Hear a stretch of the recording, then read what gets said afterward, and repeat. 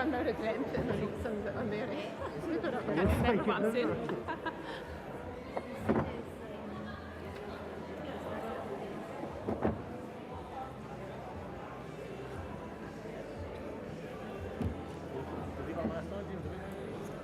I think we can take them off.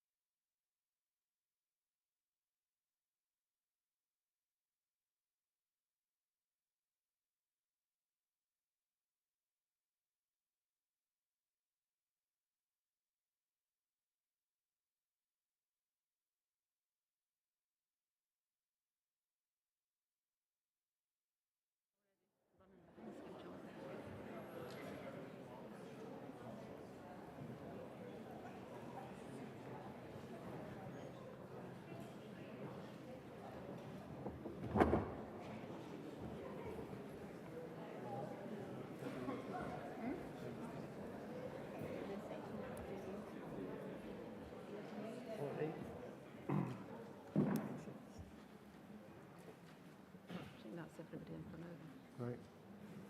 Shall I go in? Yep, when you go.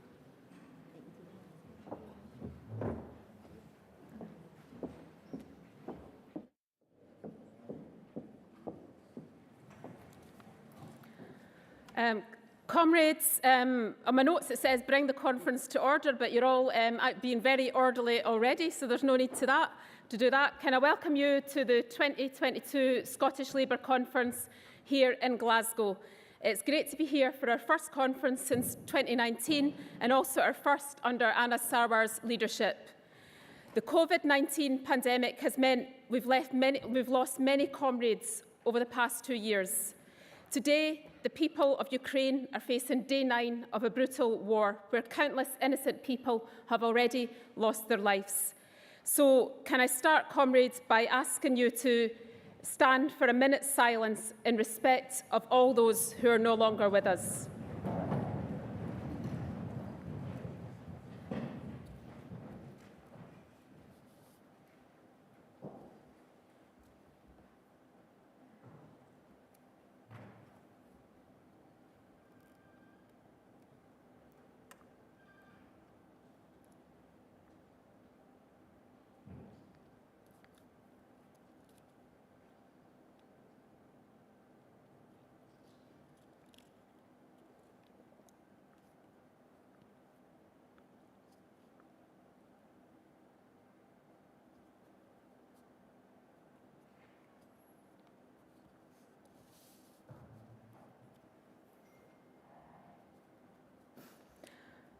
Thank you, conference.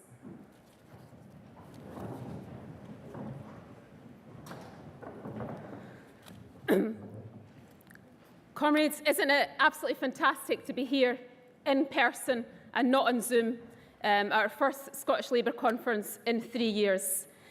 Can I begin by formally thanking everyone who has worked around the clock to bring us together this weekend, including the Conference Arrangements Committee, headed up by Jenny Young, members of the Scottish Executive Committee, and at this point can I pay tribute to SEC members who are standing down this year for all your hard work representing grassroots members over the past 3 years.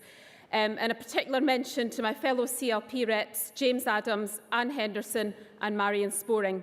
And of course, thanks to our dedicated party staff and all of our volunteers, including the volunteers stewarding at conference today, because I know that's certainly a mammoth task. Conference, we have a really exciting and packed agenda this weekend, but I'd like to begin by paying tribute to everyone who has worked on the front line during the COVID-19 pandemic, to keep our country moving, to protect our NHS, to get us all vaccinated so we can be here today. Where would we be without our NHS? Where would we be without our public sector and our key workers? Where would we be without our community activists? COVID has touched all our lives, and I hope that the worst is behind us. But the pandemic has shown us what we already knew as Labour activists, that when we pull together, we can achieve so much more. And in communities right across Scotland, we've seen the very best of this over the last couple of years. But the pandemic has also highlighted the growing divide and deep inequality in our society and the ever-growing gap between the rich and the powerful and the rest of us. And while the shocking tragedy in Ukraine means Boris's partying is no longer hitting the headlines, it's absolutely beyond belief that while we stayed at home and made painful sacrifices to protect our friends, our family, our NHS, Boris Johnson and his cronies just kept on partying, thinking the rules that they made didn't apply to them. Absolutely shameful. Conference, Boris Johnson is not fit for office, and I've absolutely no idea how he even sleeps at night. The Tories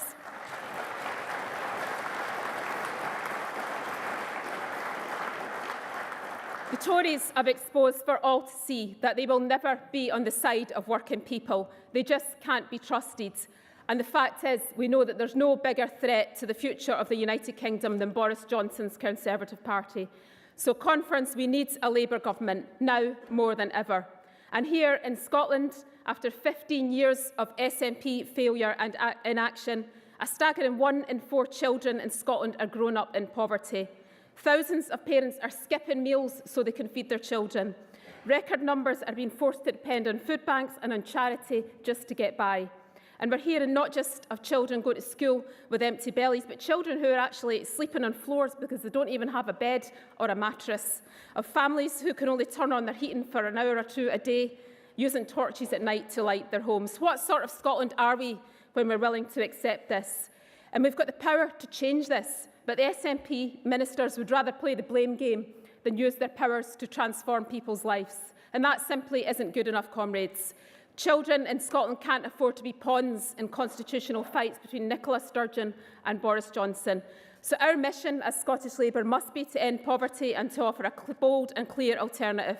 And as we face the biggest cost of living crisis in a generation, we call on the SNP in Edinburgh and the Tories in London to stop playing politics with people's lives and act now, because in one of the richest countries in the world, no one should be going hungry, no one should be growing up in poverty.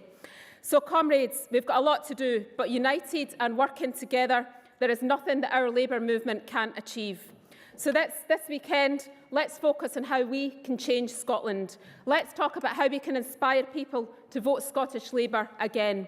Let's come together, comrades, united in our determination to offer a better, a fairer future for our communities. And let's focus on why we are Labour. We're Labour because we know that our country can be so much better than this. We're Labour because we want a fairer future for all. And we're Labour because we know we can achieve more together than we can alone. Because we believe in solidarity, that an injury to one is an injury to all. And on Sunday, let's leave Conference energised, determined and ready for the challenge ahead as we campaign to elect Labour councillors in every community in every part of Scotland. And we get ready to kick Boris Johnson and his cronies out of Downing Street and deliver the Labour government that Scotland and the rest of the UK so desperately needs.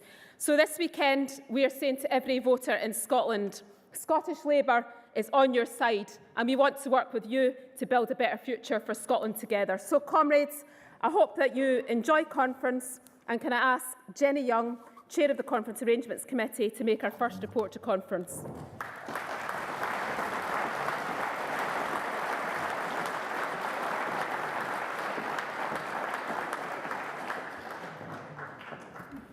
Thanks, Cara. The Conference Arrangements Committee and the Labour Party staff have worked very hard to ensure that this conference, first of all, could go ahead and that it's as safe as possible for all those involved. So thanks, everybody, for the patience if you'd had a bit longer to get in this morning. Stewards are checking negative lateral flow tests, and that will be happening every day. So if you can make sure that you're here a bit earlier so that that can be done. And of course, you must wear a mask while you're inside the venue. As Cara said, this is our first conference since 2019 and the first under Anas Sarwar's leadership. So I'm delighted that today's agenda will include a keynote speech from Anas, as well as speeches from Pat Rafferty, STUC President, and Ian Murray, MP, Shadow Secretary of State for Scotland. We'll also hold debates on motions submitted in the Building a Fairer Future debate, Building the Health and Care System of the Future, and an SE statement on the awful situation in Ukraine.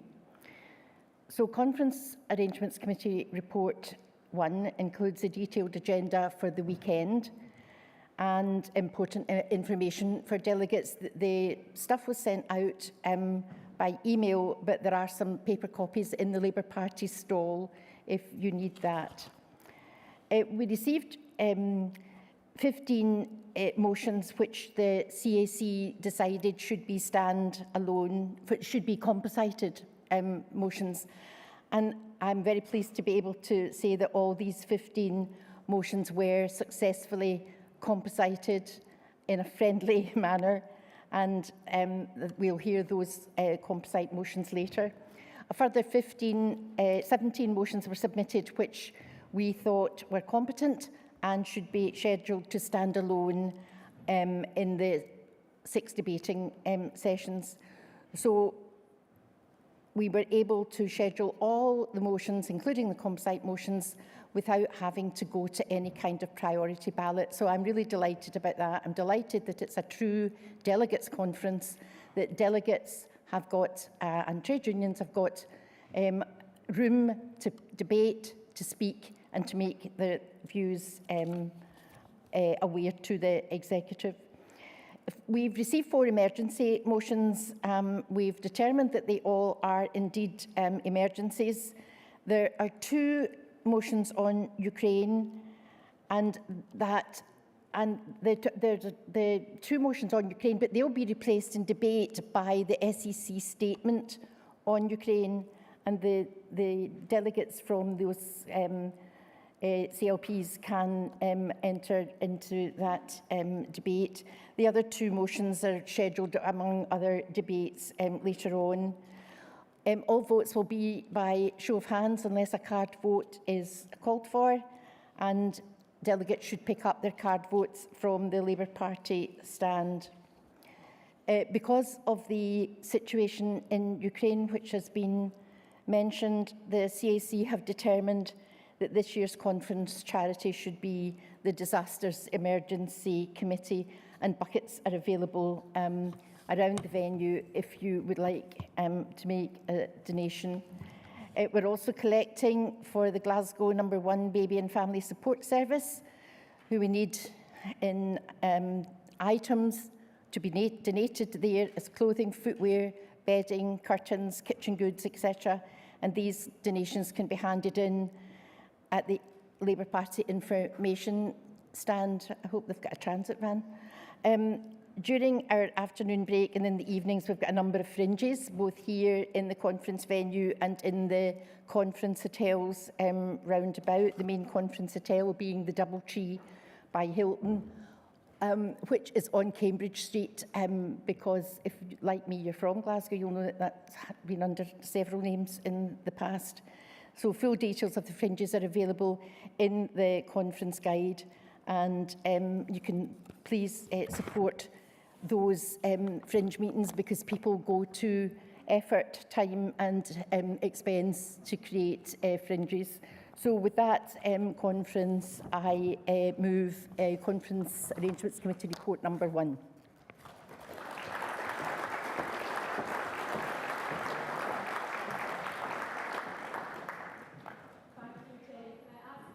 To accept the report. Agreed. Thank you. Conference, can I now ask you to welcome Councillor Malcolm Cunning, Leader of Glasgow Labour Group, to welcome us to Glasgow.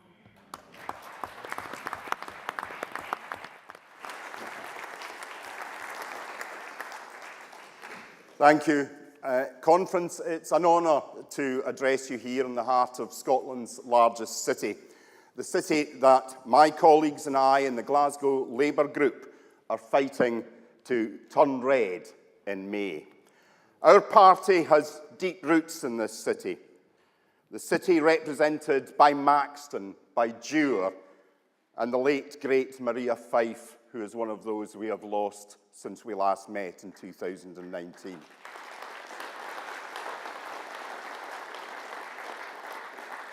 It's a city which we as a movement have long fought for, one that we have served for decades, a city where we delivered major policies and projects from the Commonwealth Games to the concert hall we are gathered in today. A city that we will do all we can to return to the Labour family. Our party is changing, and we are ready to take a message of change and of hope for the future to the people of Scotland.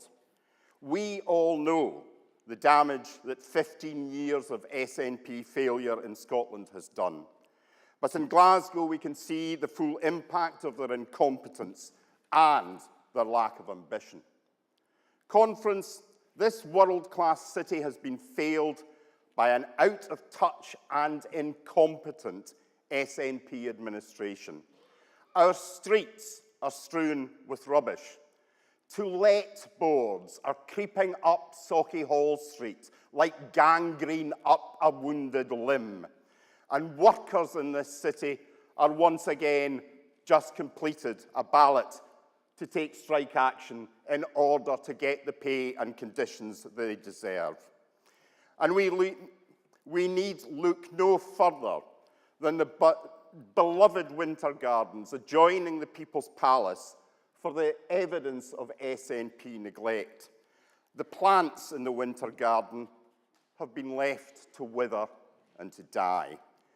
Here is the tree that never grew, said St Mungo many centuries ago. I'm sure the people of Glasgow would rather that the SNP had not turned that into a modern-day reality. This is cultural vandalism, symbolic of an administration that is simply uninterested in standing up for our city and the people who live here. The people of Glasgow deserve so much better. But at the last budget, the SNP turned their back on Glaswegians most in need. For example, they removed the winter fuel payment, introduced by a Labour administration in 2011, robbing money from the pockets of the most vulnerable senior citizens across our city while the price of fuel and heating soars. Conference, this shameful act is emblematic of why this nationalist administration must be removed and removed now. Frankly, our city cannot afford another term of SNP mismanagement. Our city cannot afford to be run into the ground. Our city cannot afford to have our cultural and community assets stripped from the people who own them and buildings left to rot. Our city cannot afford closed libraries, more cuts to cleansing budgets, and more SNP failure. The Tories offer nothing but further cuts and decay to our city. Recently, Glasgow Tories have taken to posing in communities like the Carlton and Castlemilk in my own ward as if they were somehow tribunes of the masses. They are still the party of division and privilege. They are the party of Boris Johnson. They are the party funded by oligarchs at odds with all that Glasgow holds dear. And we know in both Holyrood and George Square that the Greens will simply roll over and rubber stamp every cut that the SNP want to impose. Conference, there is another way. There is an alternative. And Conference, we, the rejuvenated and revitalised Labour Party, are that alternative. Here in Glasgow and in every city, every town, every community, the length and breadth of Scotland. This conference marks a moment where we as a movement turn to face the future and rediscover our self-confidence. The coming local elections will give us the chance to go to the people of our country, hear their concerns, their hopes, and their aspirations. In Glasgow, we are talking to people on the doors and taking our messages of our hope and standing against cuts right to our communities. Conference, Glasgow can be the crucible of Scottish Labour's revival. We can start building the alternative to the SNP and the Tories right here in the heart of this city. We, together, can turn the page and begin that journey back to power this May. Make no mistake, Scottish Labour is back on the pitch and ready to build a brighter, better future for everyone in this country. Join us on that journey. Thank you.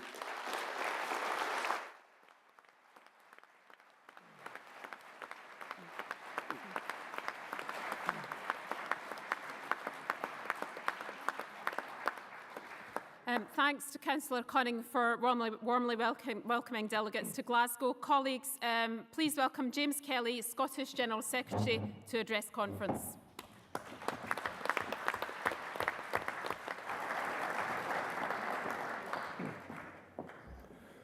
Thank you, Cara, and thank you, Conference. It's an honour to address the Scottish Labour Party Conference in my first conference as Scottish General Secretary. I first attended the Scottish Labour Party Conference in 1984 in Perth, and I remember when I got off the bus in Perth, I was met by Margaret Robinson, the CLP Secretary, who showed me the ropes at that conference. I'm delighted to say that Margaret Robinson is still around. She's 93 and still an active member of Rutherglen CLP. She still runs the rule over me and keeps me right, I can tell you. And I'm quite sure that the Rutherglen CLP delegates will be reporting back to Margaret to make sure that I'm behaving myself.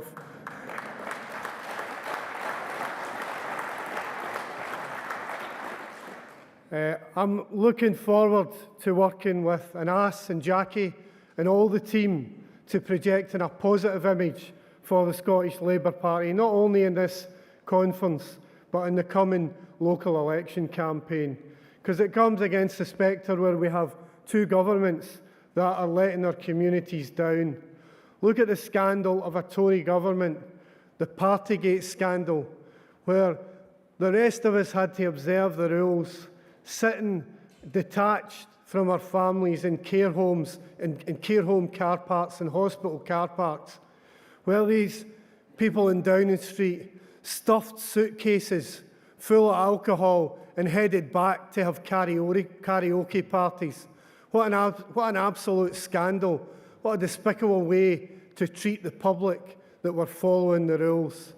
You know, and we shouldn't be surprised to see that this comes from the same government that's waved a white flag at Russian millionaires at the same time as slashing universal benefit to vulnerable claimants. This is a government who are treating the public with absolute contempt and disrespect. And then you turn to Holyrood and you've got an SNP administration who are out of touch after 15 years in charge. Under the SNP, you know, don't be sick or unwell because you can't be guaranteed a GP appointment. And whatever you do, don't expect to phone up for an ambulance because according to the Health Secretary, you might not be able to get one.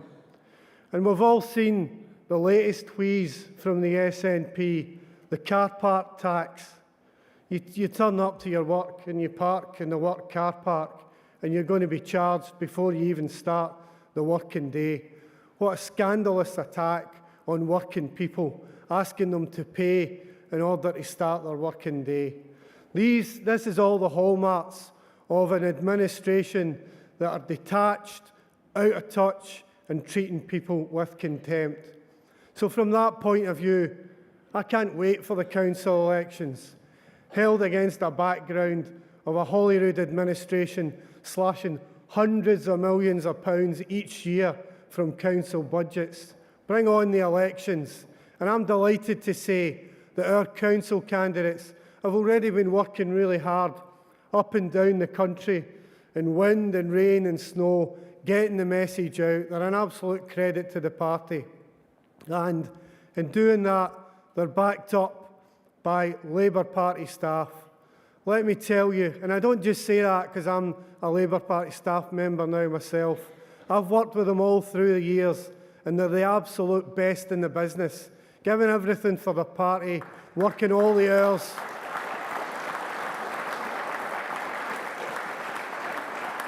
And putting this party first at all times. During this conference, you'll hear many great speeches from this platform, but delegates, this is your conference. You're going to shape the conference because you'll tell us about your experience, the trade unionists that have been taken off their core jobs and put onto other jobs during the pandemic but not been paid the rate they deserve. The delegates that come from families that are having to endure the cost of living crisis and seeing energy bills rocket while the utilities pocket billions of pounds in profits. What an absolute outrage. And you'll share these stories, and that's what will make the difference. So come the end of the conference, we'll have a positive vision for Scottish Labour to share. We'll look forward to these council elections, and our candidates and our activists will take the message onto the doorsteps and into the street. And I'm confident it will be well received.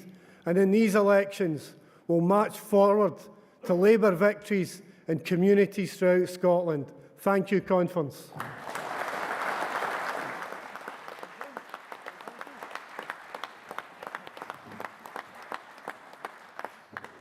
Thanks to James for his address to Conference, his first as Scottish General Secretary. Conference, our opening debate is on building a fairer future, combating the cost of living crisis. Before we begin, can I thank CLPs, trade unions and affiliated organisations for the number of motions received. Copies of all the motions debated at Conference have been emailed in advance to all delegates via the delegate report, and they can also be found in Appendix 1 of the CAC Report 1. Can I remind delegates to ensure that they've picked up the ballot packs from the information stand, and during this morning's debate, Conference will consider the following motions. Motion 10 on the impact of COVID-19 on women's equality, submitted by Scottish Labour Women's Conference. Motion 11 on the cost of living crisis, submitted by Unison. Motion 12 on the cost of living crisis, submitted by USDA. And I will call each motion one after the other during the debate and invite speakers once all motions have been moved and seconded. Speakers are welcome to speak on any of the motions moved in the debate session. Each delegate moving a motion has got 5 minutes to speak. A seconder has got 3 minutes, although I will accept a formal second from the floor. And all delegates speaking in the debate will have 4 minutes. The debate is going to be timed, and I'm going to be as strict as possible to allow as many delegates to get in. So see the time limit not as something to achieve, but something, as an absolute maximum. Shorter speeches are always better. Conference, I would like to begin the debate session by inviting you to watch this video on combating the cost of living. The cost of living continuing to soar. The cost of living in the UK is rising. Latest figures today show shoppers the business have been secretary hit by the says there's highest no price cause rises for in almost immediate 10 concern. years. Bigger, recording its highest profit in 8 years. It's the second oil giant.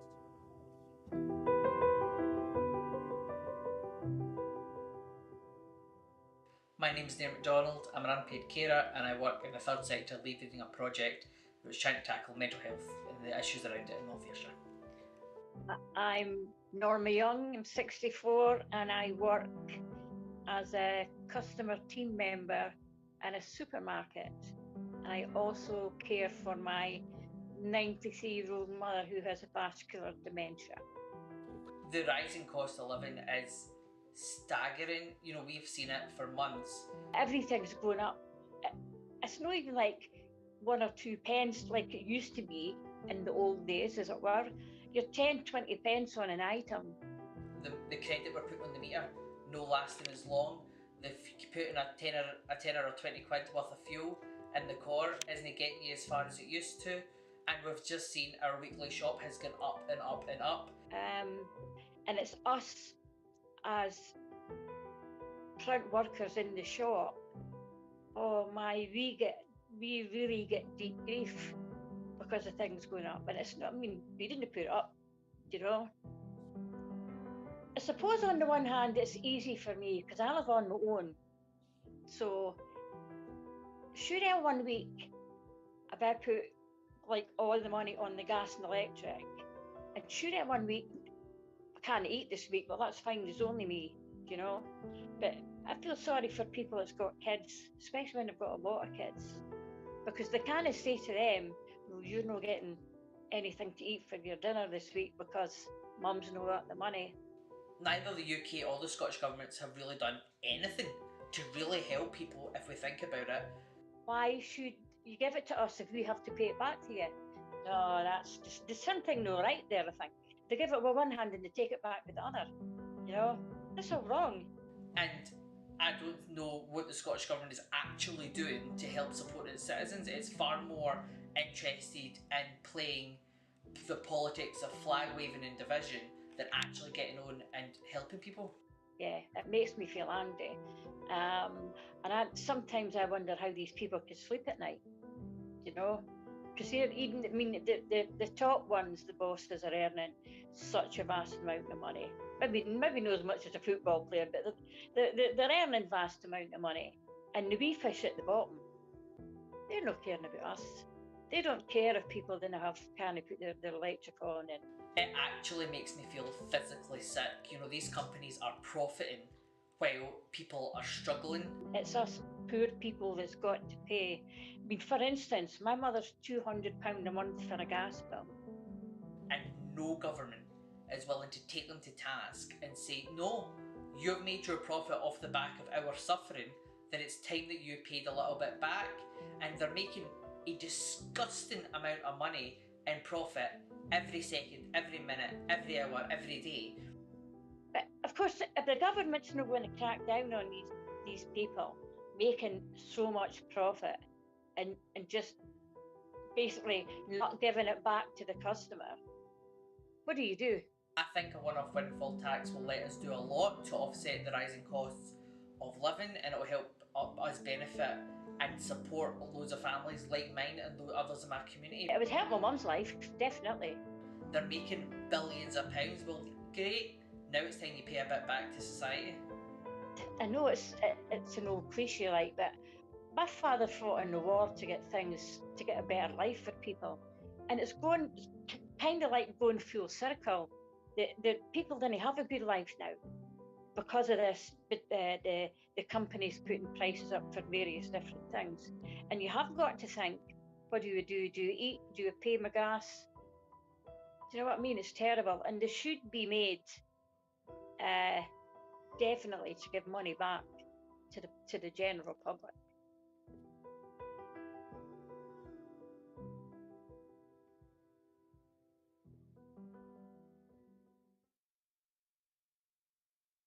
Can I now welcome Pam Duncan-Glancy to open the debate?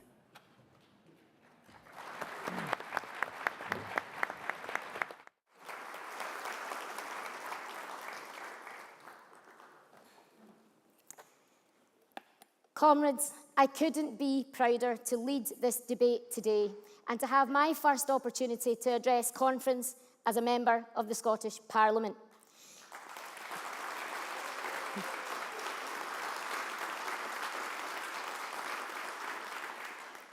Conference is always an event that makes me so honoured to be a member of the Scottish Labour Party, because I know that every single one of us in this room are here for the same reason, because we want our country to be better.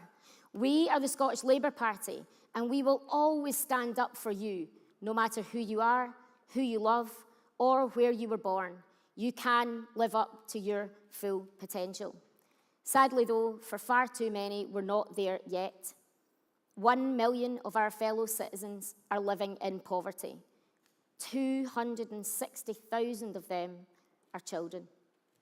We're set to miss the child poverty target set by our Parliament in law and without caveat. That is why this government is failing us, and that is why I am proud this morning to publish a plan which sets us out on a roadmap to meeting those child poverty targets in 23. The targets the SNP are set to miss. It's also why today I'm excited to tell you all that we are launching a Child Poverty Commission, an expert group that will look and take an in-depth look at what we must do to meet the long-term child poverty targets and ensure that we reduce the number of children in poverty substantially by those targets in 2030. And I'm also delighted to say that Chris Burt, who leads the Joseph Rowntree Foundation's work in Scotland to end poverty, has agreed to provide independent expertise and challenge through co-chairing the Commission with me. Once again, conference, we are doing this government's job for them. Scottish Labour once again are here and we are ready to act. But it's not just child poverty that we know we need to tackle. Half of families living in poverty have a disabled person in them. Disabled people in Scotland are twice as likely to be not in education or employment, and the disability pay gap is still 8.3%. Black and minority ethnic people in Scotland are 20% more likely to be out of work, and they still face disproportionately high rates of poverty. Friends, I could stay on this stage until Sunday, and I would still have more to say about the poverty and inequality facing unpaid carers and the disproportionate impacts unpaid work, the gender pay gap, have on the ability of women and their families to escape poverty, and the fact that the pandemic exposed deep inequality. But the reality is that you, the people right across this room, our representatives in Parliament, in councils, and our activists in our communities know that, because every single one of us dedicates our time to fixing it. That's why we're here. Our great country has been let down. But comrades, we have a reason to be hopeful. These past months have been difficult for all of us. Now, as we move forward and begin our journey of recovery, we have an opportunity to do things differently. From hardship and pain comes strength and hunger for change. And I am hungry for more ambition too. We all know that bold, transformative change is needed to make sure we don't go back to the way things were before. And to get there, we need to include everyone on that journey. Make sure we make things for disabled people, women, LGBT people, and black minority ethnic people better in this country. For them, Scotland is not yet the land of opportunity that it should be. But conference, this is your Scottish Labour Party, and we have a plan to get us there. And that starts with addressing the cost of living crisis. The people of Scotland are being failed by both governments.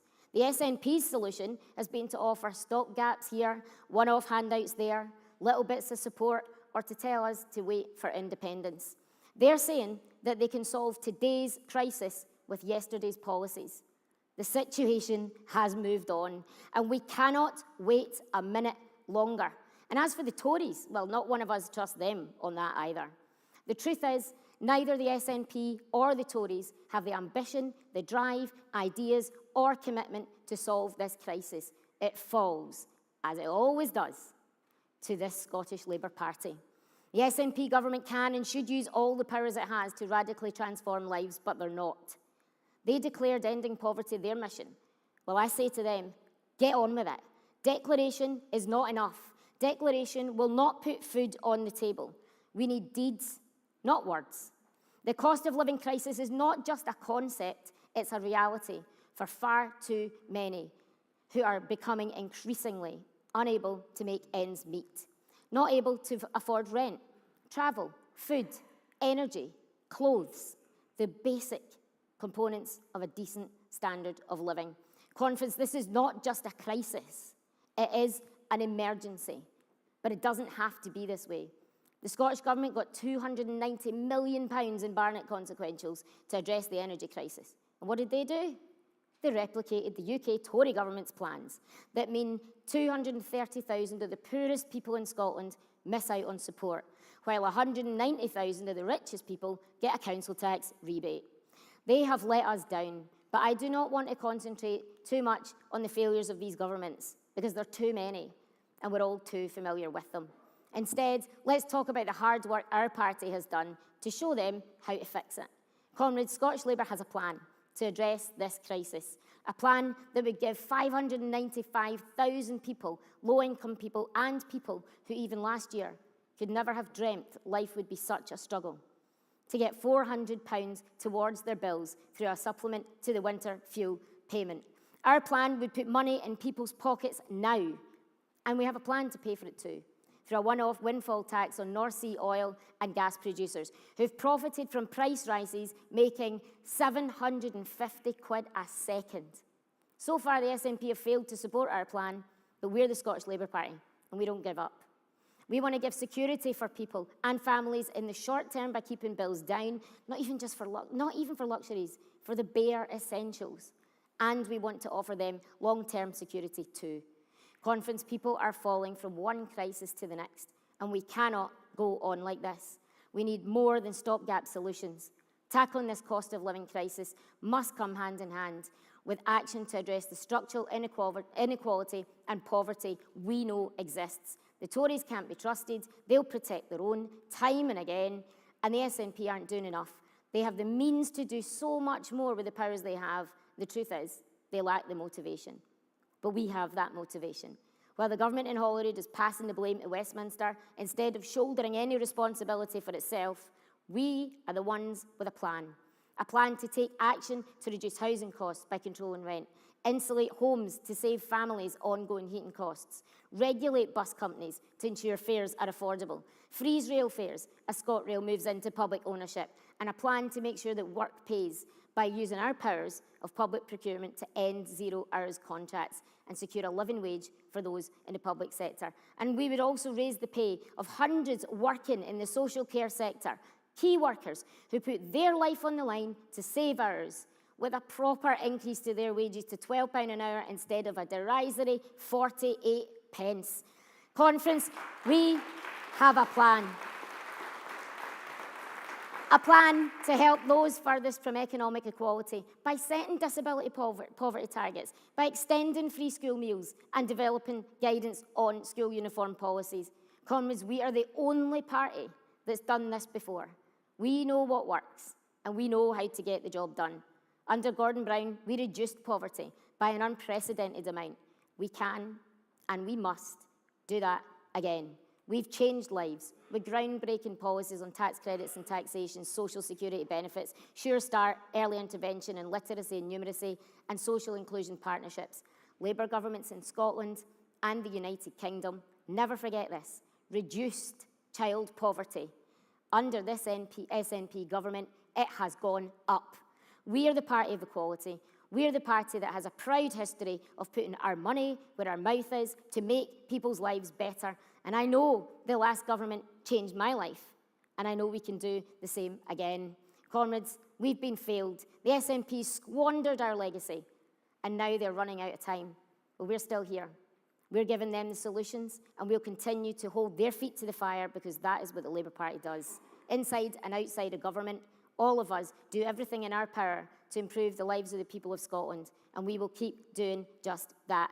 Scottish Labour are ready to be bold, transformative, and ambitious, as we always are, and as we have done before and we will do again, we will always continue to do. We are ready to build a better future together. Thank you.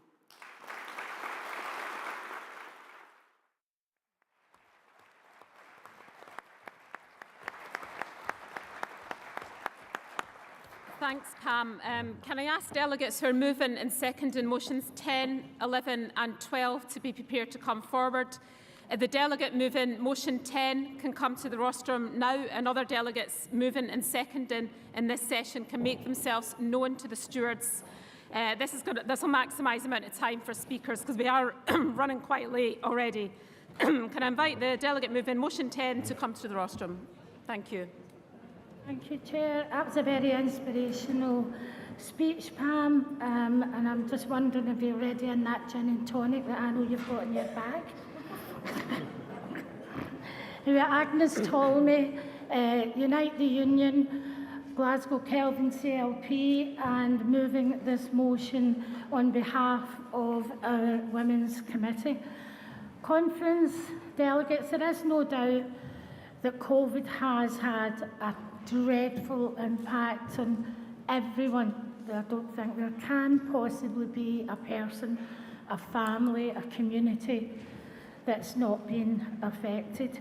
But I think, to be honest, the biggest impact has been in our women. And there's clear evidence that supports that, evidence that tells us that women have had their backs to the wall, trying to keep their families and their communities together, whilst either holding down a job or trying to live on what our society gives as meagre benefits. I've only got 3 or 4 minutes, so I want to focus some of my comments on parts of the motion that kind of stick out to me. And one is that we really do have to have a proper impact assessment on where women are in Scotland. Because what the COVID did to women wasn't just to demobilise them, to make them feel insecure, or to take away, in some cases, their jobs and livelihood. But for many women during that COVID, we saw a rise in the old spectre of domestic abuse, and the figures that were reported were unprecedented in such a short time. And I think that we as a party and a movement, a trade union and labour movement, need to set a message out quite clearly to the women in our country to bring them back into labour. And that is that we are the people that can find the solutions that they need. We are the people that will provide for them the child care that they are seeking. And we are the people, the very people, that can provide for them decent work and decent wages. And that brings me on to the third bullet point in this motion, where we're talking about improve access to affordable and accessible childcare. I come from a world of the trade union movement, and I come from a world where the STUC Women's Committee many, many years ago ran campaigns for free childcare. Free childcare, because we know that in our country, in Scotland, are the highest childcare costs anywhere across Europe, in fact, the Western world. So we need to send out a message that we are the people that will provide the route out of poverty, and that's decent work and wages. But we will also provide the bridge that women need to get there, and that is childcare. Thank you.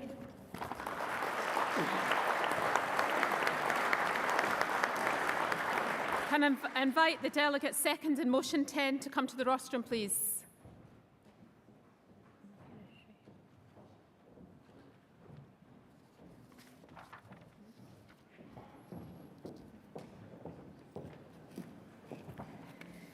Conference. Susan Donaldson from Usdaw, seconding motion 10 on the impact of COVID-19 on women's equality.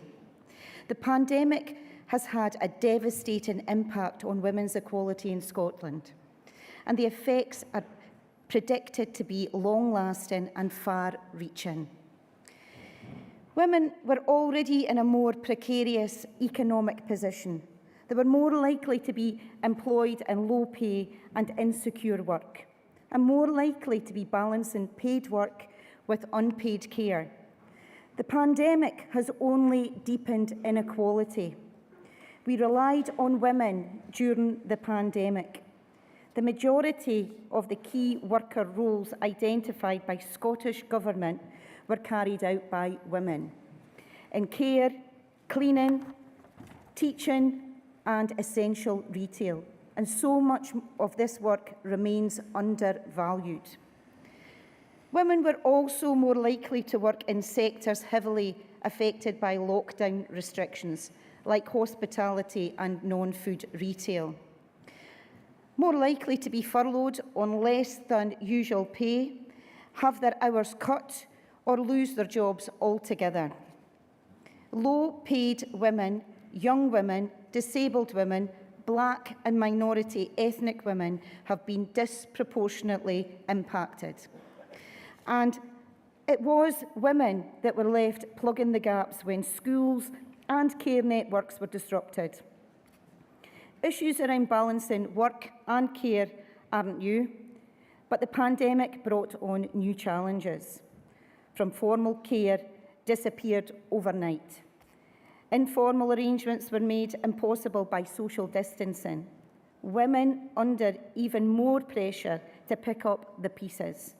Supervising children during school closures. Caring for children sent home for self-isolation. Looking after vulnerable and older relatives who were shielding.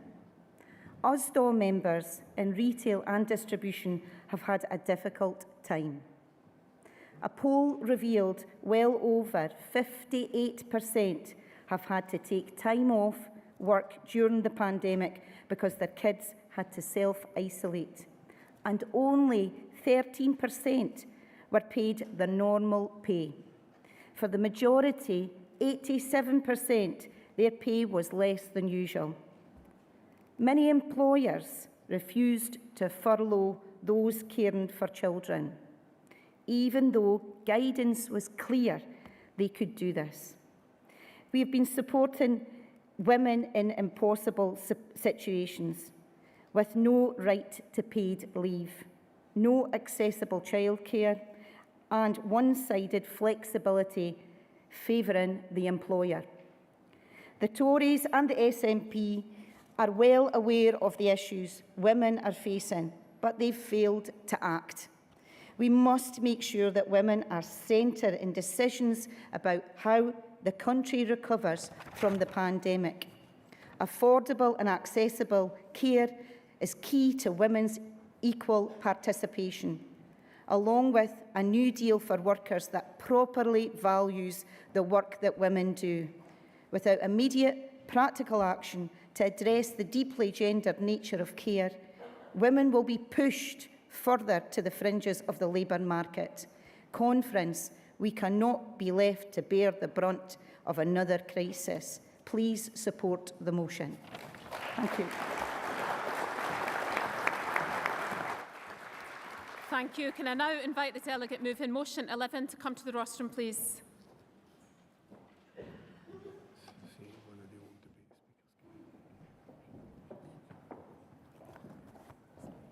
Billy Stewart, Unison Scotland, moving motion 11, cost of living crisis. Comrade Chair, comrades, I'm moving this motion on behalf of everyone who is about to receive an electricity bill in the next 6 months. The cost of living crisis has been with us actually for some time. The bankers gambled and we paid, and we've still been paying ever since. Now the cost of living crisis has developed stilts. Today, oligarchs swan around the globe in their billionaire yachts, avoiding tax while ordinary workers have to pick up the tab for higher fuel prices, higher transport costs, higher food bills. Remember, not all oligarchs, by the way, are Russian. We have oligarchs right here, and we have them everywhere.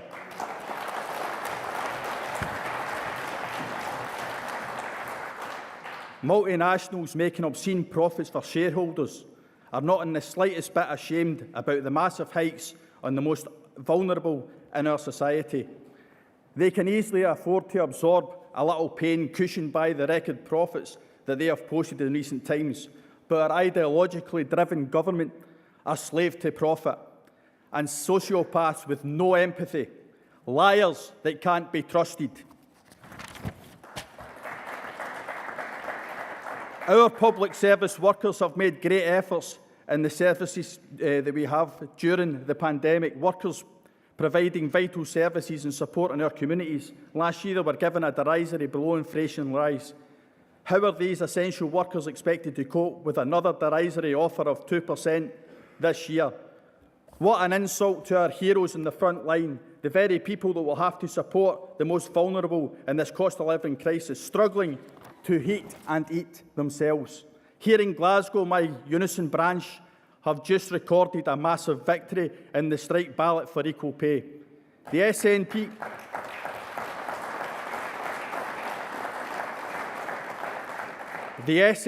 Council have failed to deliver an equal system They are never done fighting unions in the courts over what our members are due. The SNP Council can renege on previous arrangements. The SNP government can starve our communities of cash year on year, centralising everything they can't privatise. But they will never stop us fighting for fair day's pay and equality in the workplace. Comrades, Labour must commit to support pay claims for public service workers in full, campaign for necessary funding of all Scotland's public services, tackle child poverty, extending free school meals, including during holidays, as we do in the Labour-controlled North Lanarkshire Council. Our party, the Labour Party, must be on the side of workers. It is, after all, our raison d'etre. Where Labour is in positions of power, we must deliver, though. Campaign, budget and vote for the SGC union's claim in full. We can either pacify, comrades, oligarchs, or we can be organisers in our communities, leading the struggle against the cost of living crisis while others won't. This, comrades, is a fight of our lives. Annis, James, which side are you on, boys? The oligarchs or the workers? Which side are you on?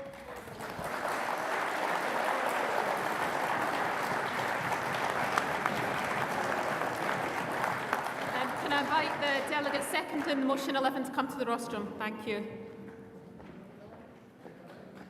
Thank you very much. Matt Kerr.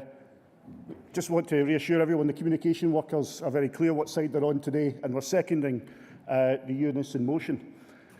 Colleagues and comrades, it seems to me, when I was thinking about what to say in all of the 5 minutes before I came up here, it seemed to me that the cost of living crisis is not a new thing.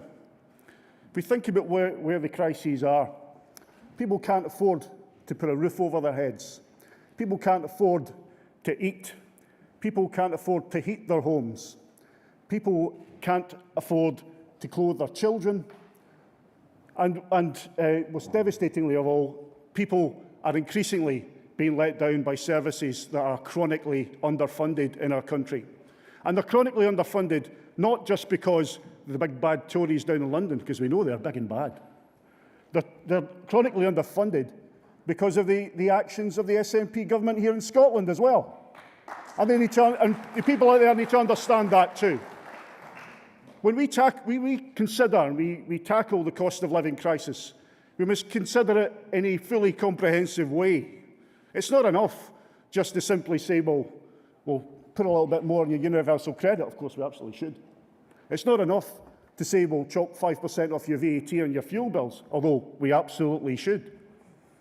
We need to think about the whole rotten system that got us here in the first place, comrades. The system that meant, but even before the present crisis, there was gross inequality. There were millions of people going, I read up, 1 million people every month go without food for a day a month. I mean, that's ridiculous and indefensible in this day and age, comrades. That was the case before this present crisis hit. It's not just the increasing fuel bills, which will continue to increase, that's the root of this. It's who owns our economy and who runs it in their own greedy interests, comrades. For my entire lifetime, 40 years, 43. We'll stick at 43 for now.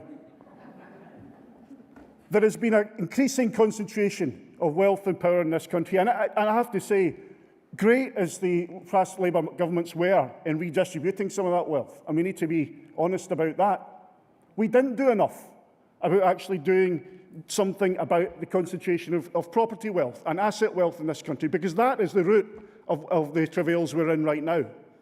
The people who are able to sweat those assets will continue to get rich, and we can do anything we want with the rest of it, with benefits, even with wages, and it won't keep pace with those asset prices. Because we need to do something about that and do something very clear about that. It's not enough simply just to talk about the money in people's pockets, although that's obviously important. We must look at the ending of landlordism. When Keir Hardie put out his leaflet over a century ago, he talked about landlordism. He talked about a cost of living crisis and people in his communities that couldn't eat. It's the same crisis. When the ILP were putting out leaflets over a century ago asking for a living wage, it was the same crisis. Comrades, the crisis isn't about fuel bills. The crisis is about landlordism. It's about private monopoly. The crisis, comrades, is capitalism, and it's our job to challenge it at every single turn. It needs to be challenged in government at UK level. It needs to be challenged at Scottish level in Holyrood, and it needs to be challenged in local government too, and it needs to be challenged in every workplace and community in our land. Comrades, I hope we can all work together in the months and years ahead to rise to that challenge and to win. Thank you.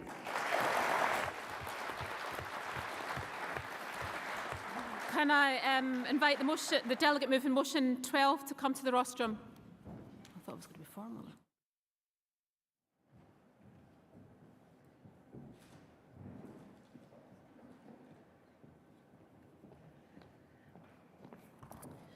Chair, Conference, and will moving Usdaw's motion. Conference, the cost of living crisis facing working people in Scotland is deepening month by month. Inflation is soaring, the cost of everyday items is rising, energy bills are skyrocketing, and families are feeling the squeeze. Wages have simply not kept pace with rising costs. The Tories promised the people of the United Kingdom a high-wage economy. This promise, like so many of their other promises, lies in tatters. After 12 years of the Conservatives in power in Westminster, the pain, the cuts and the austerity, services are worse, wages remain lower and more people are in poverty. Their callous decision to cut universal credit in the autumn has had a huge impact on some of the most vulnerable people in society.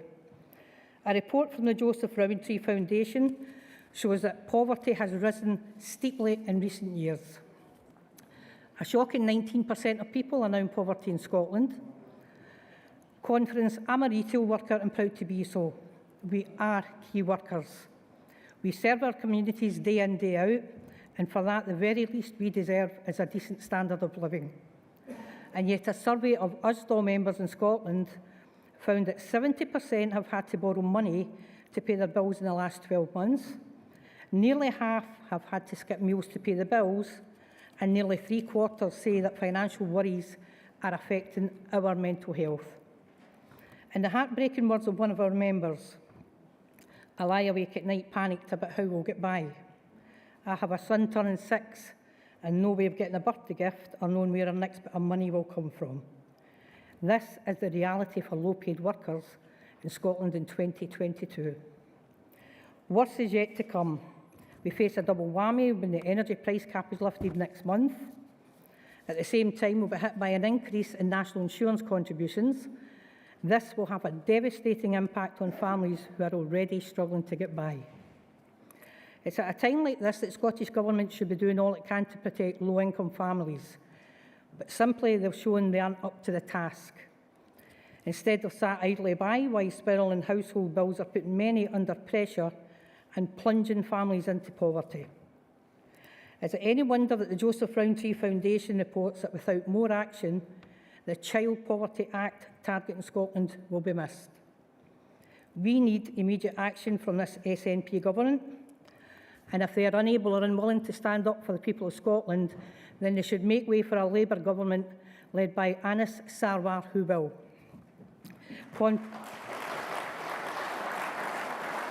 Conference, we need to continue to campaign for real action on the cost of living crisis. For the introduction of a windfall tax on the huge profits of North Sea oil and gas producers to protect the most vulnerable, for the planned rise in national insurance contributions to be scrapped, and for the SNP government to provide a £70 supplement to the winter fuel payment for low-income pensioners and struggling households. Please support the motion.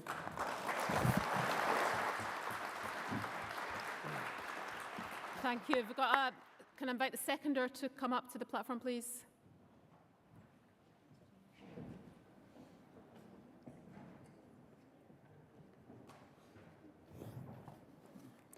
Conference, James McPhillamy, Cumbernauld Carsive CLP delegate and Usdaw member. As an Usdaw member, I'm delighted to be given the opportunity to second this motion today. and would like to thank the union for putting forward such an important motion. We all know that the cost of living crisis is biting hard. I help run a food bank in my hometown of Cumbernauld, so we see this every week. Families coming with nothing, and it is heartbreaking. This is before the energy increase that we know is coming down the pipeline. So it really does make you think and worry about what is coming very soon to our communities. It's also shown us something, this crisis. I think speakers have touched on this. This is not a crisis in the traditional sense. This is something that was always going to happen, I think. It's not something that's a one-off.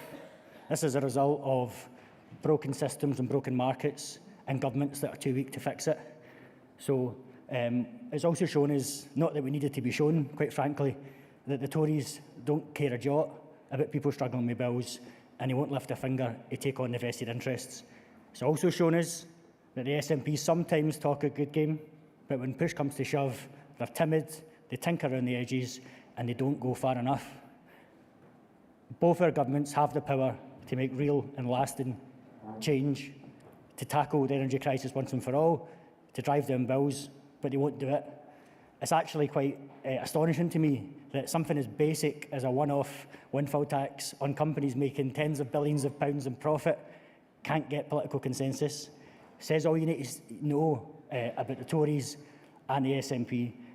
It's absolutely shocking, and it really highlights why we need to elect Labour politicians at every level and ultimately get Labour governments. I'm delighted to live and be a candidate in North Lanarkshire, where we've got a Labour council doing great work. I won't go into all the detail because I know Cara will throw me off the stage, but delighted to see that the North Lanarkshire Labour budget passed.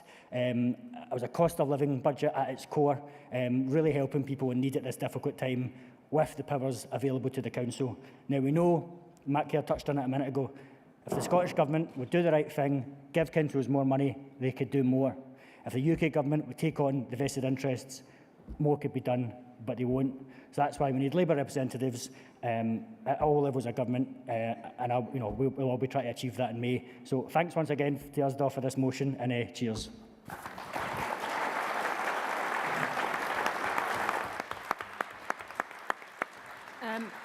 Thank you to the delegates for moving and seconding these motions. Can I now ask for delegates who want to speak in the debate to raise their hands? And I'll take speakers in groups of 3. And if I call you, please make your way to the side of the stage. And just a reminder that speakers have only got 4 minutes. Time is really tight. So I've got speaker there, up there on the right, women there in the middle, and down here on the right as well. So,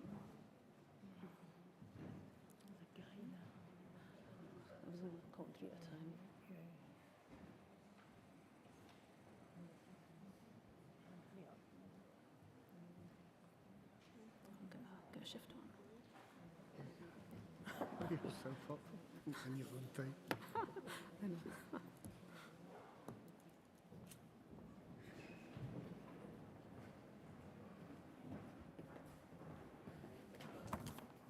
Chair, Conference, Lewis King, Dunfermline West 5 CLP, supporting motion 11. Chair, comrades, as a young father of a 9-month-old child, myself and my partner are suffering under the current crisis and cost of living constraints. The cost of fuel alone means that I'm putting £20 in the metre every few days to keep us all warm. I suppose that is gas alone. The cost of food is rising daily, and future increases to our national insurance contributions, which will be reflected in our April pay, quite honestly leaves me in despair. How we are to manage now and in the future, I just can't contemplate.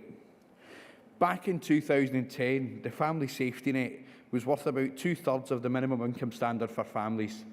Today, it is barely half. The Tories' shambolic £20 cut to universal credit last year was a lifeline to many families, including mine at the time, who were already struggling to get by, and urgent action is required from both of these governments to help these families in need. I am aware and indeed welcome the campaign to extend free school meals to all children, and that access to nutritious food and support is maintained throughout the school holidays. However, we also need to remember the parents of under school-aged children. and Labour must also campaign to help provide food and support to them. There are many of us who sit under the banner of in-work poverty and through no fault of our own have to resort to food banks and access any other type of support we can, i.e. parents, friends and family. But some of us just don't have that support network, and it's frightening to think of what will happen if this crisis isn't addressed urgently. Child poverty is being quoted as 1 in 4 in Scotland, and conference that is a national disgrace. Therefore, I call on the Scottish Labour Party to address the cost of living crisis and in particular child poverty. Conference, please support motion 11.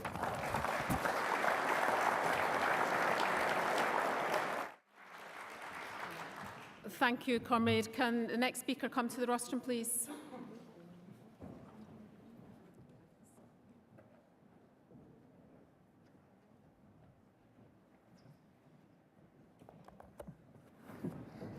Margaret Graham, Edinburgh Southern, supporting motion 10. And also a council candidate for the city centre in Edinburgh, one of the 11 women standing out of 19. It can be done, sisters. I wanted to start actually with a little story because of what Pam was saying earlier. I work in childcare. I'm a childcare manager in an out-of-school care project, and I'd gone along to a training session about poverty-proofing our service, so that there wasn't obvious glaring gaps with the children. And the trainer showed a map, and it had a graph, and child poverty was sort of levelled, and then it decreased dramatically for about 5 or 6 years. And the trainer asked if anybody knew why that was. Being probably the only political geek in the room, I knew, but stood back and hoped that somebody else would actually be able to answer the question. Nobody was, so I jumped in and said, look, it was the Brown-Blair government and the political will to actually reduce child poverty that actually did this. Unfortunately, everything that they put together has systematically been dismantled by this current Tory government, and we're back at square one. So what I really wanted to talk about is childcare in primary school age children, which is a vital service for parents and carers, and it's been lost to the political agenda quite a bit. Lots of nursery provision, but then when your child goes to primary school, there seems to be a lack to a large degree. I've been an out-of-school care manager for 25 years, and we still face some of the same issues that we did when we started out. A failure to formalise childcare to meet the needs of low-paid working women is actually a very complex issue, because a lot of childcare is actually provided by low-paid working women, unfortunately. In Edinburgh, like other parts of the country, there's a range of providers, and costs vary to the point of between £20 to £40 per day for daycare during school holidays. I work in a project that works in the third sector, and we charge £20. Some people, just 5 minutes along the road, charge double. The same issues that are in social care exist in childcare: low pay, limited career paths, etc. But there are solutions if there are the political will that I said at the start. One of the things that I'm trying to do is persuade our council to bring the service in-house. Then we would have a service that would work for all children and make it accessible to all children, and then cost according to income. These kind of systems exist in Germany and the Scandinavian countries, and I would hope that some people listening here would maybe take this on board. Thank you.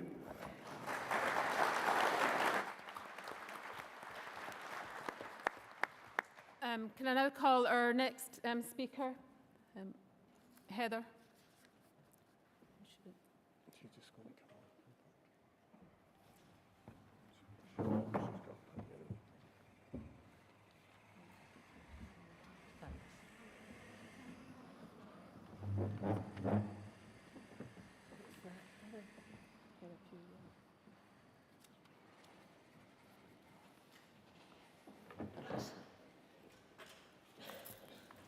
Morning, Conference.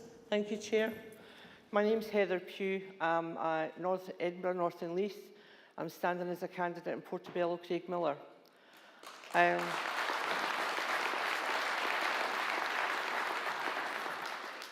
I want to stress the Craig Miller part, because in that part of Edinburgh, 1 in 3 children are in poverty. And a lot of that is actually people who are in work poverty. They've got parents that are working, and the children are still in poverty because the wages are so low, or they're on 0 hours contracts and just can't afford basic necessities. My comrade Fred Hessler is standing in an area of Edinburgh that's widely split. There's Muirhouse, Pennywell, and at the other side you've got places like Crammond where football players live. And where Fred's standing, I heard a horrible story a couple of weeks ago. In Edinburgh, our Labour leader, Cammy Day, commissioned a Poverty Commission report 2 years ago, along with the Poverty Alliance, who are based in Glasgow. Great people. That's now come to fruition, and there's a group called End Poverty Edinburgh being set up on the back of that. And it's citizens. Fred and I are on it, and another Labour member, Breege, is on it. And we've been doing a lot of hard work, virtually, for the last 2 years on this. So when we had a demonstration at the UK government offices in Edinburgh a couple of weeks ago, I was asked to represent End Poverty Edinburgh and speak to it. And I heard a story that just basically made me really angry and tore my heart asunder. In the constituency, the ward that Fred's standing in, there's a school called Pennywell, Craig Royston, and it's in Pennywell Muirhouse. And it was built by Labour, a brand new high school built maybe 10 years ago. And at the end of the school day, there are 100 children waiting behind to see if there's any of the school dinners left that they can have boxed up and take home to feed their families. And I thought, that surely can't be true. And it is. It's a horrifying fact that this is happening in Edinburgh, where there's money coming out of the walls in Edinburgh. All the financial institutions have big offices in Edinburgh. And yet this is happening to families every day, these kids. Can you imagine the next day when these kids go back to school, the slagging they're going to get for other people who are not so bad off, who are going to give them absolute grief for having to wait behind to ask for food to feed their families when they go home. It's a disgrace. End Poverty Edinburgh, along with the Poverty Commission report, thankfully it was a Labour one, and we have commissioned and we have promised to end poverty in Edinburgh by 2030, as Pam was talking about earlier. It's hellish that this is happening in this day and age, and it's something that really shouldn't be. We weren't rich growing up. We were kind of on the poverty line, I suppose. But we never went hungry. And there are kids going to school, and they're not concentrating all morning because they haven't had any breakfast, or they've went to bed the night before not having had enough to eat. And they've went to bed cold, they went to bed with coats on the beds because there aren't enough blankets, and the parents can't afford to put the heating on. And as been mentioned previously, there are parents going hungry to make sure the kids have got enough to eat. That shouldn't be happening either. I know a family that's happened to often. And because during the pandemic, a lot of the places that had fair share, where people could go and get food and no questions were asked, as opposed to the Trussell Trust, where you have to sit and go through an interrogation before they'll give you anything. You've got to sit down with a financial advisor before they'll give you anything. And the one that's closest to where these kids are living is 2 buses away. Now, how, if you've got kids with you, can you afford to get 2 buses to go to a food bank to get it? And you'll never guess where it's based, in the local Tory party offices. So now you understand why people are having to be interrogated before they'll give them any food. And they're only allowed to go there 3 times a year. People are hungry every week. They're just not getting that. So I'd like to see massive support for all of the motions that we've heard this morning. Thanks, Conference.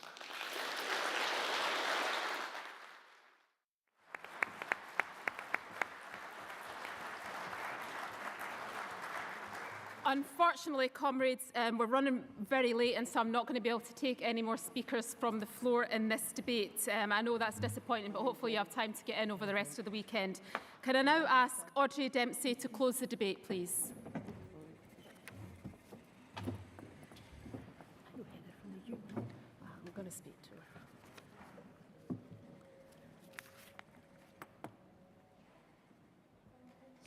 Chair.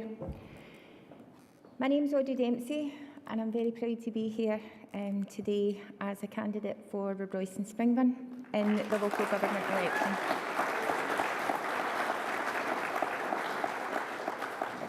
First time candidate, first time speaker.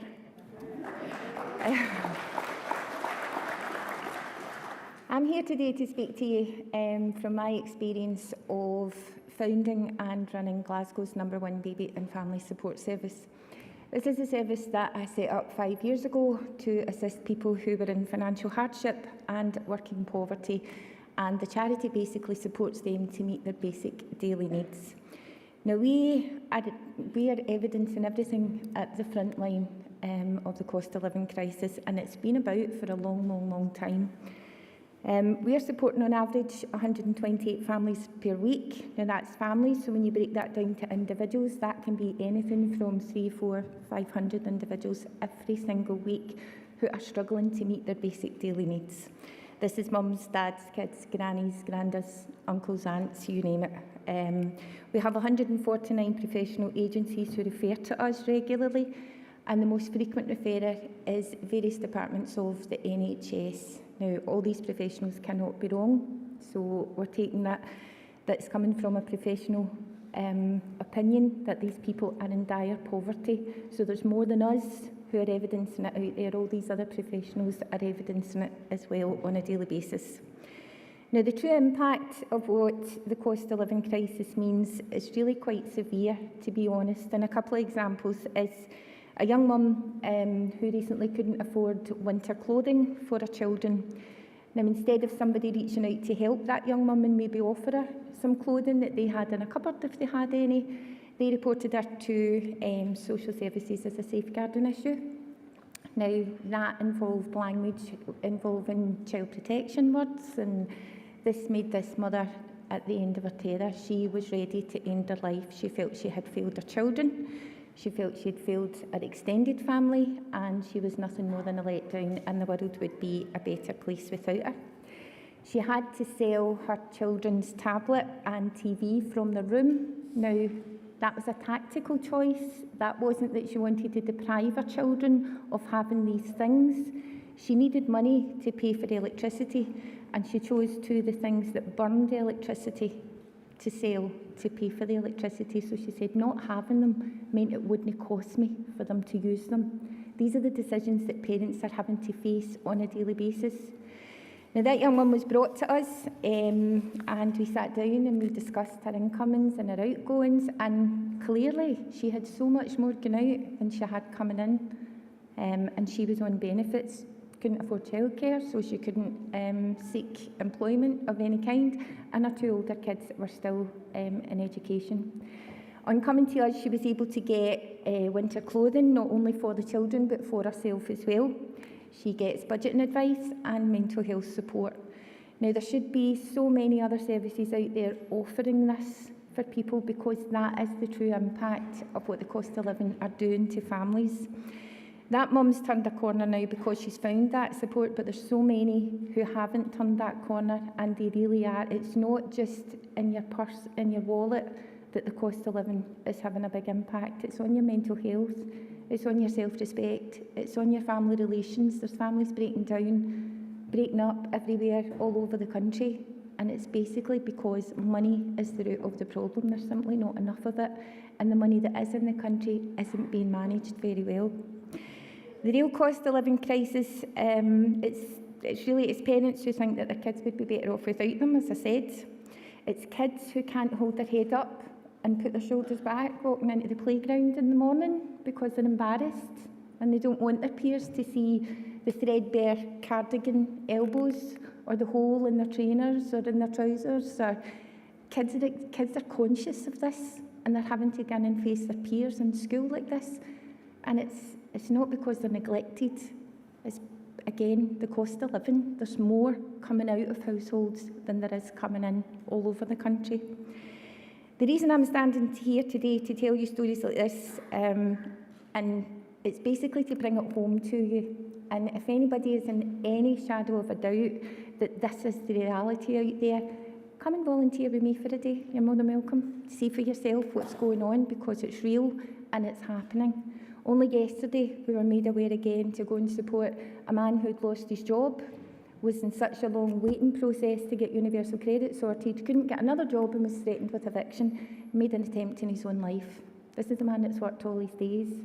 So these are the kind of things that's really happening on your doorstep, in your neighbours' houses, round the corner from you, and you've got two choices.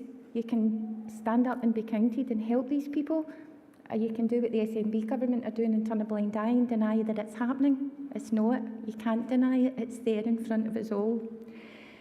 That's the reason why I'm standing as a Labour candidate. My organisation does so much, but we're limited as to what we can do. And having followed Anas Sarwar in his speeches, I know that that's what he's striving for, to make that much needed change, and that's what made me want to stand as well. The SNB Council in Glasgow haven't done much to help these people at all. They sidetrack, they divert, and they body swerve, and that's not going to solve these problems for people. Not in any way at all.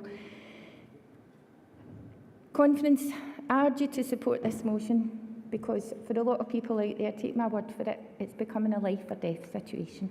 Thank you.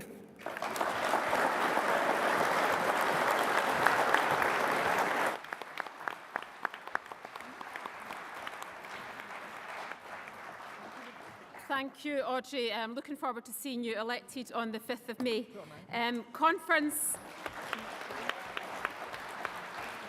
Conference, can I now invite Pat Rafferty, STUC President, to address conference?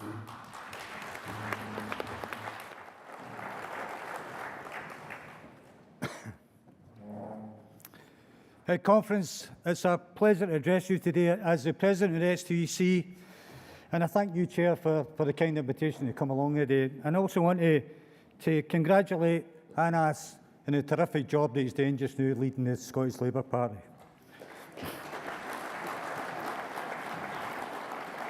The trade union movement has a proud history in fighting for equality, democracy and for international solidarity. So I want to place on record here today my support for the people of Ukraine as they fight to defend their country and their democracy. The Russian attack on Ukraine is a crime, and war crimes continue as we speak in the comfort of this hall. Our overriding priority at this moment must be solidarity with the people of Ukraine who are subject to this brutal invasion. And I just want to applaud those workers and members of my own union, Unite, who pledged to boycott any Russian-owned oil tanker seeking to dock here in Scotland.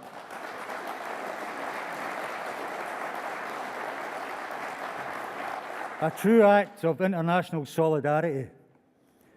The Tory party, or should I say, the Christmas party, should break all links, including all financial links, with the Russian super-rich, with whom it has been far too close for too many years. So far, untold numbers of innocent people have been killed in what has the potential to become a third world war in Europe. Heaven forbid. So we must do everything possible to stop that from being the ending to a story not yet told.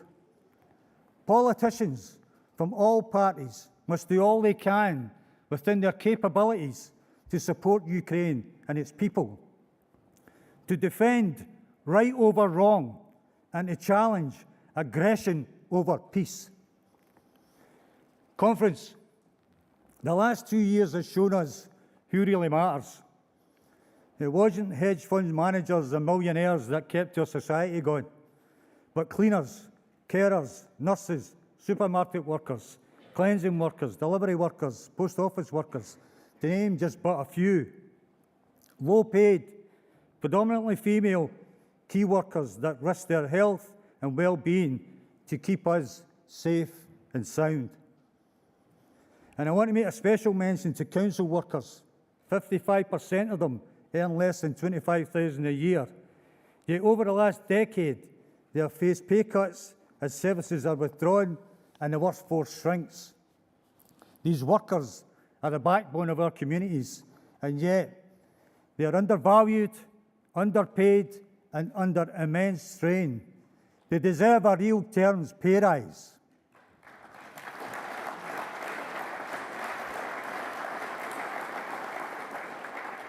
The working class need the Scottish Labour Party to be on their side as the cost of living crisis begins to bite. Because, conference, if you know your history, you know we've been here before. Firstly, when the Tories made working people pay for the banking crisis with austerity and cuts. Secondly, when they made us pay for the pandemic with their lives and a round of applause on a Thursday night. And now, after all we've been through, they expect us to pay for the energy crisis. Well, today, we've got news for our governments, both in Westminster and in Holyrood. We can't pay, we won't pay, and we're fighting back.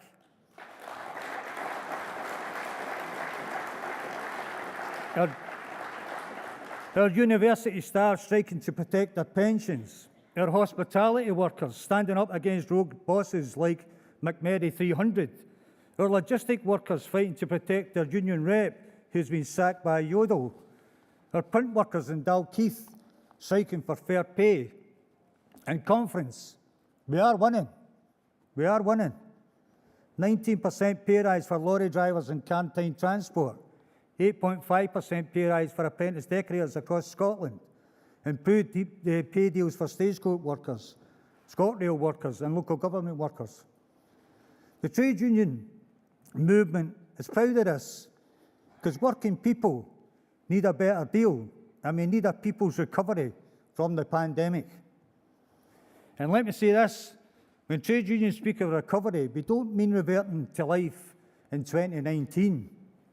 We mean recovering for working class people, the income, wealth, the sense of collective purpose stolen from them by decades of political bias towards the rich and the powerful. And a people's recovery must be a green recovery. Workers are rightly suspicious when they hear talk of a just transition, when they see jobs being offshored while the government fails to intervene and create an industrial strategy with real jobs. In 2010, Alex Salmond spoke about Scotland becoming the Saudi Arabia of renewables and predicting 130,000 low-carbon renewable jobs by 2020. Currently, there are less than a sixth of that. What's worse, these figures have fallen since 2014, despite the trebling of installed renewable capacity. So if the trade union movement is to be more green, we need politicians to be more red.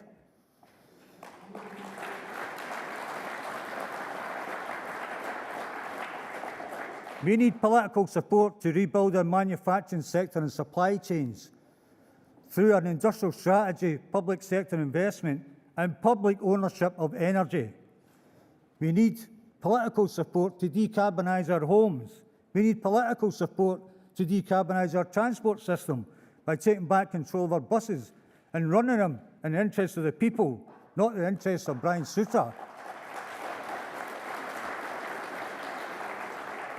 And we need political support for a genuine, not-for-profit national care service run for the people, by the people. So, finally, conference, I look forward to working with you on these issues in the coming months and years, because when ordinary people unite and demand a better world, we are more powerful than we dare to imagine, because we are the many and they are the few. Thank you.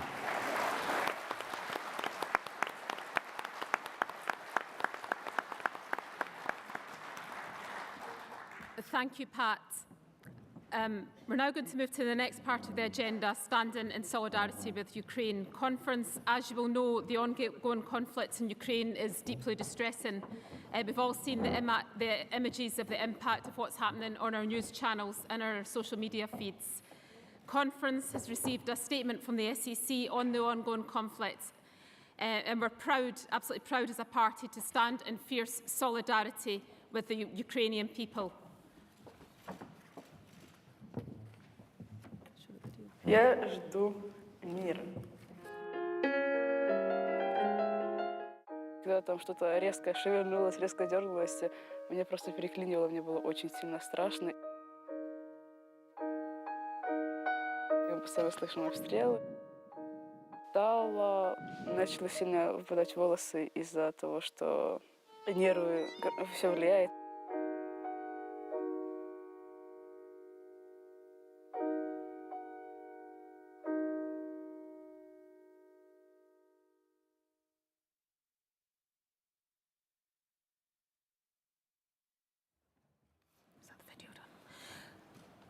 Conference, I would now like to invite Claire Baker, MSP, Chair of the Scottish Parliamentary Labour Party, to move an SEC statement on the conflict of Ukraine. The statement is in CAC Report 1 as Appendix 3. Thank you. Conference, I move this statement on behalf of the SEC. The situation unfolding in the Ukraine is nothing short of horrifying. We are witnessing daily scenes of devastation, death and conflict in Europe as the humanitarian crisis unfolds. But tragically, conflict is nothing new to the country of Ukraine.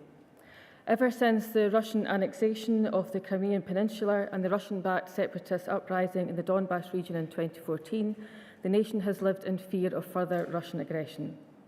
For years, Vladimir Putin and his regime claimed they were not involved in fighting in the eastern Ukraine. For years, the Russian regime told the world they recognised Ukraine's right to nationhood. And for months, while they were amassing legions of troops, artillery and material on Ukraine's eastern and northern borders, Putin told the world they did not mean conflict, but peace. Conference, they lied. They claimed to want peace when they wanted war. They denied being involved in fighting in the Donbas, but they have been there for years. And they have falsely claimed to respect Ukraine's territorial sovereignty. The truth is that Putin and his regime want to erase this proud nation from the map of Europe. Conference, after decades of peace, war has broken out in Europe. Cities are being shelled as we speak. Not only Ukrainian soldiers, but Ukrainian citizens are taking up arms in defence of their homes, their families and their freedom. And hundreds of thousands of Ukrainian citizens have become refugees overnight and are undertaking perilous journeys. There are already 1 million refugees seeking a safe haven, and we must play our part.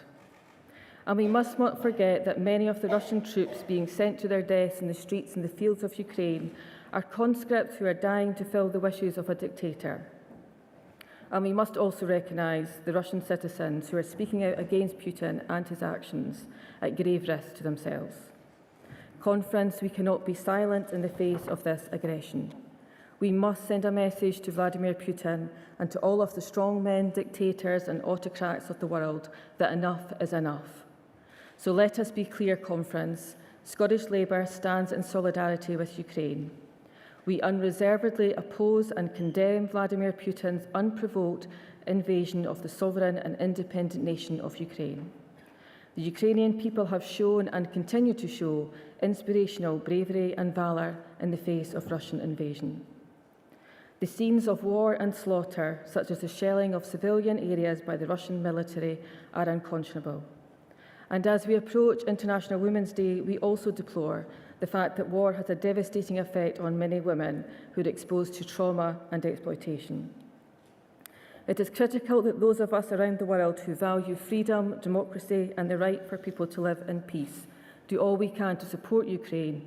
This includes financial aid, humanitarian relief and the supply of defensive military equipment so the Ukrainian people can defend themselves and help to defeat Putin.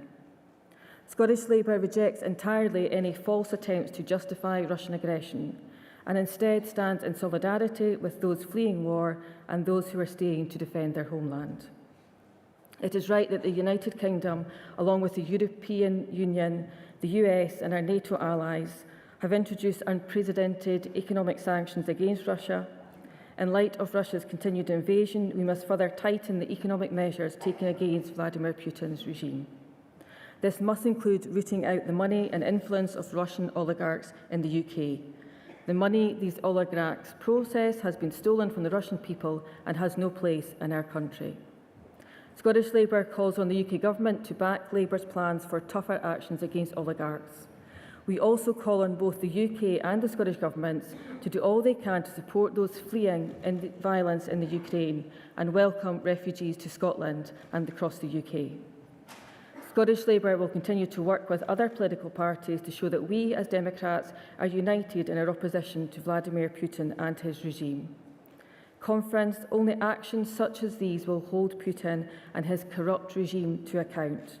So let us send a message today that enough is enough, democracy will win, and that Putin will ultimately pay the price for his heinous acts. Thank you.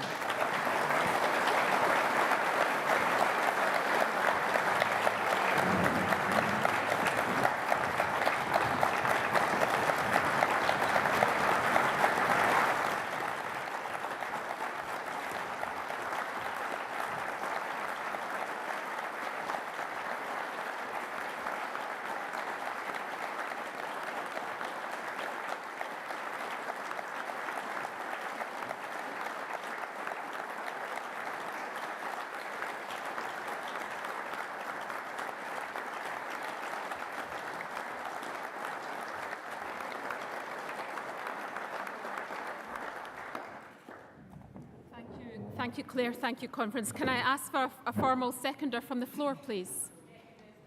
Thank you. I'm not going to be able to take many speakers in this debate, but I should be able to fit 3 in. Can I get an indication of who would like to speak, please? Sarah in the corner. Man there with a grey mask. Is there anyone else wants to come in? Oh, yeah, right in the middle there. Sorry, it's really quite hard to see up here. It's quite dark. If you'll all come to the rostrum, Sarah, if you could come straight up, please.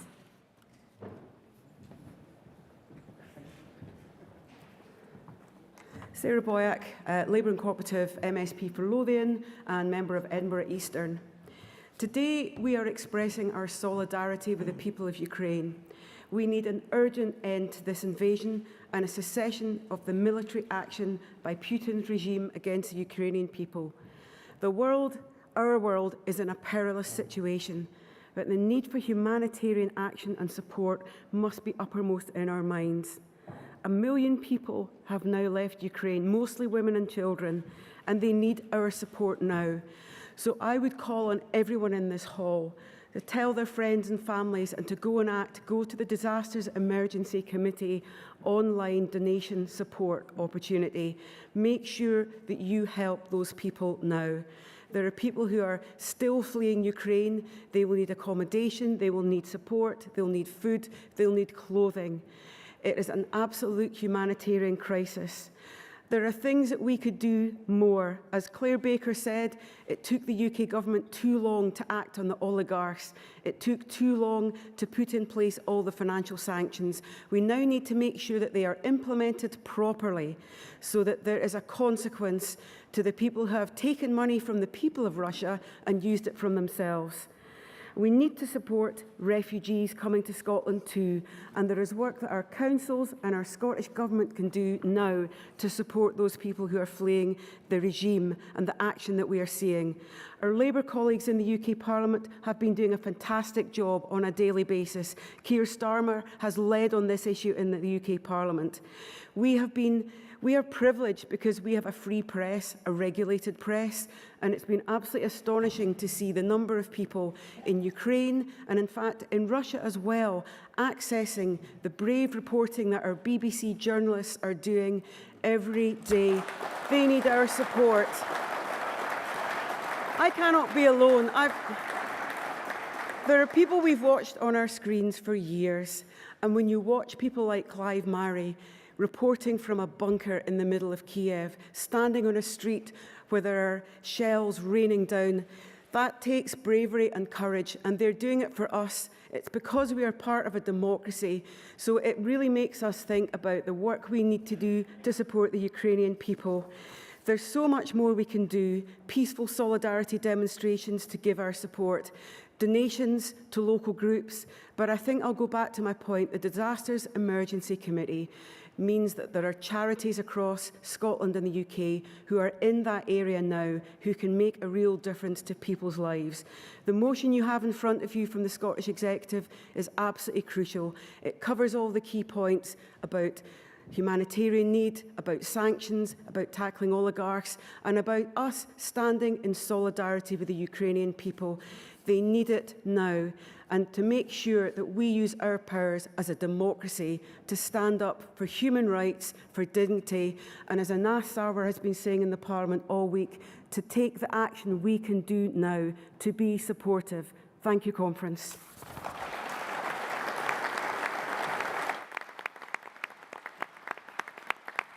Thank you, Sarah. Can I call the next speaker, please?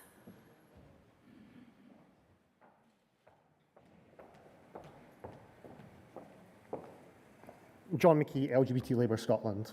Thank you, Chair.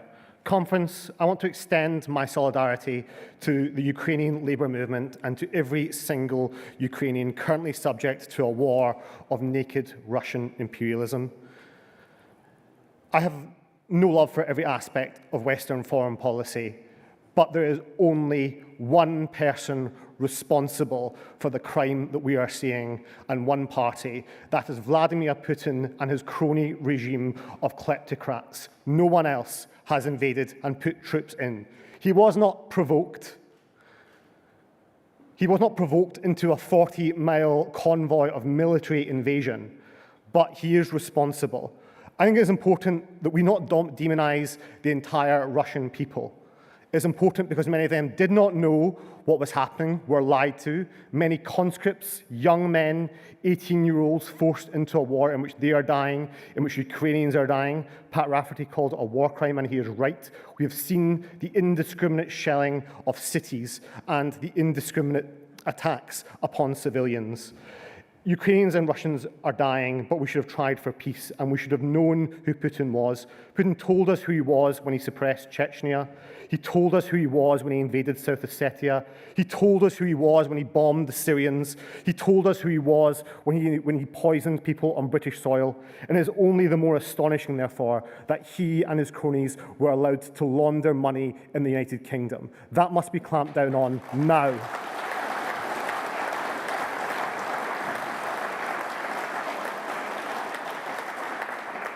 Whilst I believe we must resist the hawkish calls for a no-fly zone, which would lead to war with Russia and nuclear power and could lead to conflagration, that does not mean that we have appeasement. That does not mean that we appease the Russian Federation in its aggression.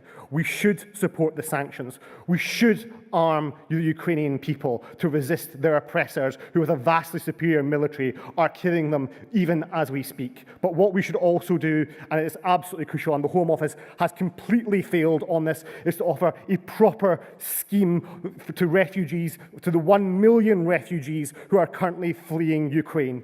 We must do that as a...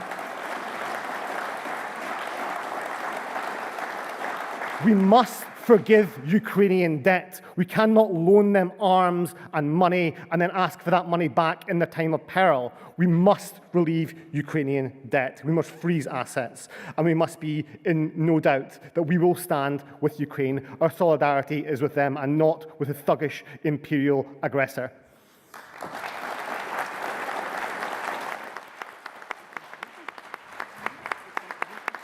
Thank you. Can I call the next speaker, please?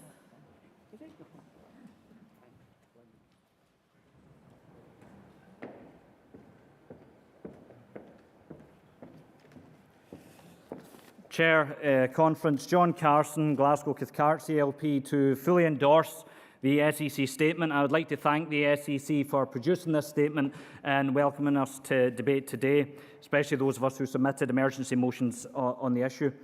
Now, comrades, it's undoubtedly a time of crisis and fear. And it's a fear that is not just in this hall, but it's out in the streets. Only yesterday, I was out in this very ward, speaking on the doors to voters, and I was trying to use the usual patter. I'm the candidate for the local area, if you have any local issues and so forth. And the woman says to me, son, how can we think of bins at a time like this when we have the war going on in Ukraine? And she's right. How can we think of things like bins when we see the destruction and the devastation of Putin's aggression? How can we think of those simple things when we see the sorrow and the heartache on railway platforms where families are being wrenched apart, children crying, not knowing if they will ever see their families again? These are not things happening in black and white. They're not footage from history. It is living colour today. And a point that I picked up on, in footage that I've seen, was the attack on the local government building in Kharkiv. And it made it clear to me the nature of Russia's attack, that building was smashed by the hatred and the anger of tyranny, and it was a direct attack on freedom and democracy for all of us.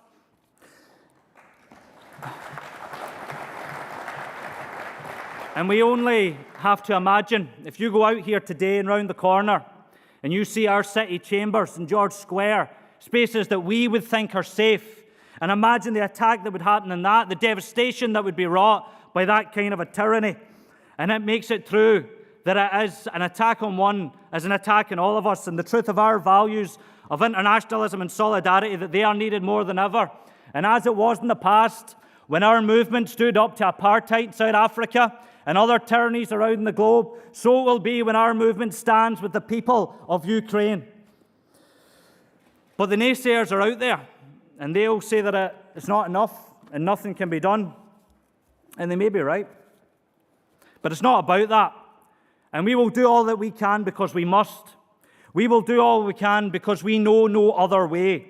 And we will do all we can because we know that our great labour and trade union movement teaches us, and the people of Ukraine are showing us, that hope is not lost in defeats or impossible odds, but only when we give up the fight.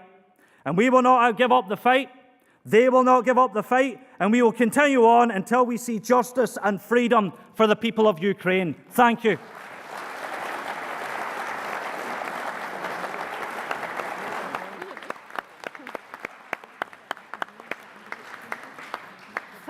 Thank you, John. Unfortunately, we've not got any more time for any speakers. Can I ask conference to agree the SEC statement? Agreed. Thanks, comrades.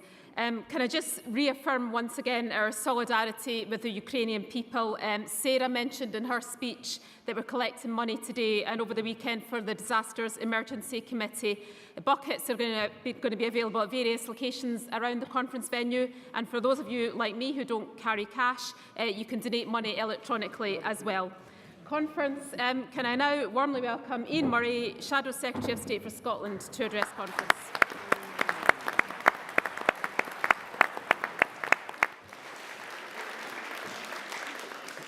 Well, thank you very much indeed, Conference. But if anybody asks you, this weekend we're all at a work event. What a pleasure it is to be back together again. When I introduced myself at the UK Labour Conference in 2015 as Ian Murray MP from the Independent Socialist Republic of Edinburgh South, I got condemnation from the Nationalists for wanting my own constituency to be independent but not Scotland, lauded for using socialist, and slated by monarchists for claiming it as a republic. So this afternoon, I'm just Ian Murray, Member of Parliament for the Scottish Labour constituency of Edinburgh South.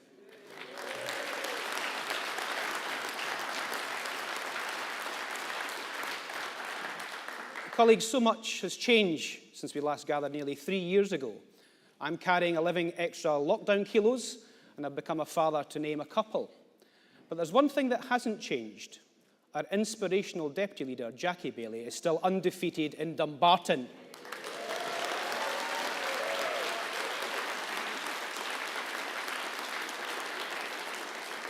The SNP threw everything at her, but there's no stopping Jackie. Conference again, let's show our love for our incredible deputy leader and my friend, Jackie Baillie.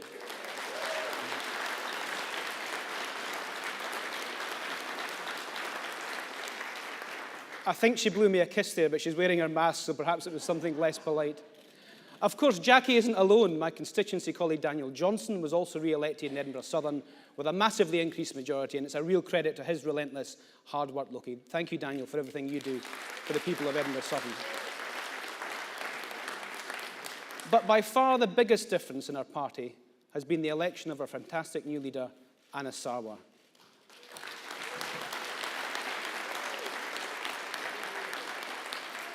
I've known Anas for an incredibly long time, so I wasn't surprised at all when he lit up the Scottish Parliament election with his energy, enthusiasm, relentless optimism and ability. But conference, he has split opinion. Can he dance? Was his boogie to Uptown Funk with those burlesque dancers of Livingston more Theresa May than Shakira? Of course, one of Anas's predecessors ended up on I'm a Celebrity. I guess he must just have passed his audition for Strictly. But joking aside, not a day goes past where someone doesn't come up to me and remark on what an incredible job he's doing, and they are right. Thank you, Anas.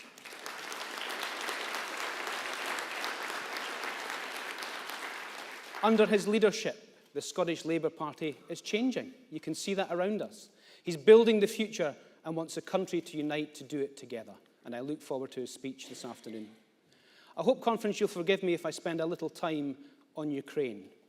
It is the most dangerous and worrying time for Europe since World War II. In my time as an MP, I've had the pleasure of visiting some wonderful places, but few sticks in the mind as strongly as the beautiful city of Kyiv.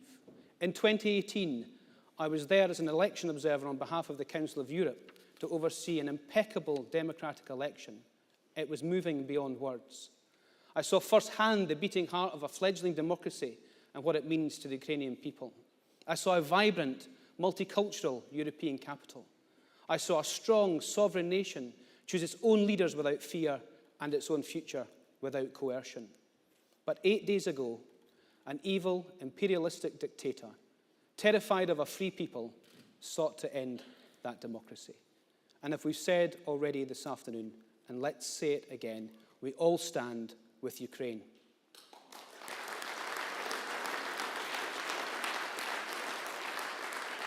That solidarity across the world has galvanized and bolstered the Ukrainian people. Putin underestimated their resolve. He underestimated the indescribable bravery and valor of President Zelensky. He underestimated the Russian people who have come out in protest despite knowing the consequences of their dissent. And he underestimated the common purpose and determination of democratic countries all over the world. For too long, the world has stood idly by while Putin murdered his opponents and made demands through the barrel of a gun. But no more. We support the government and our international partners in their actions against Putin's regime and in support of the Ukrainian people. And we reaffirm, as a Labour Party and movement, our unshakable commitment to NATO, an alliance of peace that was created and shaped by the post-war Attlee government.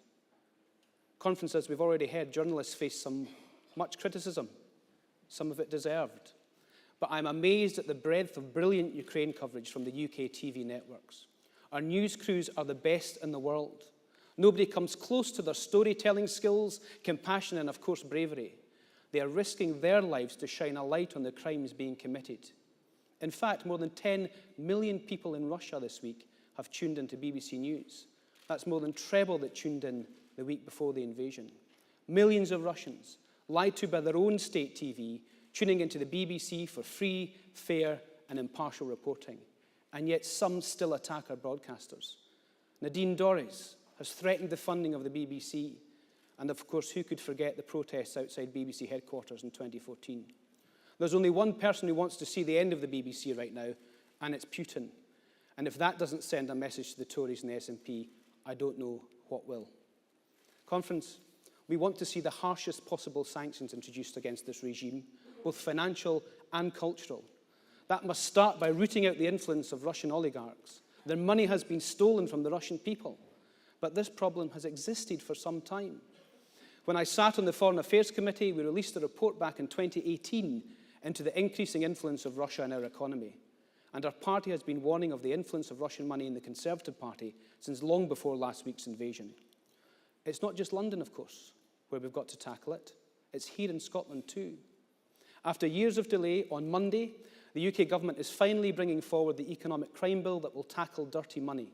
But as it stands, although the bill will apply retrospectively in England and Wales to 2004, it will only apply from 2014 in Scotland. That means if you've been found to have laundered Russian money in Scotland but had the good fortune to do it before 2014, you'll go untouched. And the bill won't cover reform of Companies House either. That's simply not good enough. So we will introduce amendments in Parliament to backdate the application of this law in Scotland on the same terms as England and Wales and hope the government back it. We won't accept criminals getting away with laundering bureaucratic money just because it takes a bit of work to dig through records. And we'll table an amendment to widen the scope of this legislation so that it includes transparency over companies too. This will allow us to finally reform Scottish limited partnerships, an outdated vehicle of ownership which allow bad actors to avoid transparency and obscure who the real owners are. We're also demanding the government brings forward legislation to introduce sanctions immediately, not wait months as currently proposed.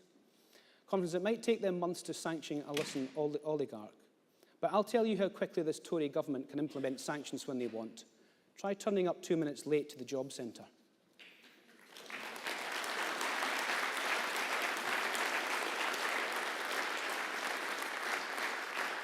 And of course, as we've already heard, we need safe routes for Ukrainian refugees to come here.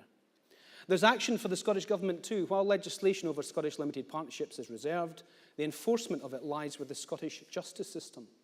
Thousands of these partnerships have failed to follow their legal obligations to name a person of significant control and are therefore liable for fines. In fact, and listen to the scale of this, if every one of these partnerships that have failed to meet these rules were prosecuted, it could raise an eye-watering £2 billion in fines alone. And finally, Conference, the Scottish Government must conduct a full audit of the recent ScotWind bidders to make sure none of them are party to Russian money. Scotland's wind must not be used to fund Putin's war. And it's not just financially that the Putin regime must suffer, but culturally too. The people of Russia must see, if they haven't already, that as long as he's in charge, their country will face pariah status in every respect. It was right that the Scottish Football Association made it clear they would not play Russia in any football match, and right that, after some considerable delay, FIFA banned Russia from competing in all competitions. Because the symbolism and soft power of our national game is important. It's important internationally, it's important in Russia, and it's important at home too. Ownership of football clubs is back in the news again with Roman Abramovich at Chelsea.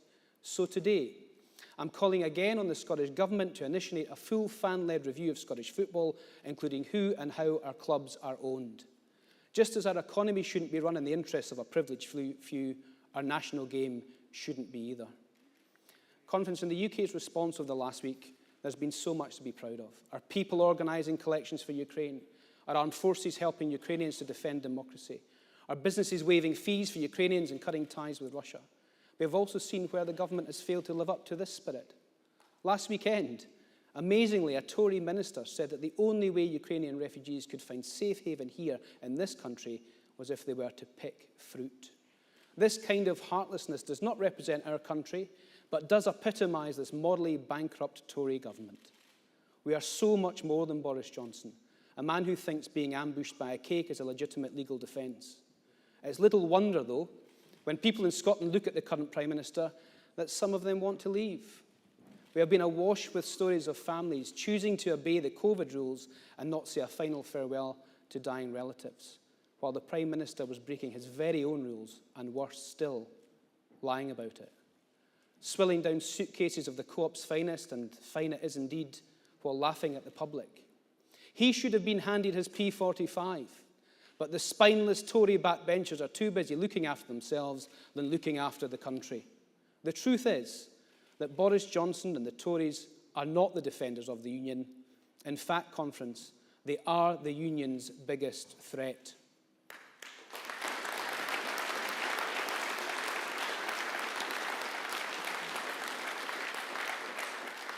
And what of Douglas Ross?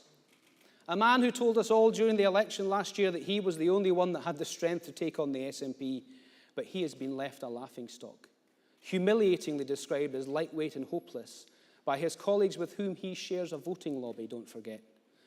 It's for reasons like this that it's only the Labour movement that can truly defend our union. We recognise that if we are to save it, then of course we must renew it too. We've never accepted the false choice between the Tories' broken status quo and the nationalist separatist agenda. It's up to us, as Labour, to show Scots and every citizen of the UK that there is a better way and that we can create a new Britain. That means changing the United Kingdom to address the imbalances and remoteness that so many feel its power structures represent wherever you are in the country. And the Labour approach will be, yes, to continue to persuade people to stay together, but more than that, build such a positive and ambitious new Britain under Prime Minister Starmer that everyone will want to stay in it. That's why Keir Starmer's commissioned Gordon Brown to produce a root and branch review of our constitution. Gordon's report will lay out a plan to clean up and clear out Westminster. It will concentrate on answering the devolution questions for England as well as all the nations. It will give the positive case for living on these islands together. Because the answer is not further centralisation, but getting powers out and into communities. And that's not just out of Westminster, but out of Holyrood too. I'm excited about the publication of Gordon's report this summer. Conference, I said at the start of the speech that one thing that never changes is Jackie winning Dumbarton. But actually, there is something else. The SNP's inability to answer basic questions about their proposition for separation. In the last few weeks alone, we've witnessed the ridiculous spectacle of Ian Blackford claiming an independent Scotland wouldn't be liable for paying the pensions of our own pensioners. And a move straight out of the Farage and Johnson Brexit playbook. An attempt to throw up smoke in the front of voters' eyes. The very idea that English and Welsh taxpayers will continue to pay Scottish pensions is beyond ridiculous, and Ian Blackford knows it. Just as he knows that Scotland trades more with the rest of the United Kingdom than it does with the rest of the world combined. But he thinks that by obfuscating the truth, he can hoodwink voters into backing the SNP's plans. And he wants to do it without even having to answer the big questions. We've all been there. It's been 8 years since the referendum, more than 80 years since the founding of the SNP, and they still don't have answers on currency, on debt, on deficit, on EU accession, on borders, on trade, on citizenship, and of course on pensions. They are taking the Scottish public for fools, but Scots know chancers when they see them. And it's our job to continue to make the positive Labour case for the UK while relentlessly exposing their ridiculous plans and the dangers of nationalism. And of course, Nicola Sturgeon is the Michael Caine of Scottish politics. But she doesn't want to blow the bloody doors off, she wants to saw the bloody doors off. And don't forget,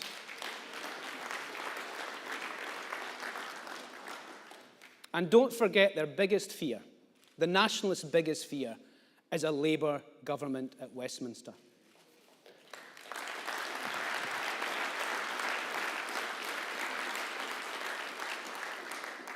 Conference, after the devastating result of the last general election, you'd be hard-pressed to imagine us recovering quickly. Yet just over 2 years on, we're ahead in the polls and have a chance. We're in that position thanks to no small part to Keir Starmer and our wonderful party staff. And let's just say a big thank you to every single member of staff who worked tirelessly for the cause, none more so than our wonderful Scottish team in Scotland, and my team, my office team of Eve and Gordon, who I have to say because he wrote this speech. So for the staff, thank you very much indeed.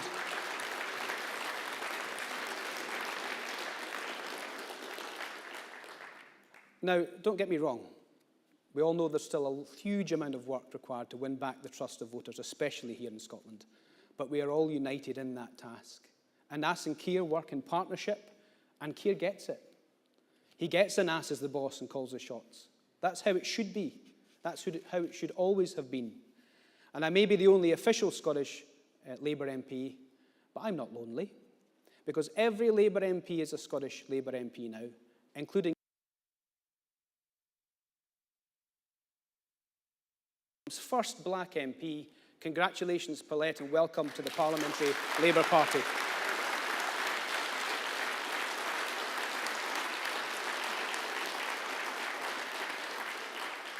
My colleagues' support, dedication to helping and understanding Scotland has changed the entire culture of our party. They now get it too. It's not rocket science, it's simple maths. We need Scottish seats to help rid us of this awful Tory government, and we need a Labour government to show that the UK is a force for good in every part of our country and the world. And if we win, the prize for our communities is enormous, because Labour transformed our country before when we were in power and will be transformative again. So let's celebrate and not trash our record when we were in government before.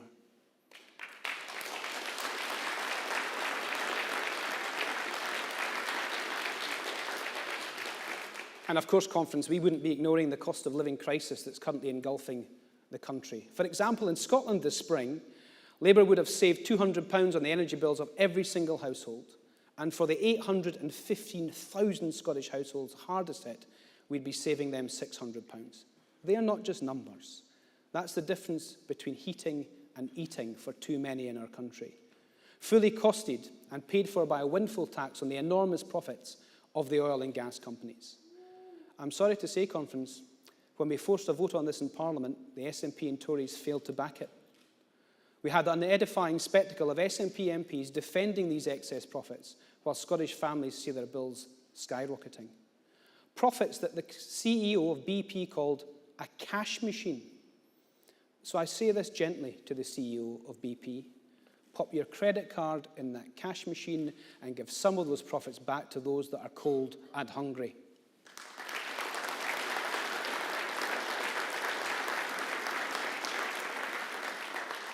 And of course, we wouldn't have wasted millions of pounds handing contracts to the mates of Tory MPs for equipment that didn't work. Billions wasted on fraud and faulty COVID systems. And under Labour, no longer would Scottish communities watch on as jobs move overseas. No longer would island communities see wind turbines turn in the distance, but see no opportunity from them. And we would have real action on climate change, not just words, with a £28 billion Green Transformation Fund to tackle the climate crisis. These are just some of the differences Labour's would make in power. And that's why I'm optimistic about the future. Because despite the difficulties of the last 2 years and the decade of Tory and SNP misrule, there's a brighter future on the horizon. A future where everyone in our country can fulfil their potential and share in that prosperity. A future where we all play by the same rules with respect. And a future where we stand tall in the world again and are secure. A future where we have a new Britain and a new Scotland, with our best days ahead of us. Conference, as much as Nicola Sturgeon isn't Scotland, Boris Johnson isn't Britain either. And here is what's key. We can do so much more than just oppose him. We can replace him altogether. And with your help, that's exactly what we'll do. Thank you very much indeed.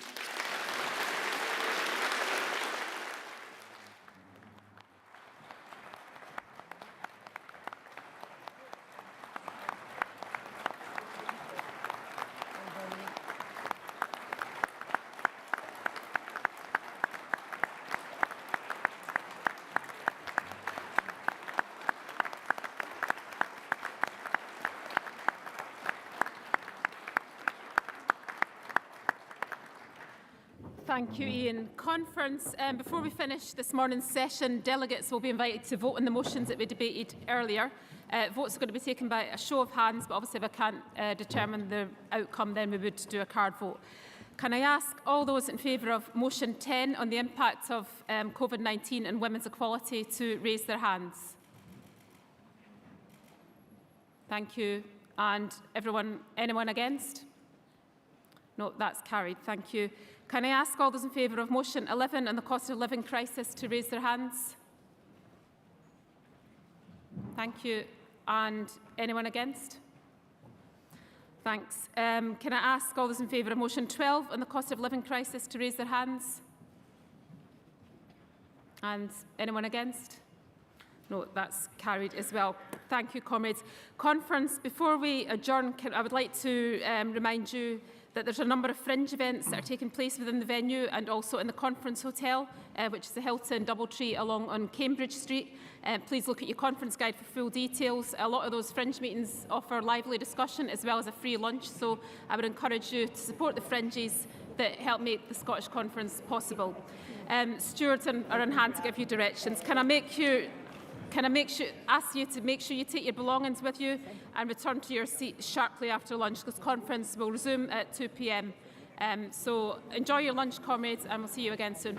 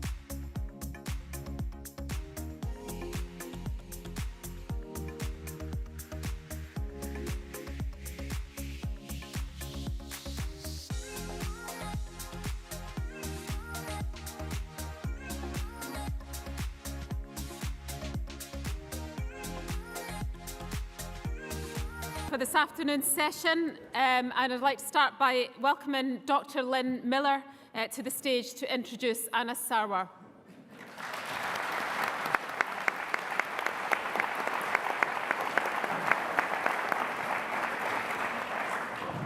Thank you very much. I'm Lynn Miller. I'm a member in Edinburgh Western. The NHS has just gone through the hardest 2 years it's experienced since the Labour Party gave birth to it in 1948. As a consultant cardiologist, I've seen firsthand the toll that the pandemic has taken on NHS Scotland. We've all seen reports of the thousands and thousands of patients on waiting lists for operations and procedures. What's not so widely reported are the huge numbers of patients on waiting lists for outpatient appointments for assessment by hospital specialties. These aren't just numbers. I see that in my consulting room every day. These are people, worried people, who've waited well over a year to have their heart disease assessed or other disease assessed. People whose families have waited and worried with them all that time.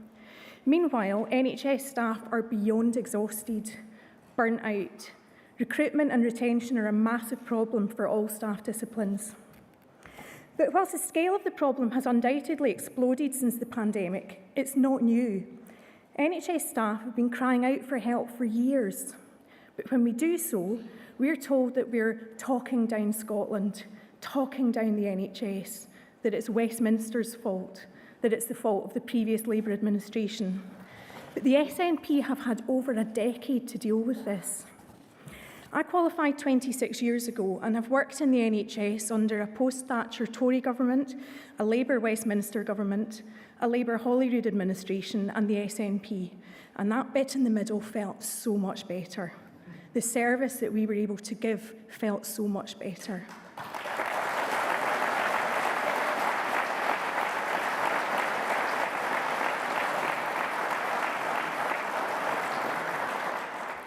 I know how it can be, and I want to return there, and I know that we can return there. Health, of course, is also intimately linked with social care, which is just one reason why it's imperative for Scottish Labour to make gains in the May Council elections. Because we know that when Labour is in power, we can make material changes that make a real difference to people's lives. The NHS has always been front and centre for Anas. He's worked in the NHS. He gets it, and that's why I'm so delighted to introduce him today. We're going to see a short video, and then I hope you'll join me in giving a really warm welcome to our leader, Anas Sarwar. Labour will build that fairer, more equal, more just, more greener nation together. And we're going to start that right now.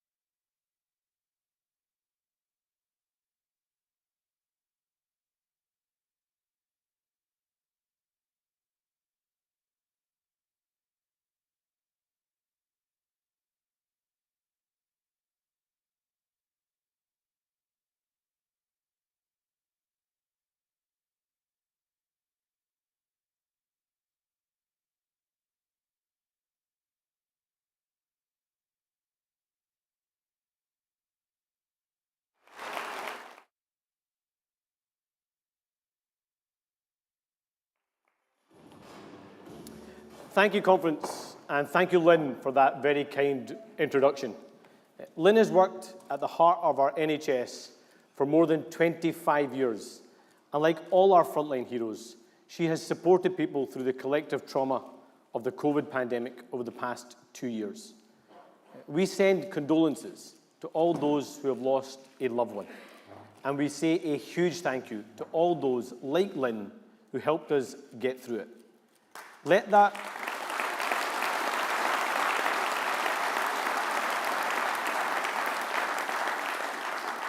that heartfelt thank you go from this conference to all our frontline heroes, many of whom are in this room today.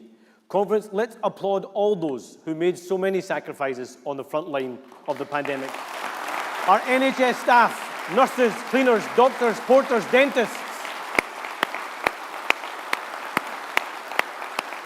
Our care workers.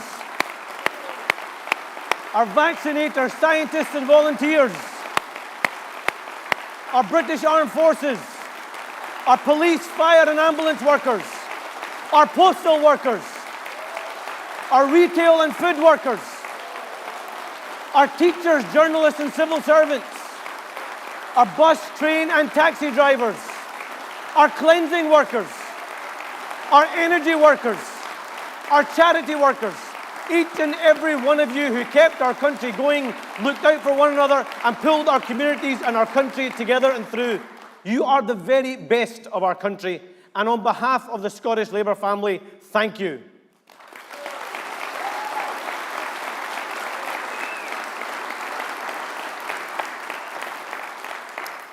In Scotland, we can be hopeful that we are through the worst of the immediate health crisis, but we can't be complacent. The scars will take years to heal, and the global battle against COVID is far from over, with much more to do to achieve vaccine equality in our unequal world. Of the billions of vaccines administered worldwide, the vast majority have been in the richest countries on the planet. Once again, as so often throughout modern history, the world should heed the words of Gordon Brown. The world must now come together to deliver vaccines for all, because none of us are safe until all of us are safe.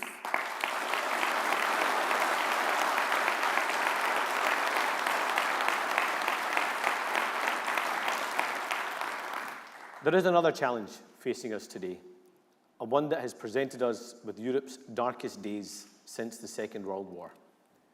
A hard-won and fragile peace in Europe has been shattered. Scottish Labour stands in solidarity with Ukraine. The Ukrainian people have shown and continue to show inspirational bravery in the face of the Russian invasion.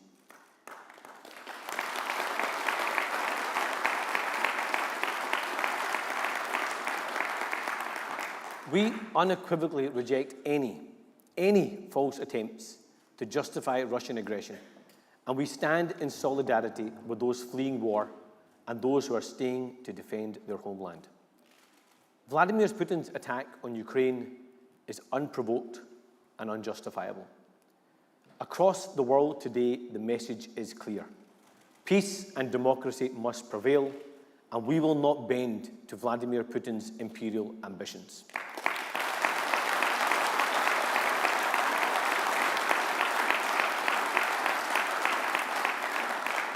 That's why we must provide more humanitarian assistance to defeat the horrors of war, hunger, destitution, and need.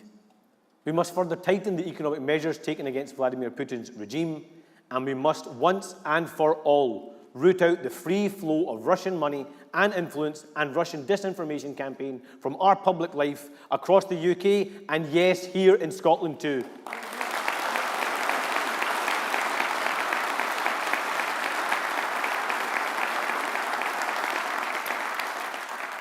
Let's be clear. Vladimir Putin will not win. He will pay a heavy price. Peace will prevail. And I am proud this morning that we sent our own strong message of solidarity. Conference, let's show that our thoughts, our solidarity, and our resolve are with the Ukrainian people. We stand with you.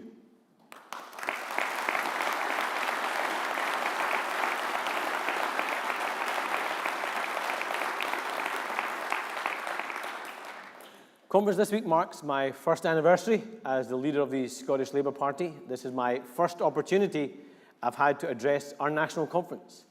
And I wish I'd had the opportunity to say this earlier. But from the bottom of my heart, thank you to every single one of you in this hall. Thank you to all our members across our country.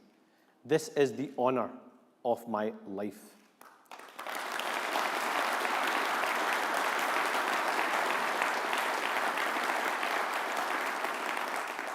I love the Labour Party, and I love Scotland, and I am determined to change both. And I promise I will continue to put my heart, my soul, and all my energy into making that a reality. Our Labour family, our trade unions, our members, our socialist societies, our parliamentarians, our councillors, it's on all of us together to rebuild the Labour Party so we can build the future of our country together.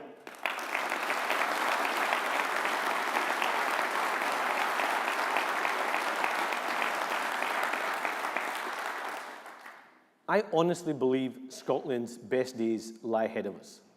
But that needs new ideas and new thinking. That's why we must own the future and build the future together. Conference, I'm delighted that we're meeting today in Glasgow. I'm proud to call this city my home.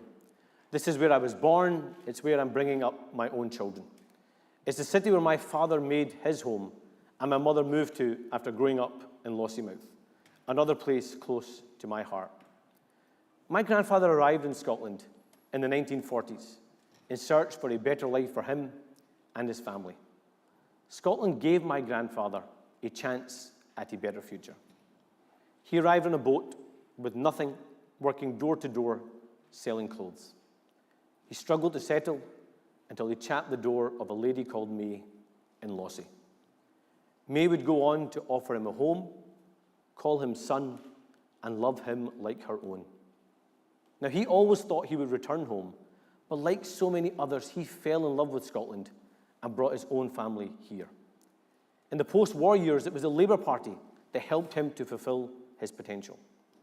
And 25 years ago, less than 2 miles from here at the SECC, my father was elected as Britain's first Muslim MP. He believed that Glasgow and Scotland would see past the colour of his skin, and he was right. But at that time, not everyone believed him. Even the Labour Party of the 1990s didn't believe him and tried to shut him down. He had to take the Labour Party he loved to the High Court to stand as a candidate. Who would have thought that 25 years later, his son would stand before you today as leader of Scotland's Labour Party?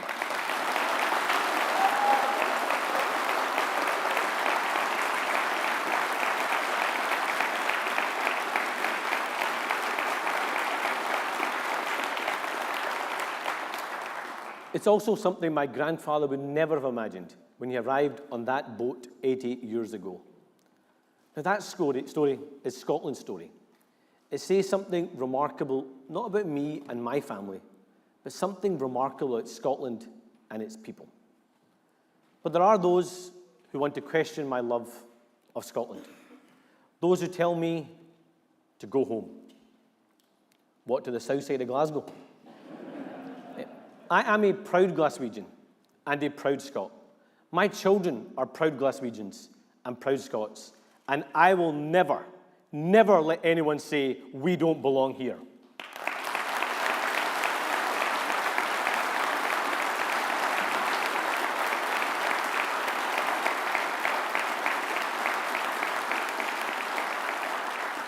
It's because I love Scotland that I do this job. I believe that Scotland is the best nation on earth, but that doesn't mean it's perfect. We can be both proud of our country and reject the exceptionalism that we witness far too often. You can't deliver a fairer Scotland if you don't accept there are challenges to overcome. So I want to share a bit about what drives me and my politics, and what I mean when I say pulling our country together to build the future. In 2018, I took the decision to talk about the racism I have faced and that my family has faced. I felt a responsibility to all those across the country who face discrimination but don't have a voice, don't have a platform. I also felt a responsibility to my children. So I spoke out in the hope that I could give a voice to others and play my part in preventing the politics of anger and division taking hold. My earliest political memory is when I was just 12 years old. I was leaving home to go to school and saw a strange-looking envelope on our doorstep. I was naive enough to pick it up and open it. Inside was a picture mocked up of my mum with 2 guns pointed to her head with the letters, cut-out letters, that read, "Bang, bang, that's all it takes." It was a message from a far-right group. That was because my father had the audacity to aspire to be Britain's first Muslim MP and Scotland's first ethnic minority MP.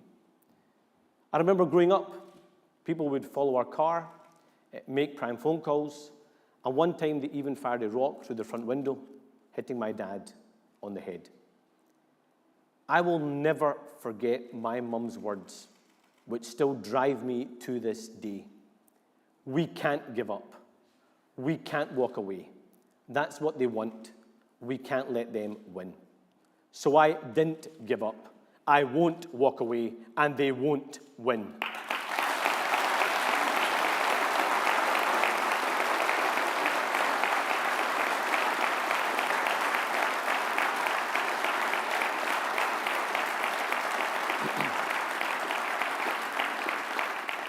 Conference, this is what drives me to make Scotland a fairer place. It's the same drive to confront and root out inequality and injustice that drives the Labour's fight to make Scotland a fairer place.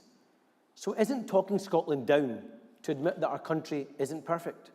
It's why I talk about the racism faced by tens of thousands of our fellow Scots, or the other forms of prejudice like bigotry, misogyny, homophobia, and all other forms of discrimination.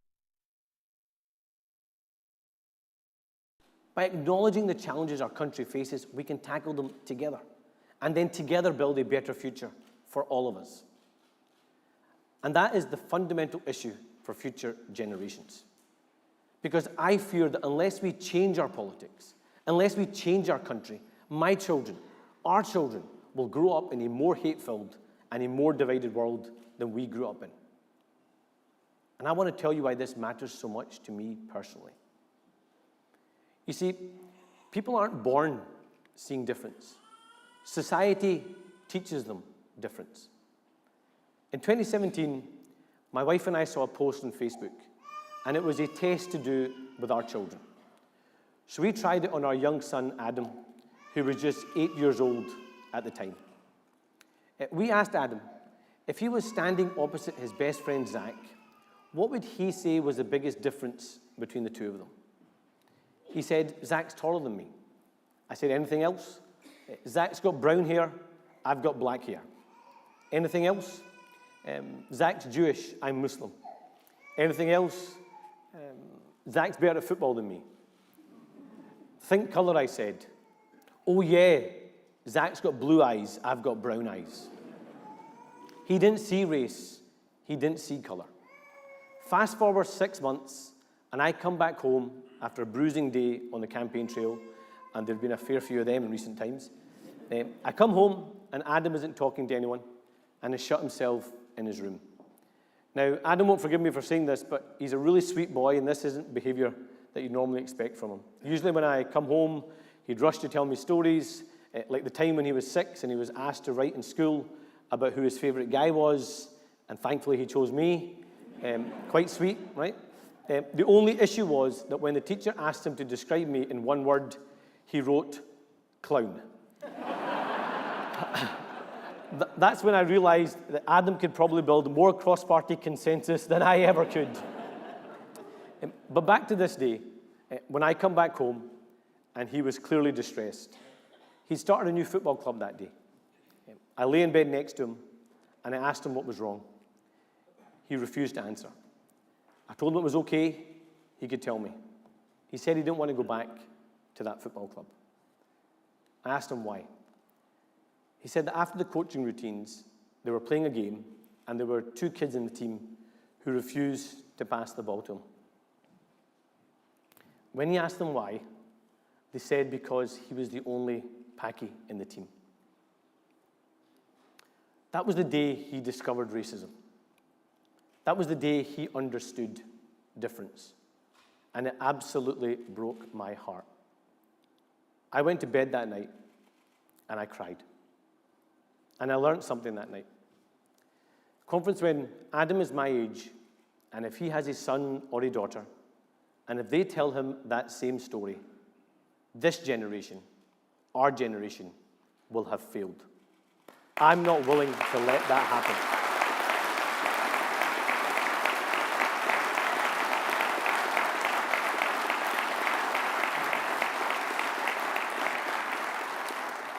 I'm not willing to let that happen. We can't let that happen, not to any child in Scotland. Conference, that's why this has to be a fight for all of us. We, the Scottish Labour Party, founded on the principle of equality, must be at the forefront of the battle for a more equal, a more tolerant, a more diverse, a more respectful, and a more hopeful future for Scotland. Silence is no longer an option. We can't pick and choose. There is no hierarchy of prejudice. That's why we can't leave the fight against any form of prejudice to any individual community. We can't leave the fight against Islamophobia to the Muslim community. We can't leave the fight against anti-Semitism to the Jewish community. We can't leave the fight against sexism to women. We can't leave the fight against homophobia and transphobia to the LGBT+ community. We can't leave the fight against disability discrimination to people with disabilities. We can't leave the fight against racism to our diverse minority communities. Conference, it must be, it has to be a fight for all of us.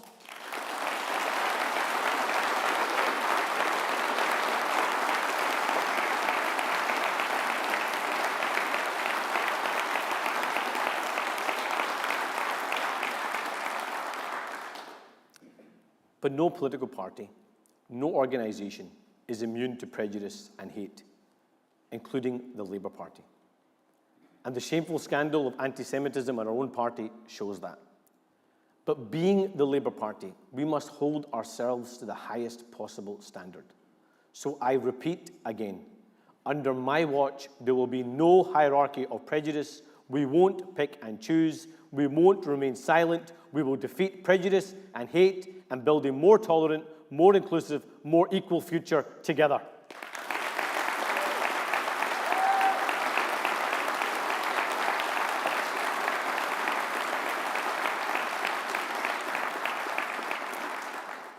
Conference, on Tuesday, we celebrate International Women's Day, a chance to recognise the extraordinary contribution of women and girls around the world. Now, I'm often asked who my political hero is. It's someone who has never stood for election or held public office, someone who came to Scotland when she was just 4 years old, someone who is the rock in my family, in my life, and is always going to be, my mum. She now spends her time building women's empowerment programs in Pakistan. I'm fortunate to be brought up by a strong, principled, and courageous woman. And we are fortunate to have many strong, principled, and courageous women around us.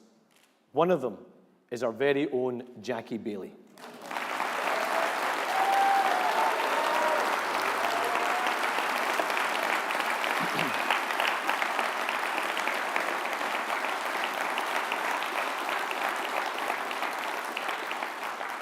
Conference, in May last year, the cheer that went up in the Clydebank Leisure Centre when Jackie won her seat for the 6th time in a row was echoed throughout Scotland.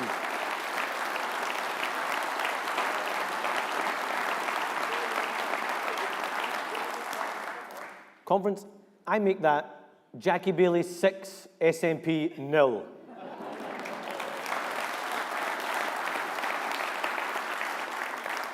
I am proud to have Jackie by my side. We should all be proud to have her on our side. So, Conference, let's hear it, yes, for our brilliant Deputy Leader Jackie Baillie, but also for all our inspirational Labour women.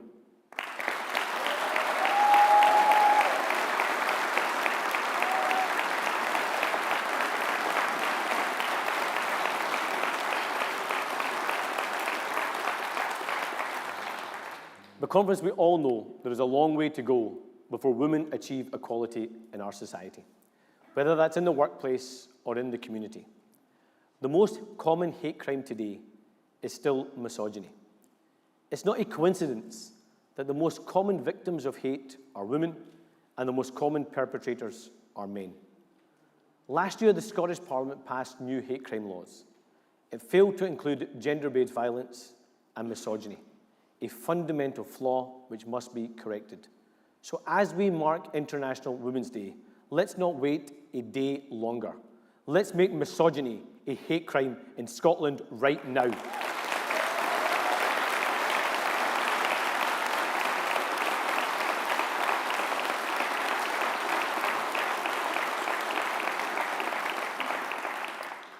But there's a more fundamental issue here.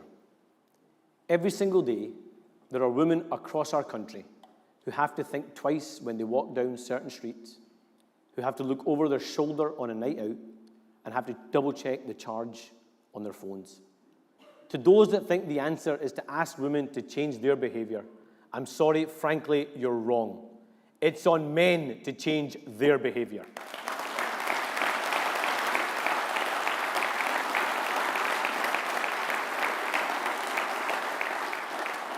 Conference, the pursuit of greater equality is why we belong to the Labour Party. It's why we choose to focus on what unites us, not what divides us.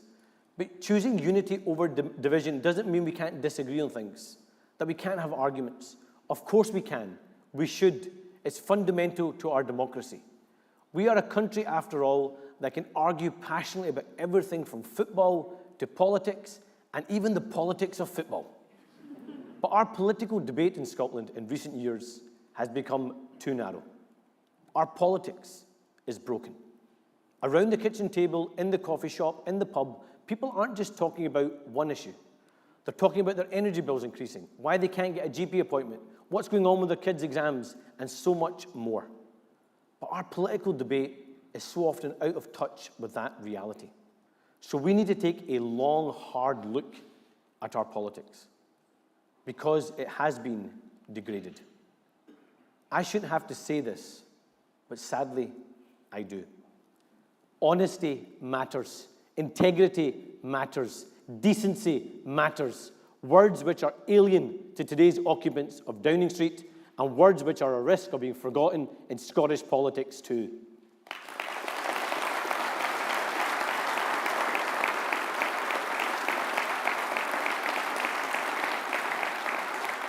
That's why we must reject the old politics, the politics of the past favoured by our opponents, and choose the politics of the future.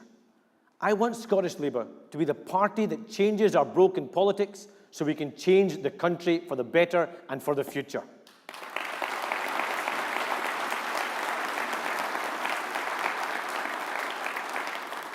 And if you're not convinced that our political system is broken, let me give you an example.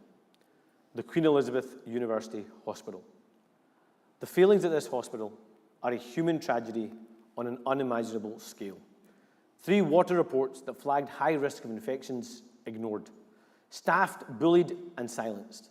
Patients getting preventable infections. Children dying. A health board that has been subject to an independent review, a case note review, and now a public inquiry and criminal investigations. Families, despite all the revelations, still having to fight the system to get the truth and having to tell their tragic stories in the media in an attempt to get answers from the government and the health board. In any other country in the world, there would have been resignations and sackings. And yet here in Scotland, not a single person has been held to account. Not one. That's why politics matters. That's why it has to change. And it's important to recognise that we would still not know about the tragic circumstances that families have faced if it wasn't for the bravery of NHS staff. Doctors, nurses, clinicians, and NHS staff willing to put their jobs on the line so that we could learn the truth. That's leadership. So to the brave families and to the brave NHS staff, our nation owes you a thank you. Thank you.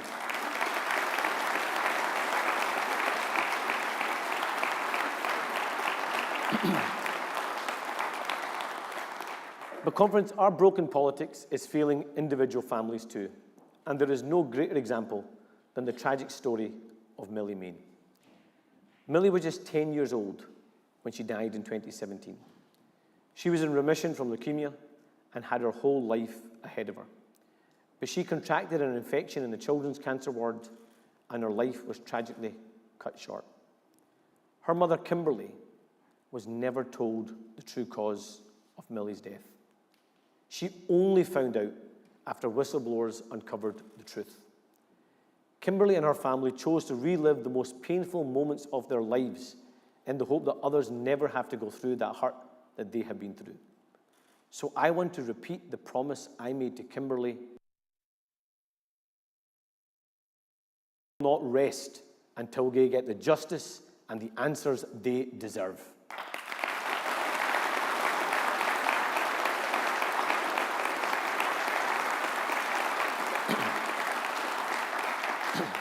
Because this must be a watershed moment in our politics, where we recognise that for too many people, when they need help the most, their government and their institutions work against them, not for them, who seek to protect themselves, not families.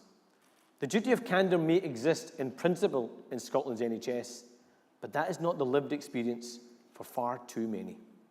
Learning from the families who fought for justice at Hillsborough, and from cases here in Scotland like the C. diff scandal and the Clutha tragedy, we will change the law to fundamentally reset the balance and create a system that is on the side of families, not institution, and that delivers justice, not cover-ups.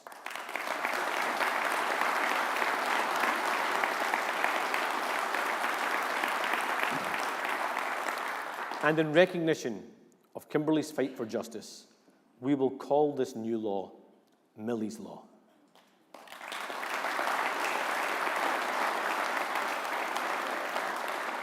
It will put bereaved families at the heart of the response to disasters and public scandals, so that never again does a grieving parent have to beg for the truth to come to light. Now, there are some who will tell us that we are talking Scotland down if we challenge these failings in our health system or expose our broken politics. Conference, they couldn't be more wrong. Only a party that thinks our nation can't be better and that our people don't deserve better would say that. They're the ones talking Scotland down because they don't recognise the ambition and the love we have for our country.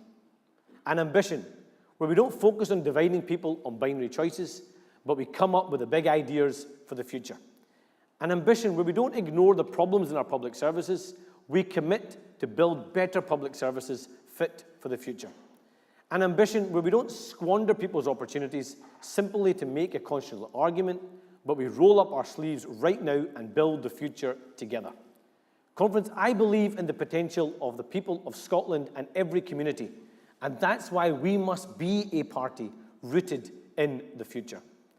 Because you can't have ambition for Scotland if you only want to speak to half of Scotland. That's why the SNP is holding Scotland back. You can't be a First Minister for all of Scotland if you're only interested in representing half of Scotland. Ultimately, we have two governments, the SNP and the Tories, that want to force you to pick a side. While the Labour Party I lead will always be on your side.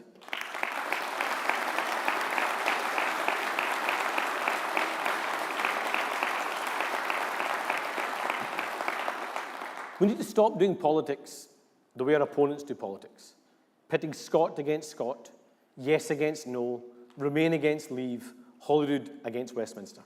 An obsession with the politics of the past with no real answers for the future. That approach is out of touch, and they are out of ideas. That's why, Conference, the best hope, the only hope of building the future Scotland deserves is Scotland's Labour Party.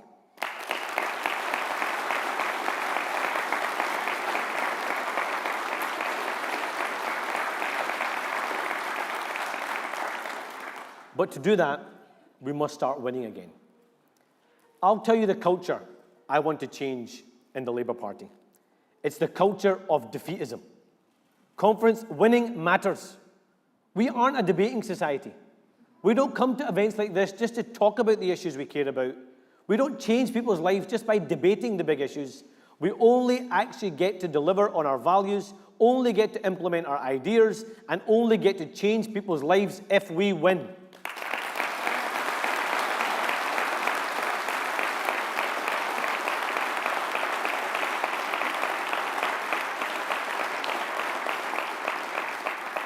And conference, we won't win by talking to ourselves, about ourselves, or living off the past. I was 14 years old when we won in 1997. Our children's generation are not going to ask us why we created the NHS. They will ask us how we saved it and made it fit for the future. They won't praise us for having child poverty. They will ask what we did to eradicate it. So to win again, we must embrace and own the future, not the past. We must focus on what we will achieve when we return to government. To win again, we must change again. Now, I know that changing a logo, as we have done today, doesn't change the way a single person votes. But changing our mindset and changing a culture of our party does. It's not enough that the Tories deserve to lose. It's not enough that the SNP deserve to lose. We have to prove to the people of Scotland that we deserve to win.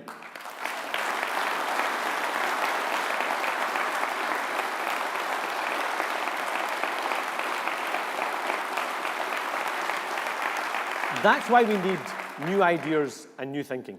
And that starts within our own party. That's why we are attracting young people to our party to deliver a digital transformation and establishing a digital academy. It's why we're launching a future leadership programme to attract people from all walks of life who I am determined will go on to represent our party in government. 22 years into the 21st century, we have finally caught up and have an organisation fit for this century and fit for the future.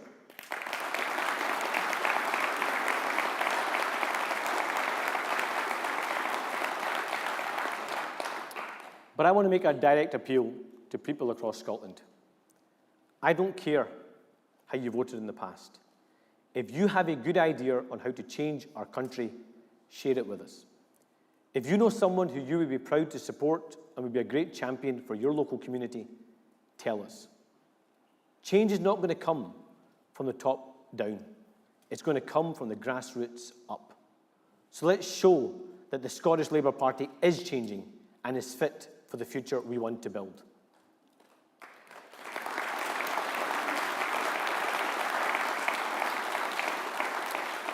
Our first opportunity to demonstrate that is at May's local elections.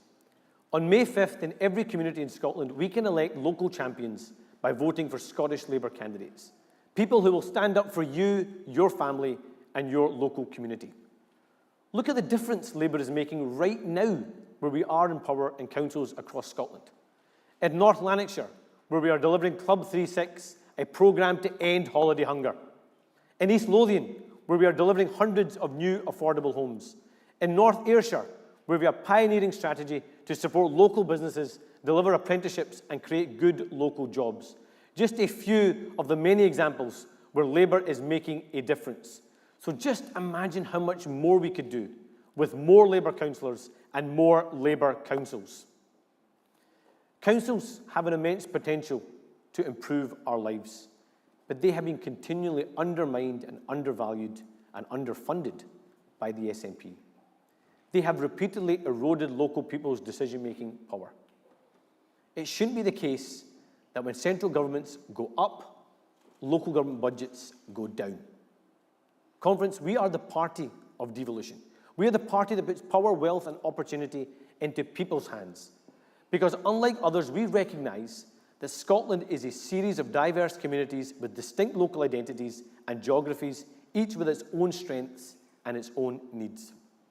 That's why we must deliver a new settlement for local government, one that strengthens local democracy and pushes power out from Holyrood into the regions of Scotland, guaranteeing fairer funding for local councils, more resources for local schools, economic regeneration powers to create more local jobs, and it means integrated, more affordable, publicly owned public transport.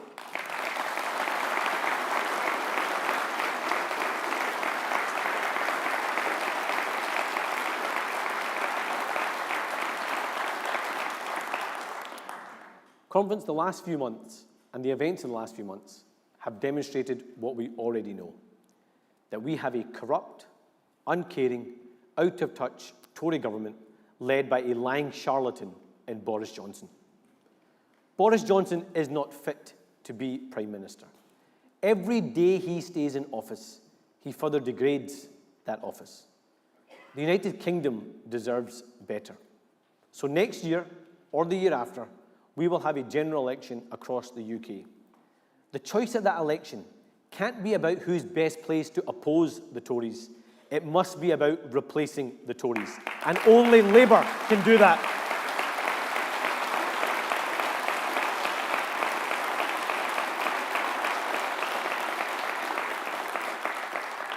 So I say directly to people who may not have voted for Labour in the last 3 general elections. Maybe you voted for the SNP to send the Tories a message. When the next election comes, if you want to get rid of the Tories, the only way to do that is by voting Labour.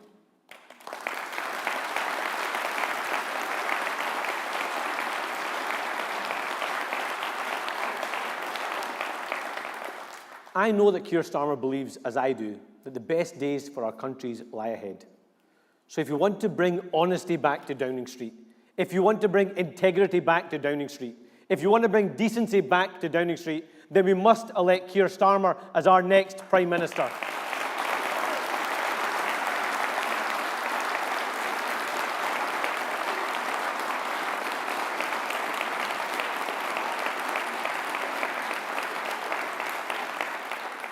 And Conference, let's make Ian Murray not the Shadow Secretary of State of Scotland, but the Secretary of State for Scotland.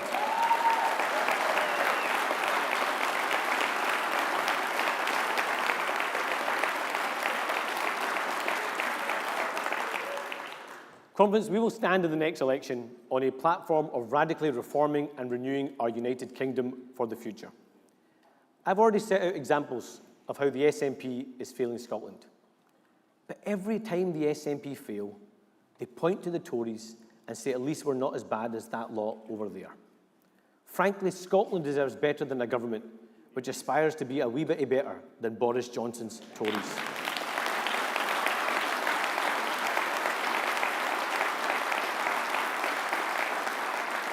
The truth is that Boris Johnson and the Tories are a gift to the SNP. That's why they are the biggest threat to the future of the United Kingdom. So I say directly to people who may have held their nose and voted Tory because you thought it was the best way to preserve the UK. Boris Johnson has let you down. He has let the United Kingdom down. On May 5th, don't reward him with your vote. Help Labour kick him and the SNP out.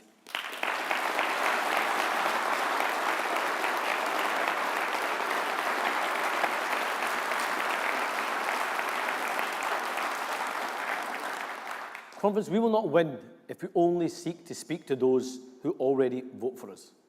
We have to speak to those who may be thinking about voting SNP, Tory, Lib Dem or Green and show them that we have changed and prove to them that we are worthy of their support. That's how we build the future and win again. Conference, the price of 2 bad governments is right in front of us, and it can be seen in the cost of living crisis. Families across Scotland and the UK are feeling the squeeze on their budgets. There has never been a more vital time for government to take action. But both governments have failed to use the powers available to help households. They just don't get it. There is no greater example of our failed energy market than this. This year, household energy bills are going up by almost £700. At the same time, the energy giants are posting record profits. Shell, £14 billion in profit this year. BP, £9.5 billion in profit this year. That's over £44,000 a minute in profit. That's why Labour would immediately introduce a windfall tax on the big energy companies.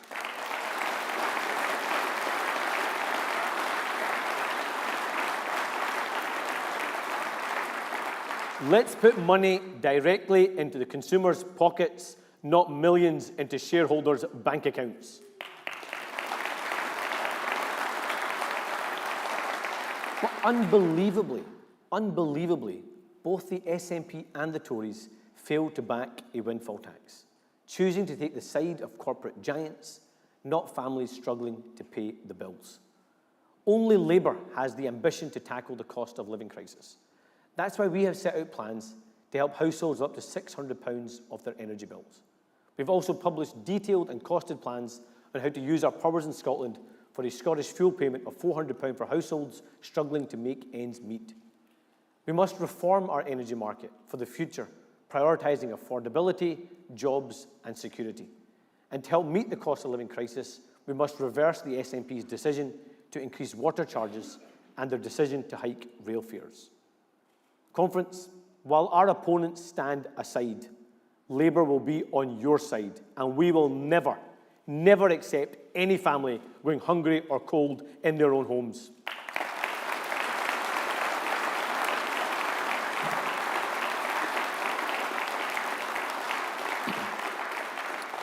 But Conference, the price of two failed governments isn't just measured in people's bills.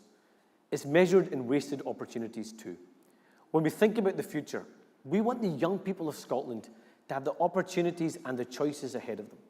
And that means we must set our children and young people up with the skills and knowledge they need to succeed.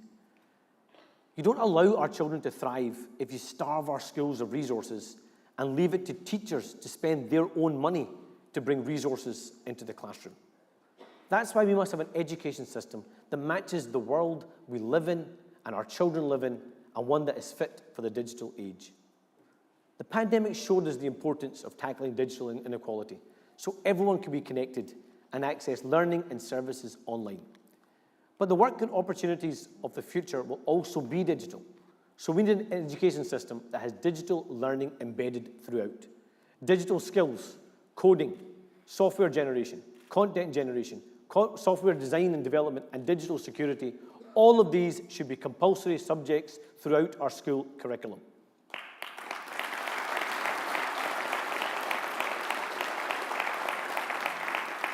And we should also teach practical entrepreneurial skills so that today's generation can build the next great digital innovation, giving young people the skills they need to meet their aspirations and to meet the challenges of the future. And if there's one challenge that young people today understand more than anything, it's the climate emergency. Because we can't talk about the future if we ignore the future of our planet. More than 100 days have now passed since COP26 was held in this city. The Glasgow Climate Pact must be more than just words from politicians. It must be a route map to a greener future. That means here at home, a green industrial revolution and a green industrial strategy to deliver clean, affordable energy for communities across Scotland and creating thousands of good, sustainable jobs. It means cutting our emissions, helping us to reach our target of net zero by 2045 at the latest. But it also means learning from the mistakes of the past and delivering a jobs-first transition for workers in the oil and gas industry.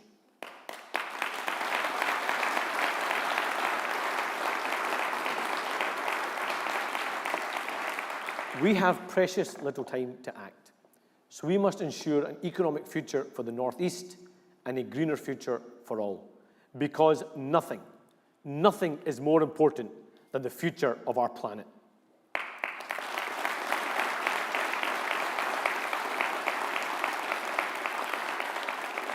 A long-term solution for our planet also goes hand in hand with a long-term solution for our economy. And yet again, we currently have two governments that are holding back our potential. We will only ever enable our young people to thrive if we drive Scotland's economy and properly plan for the future. It means strengthening our supply chains here. It means strengthening our industries here. It means using Scotland's natural human and social potential to create jobs here. It doesn't mean building bridges here in Scotland with imported steel from China. It doesn't mean letting down island communities and Scottish shipbuilders by building ferries in Romania, Poland, and Turkey.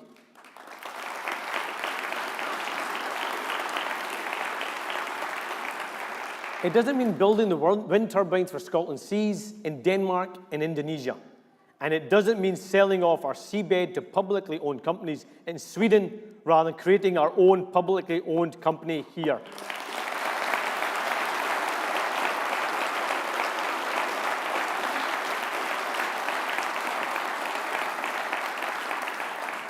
all at the cost of thousands of jobs here in Scotland. After 15 years of SNP government, it seems the only thing they're good at manufacturing is grievance. We need to push power out of Edinburgh and strengthen regional economic development. A plan for prosperity that brings together trade unions, employers and all levels of government to shape the future of work in 21st century Scotland. That's how we literally build Scotland's future. But, Conference, for too long we've had an economics-free debate in Scotland. Our Parliament has to be, yes, about delivering social policy and strengthening our public services, but it also has to be about building and driving Scotland's economy too. Labour has always been and will always be the party of workers, but the future of work will look dramatically different to the jobs of the past. That's why we need a revamped and future-proofed education system that reflects the needs of our children so they are ready for tomorrow's world. Scotland has so much talent and untapped potential, but we must make sure it is properly developed. We must change the culture of our economy, drive innovation and renewal, and help create a new generation of entrepreneurs. That's why one of the first things I did after being elected leader was to restart the Scottish Labour Business Network. It's why over the past year I have toured the country, getting out of Parliament and meeting workers and employers on a weekly basis. So let me state this loud and clear. Under my leadership, Scottish Labour will be an unashamedly pro-business, pro-growth and pro-jobs party.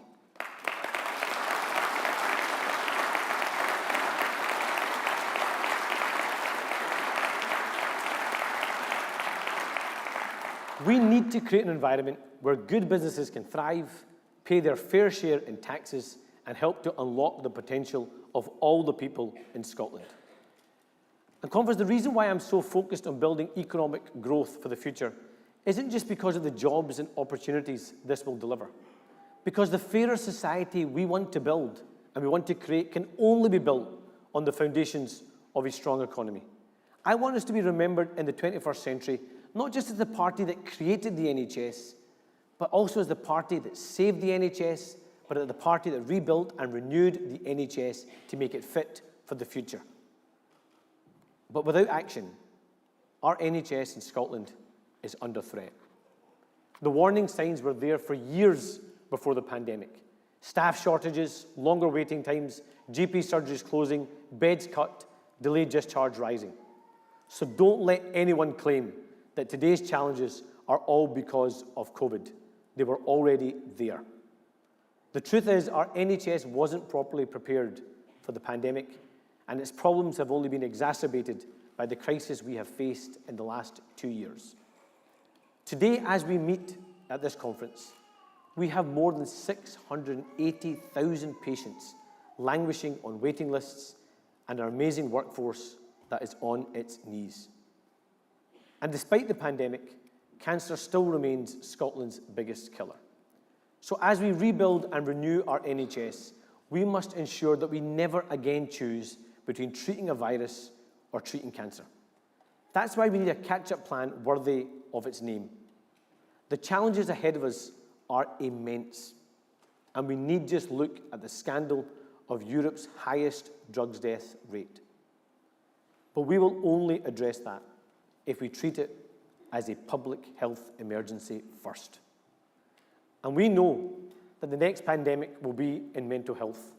That's why we need to build our workforce and have mental health counsellors in GP practices, schools, workplaces and colleges and university campuses across the country. But Conference, we can't rebuild our NHS without a functioning and strong care service. That is the key to renewing our NHS for the future. Social care and healthcare cannot be treated in isolation. The social care system in Scotland today leaves people stuck in hospital when they should be cared for in the community, and thousands of our older citizens face having to use their life savings or sell their homes to pay for care. We have campaigned for over a decade for the creation of a national care service, but it can't simply just now become an empty slogan for further delay until 2026. Care needs are intrinsically linked with health needs, so it's time we started treating health and care like one system. To anyone that questions that, I pose this question. How is it right that people can rely on NHS care and treatment in their middle age, but face having to pay thousands of pounds every year for the care they need if they have dementia in old age? So today, conference, I am proud to announce that Scottish Labour will put forward a plan to provide residential care to everyone over the age of 65 who needs it, free at the point of need.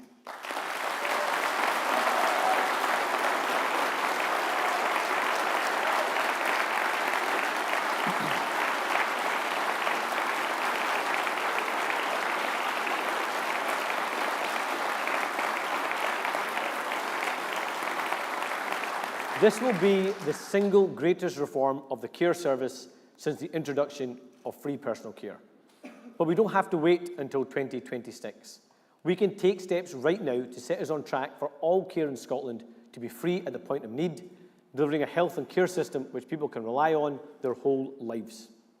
A social care service based on NHS principles.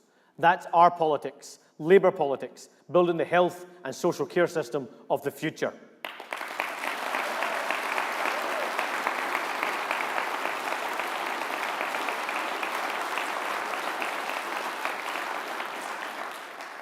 We live in a Scotland where 1 in 4 children are growing up in poverty. More and more families forced to turn to food banks to put meals on their plates, and there are now more food banks than branches of McDonald's. Homelessness and rough sleeping is on the rise. This is a scandal in any country, but particularly a country as rich as ours. And this should shame both our governments. Conference, we have spoken about how to build the future together, but that future must include eradicating poverty and ending homelessness once and for all.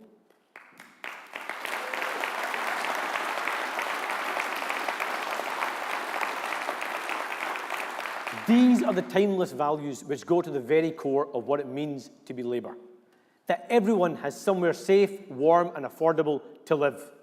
That nobody has to rely on food banks to feed their families. That no winter is so cold that households have to choose between heating and eating. With the support you need to get a decent job. With the support for businesses to create those jobs. With an NHS and care system there when you need it. The right to live with respect and without prejudice and hate. And where our politics is respectful and works for you. Where power is closer to you. Where your children have the skills to fulfill their ambition, when we come together to save our planet, where justice is always on your side, and where poverty and inequality are a thing of the past.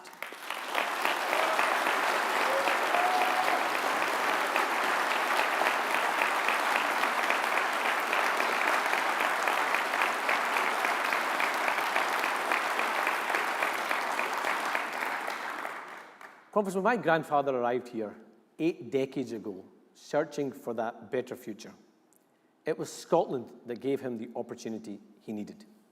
It was the people in his community in Lossiemouth who encouraged him to achieve his aspirations. In every corner of this country today, there are millions of people with that same potential, that same aspiration, and thinking about their future. And just as my grandfather was able to build a better life in Scotland, I want that for every person in Scotland.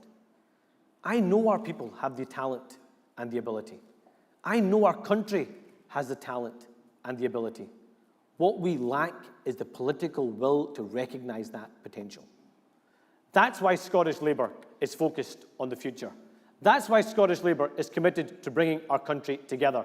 That's why Scottish Labour will always stand on your side. That's why Scottish Labour will tackle the big challenges and will do that with new energy and new ideas, because I know Scotland's best days lie ahead of it. So let's go out and build that future together. Thank you.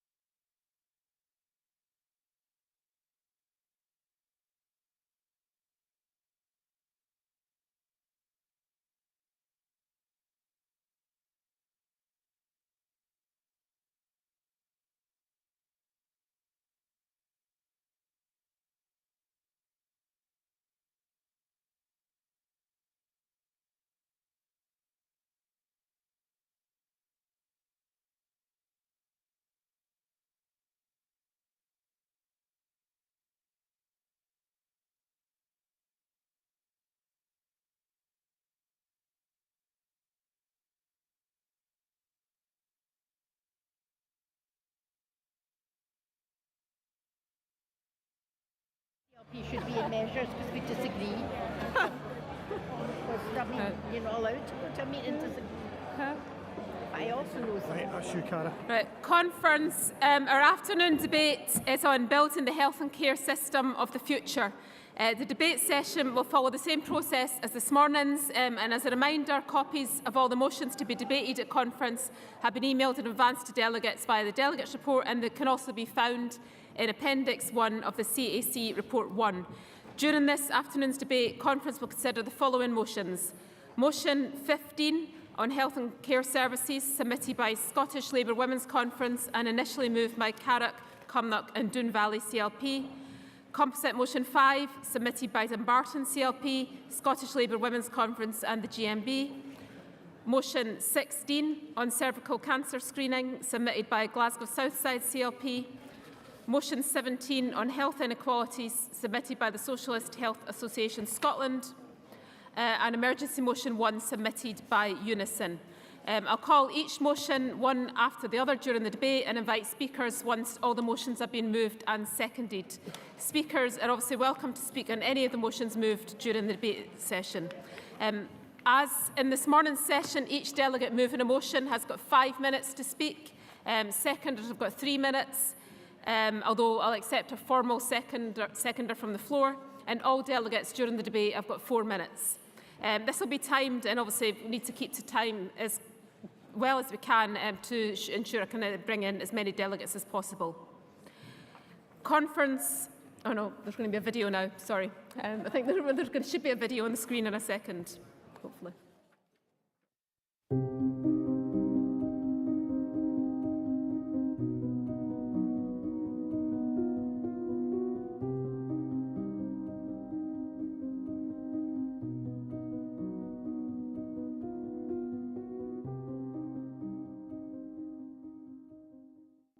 The experience that I have of waiting lists within the health service from a personal family perspective is through the CAMS, the child mental health aspect of the health service within Scotland.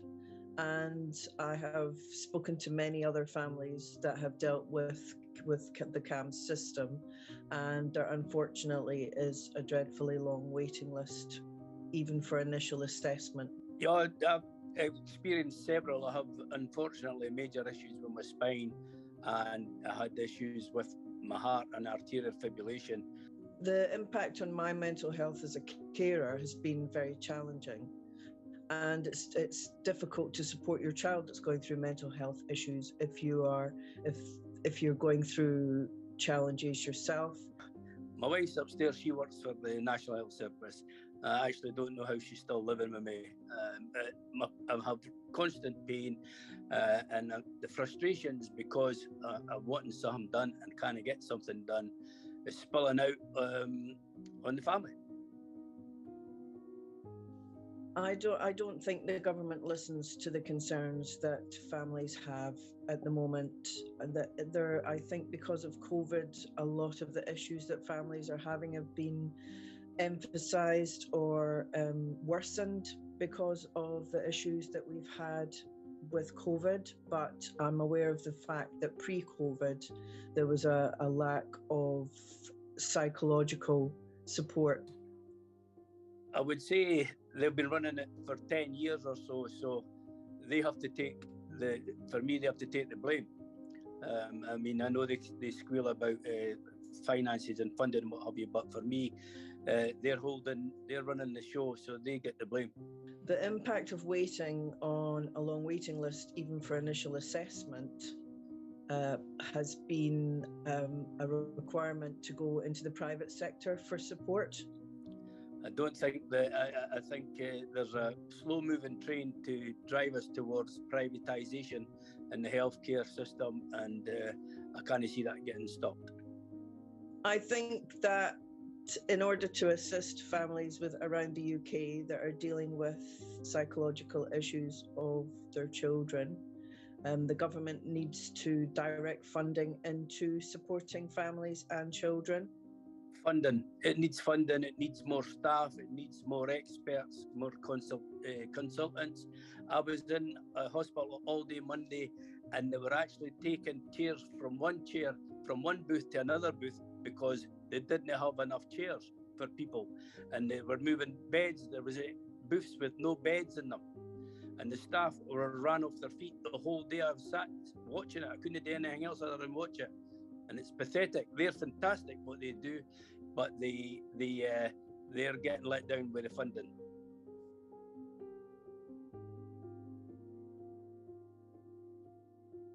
I think she actually needs to get a grip of things and get some proper investment in there.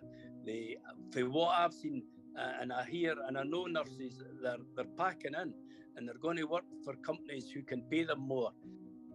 Direct all funds that she can towards supporting our youth.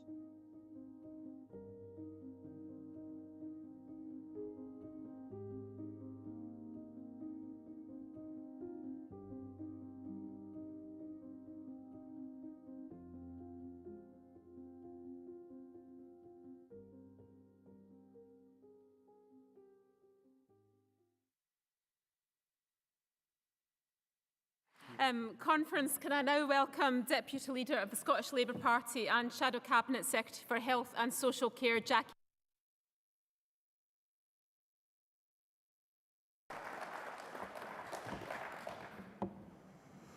Conference, this is probably the hardest slot in the conference programme, because how on earth do you follow that? You know, but I'm going to try. So, Jackie Bailey, Dumbarton CLP, not a first-time delegate, not even a first-time speaker, but a first-time deputy leader, so hoping you will cut me some slack.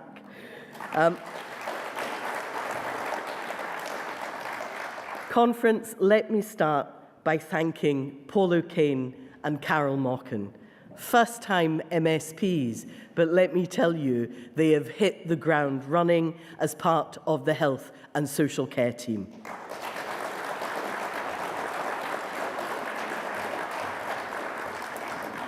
Conference, creating our NHS is undoubtedly Labour's finest achievement and something of which we are rightly proud. Our NHS would be nothing without the wonderful staff, the nurses, the GPs, the porters, the paramedics, the dentists, the consultants, the radiologists, the physiotherapists, and the army of vaccinators. They are the beating heart of our NHS, and all have worked tirelessly to protect and care for us during the pandemic. We owe them an enormous debt of gratitude, and above all, we owe them our support as we seek to build the future together.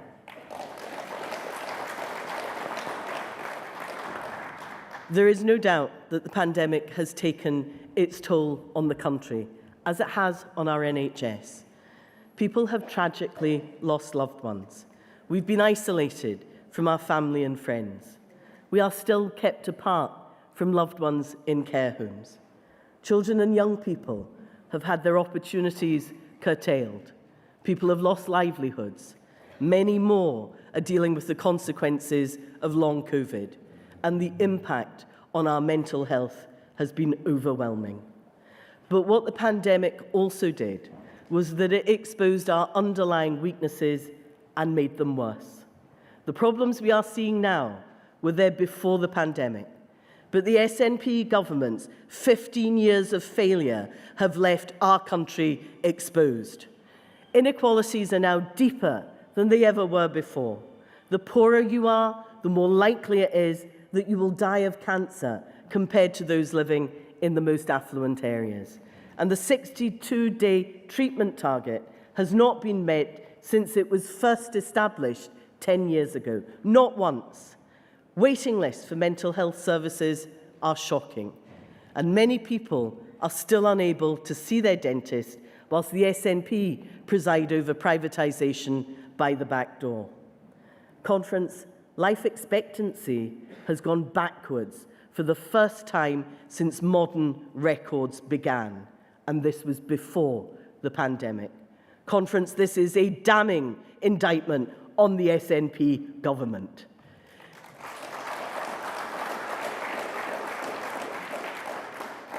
In the last 15 years, we have seen the NHS in Scotland suffer.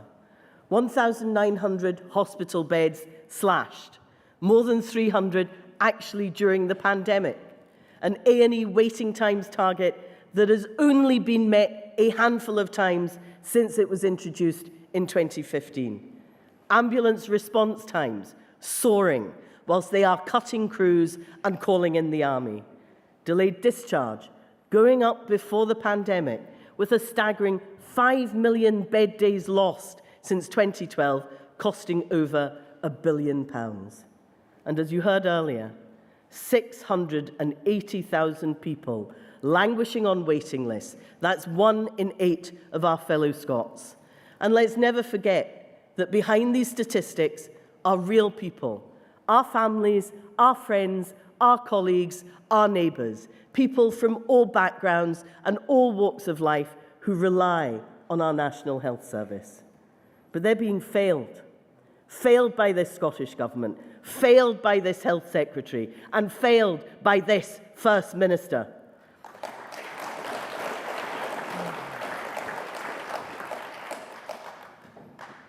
Conference Mary Travis is 69 years old. She lives in Alexandria. She has been waiting for 18 months for a spinal operation. Her consultant is desperately apologetic, but says his hands are tied by a Scottish Government decision to pause non-emergency procedures.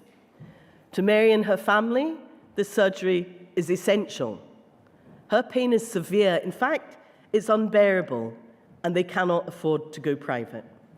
As Mary herself said, not having a date for an operation is especially tough. You go through phases where you get really depressed and fed up about it. I hope to goodness I don't end up dying before I get my operation. Conference Mary and countless others should not have to wait a moment longer than necessary. And that's why Scottish Labour will further develop proposals to tackle waiting times. Building on the plans in our manifesto, we would ensure that there are dedicated diagnostic and elective treatment centres in every health board area, utilising spare theatre capacity and ensuring that there are sufficient staff to support the catch-up programme. And we also need to help people keep well while they are waiting too.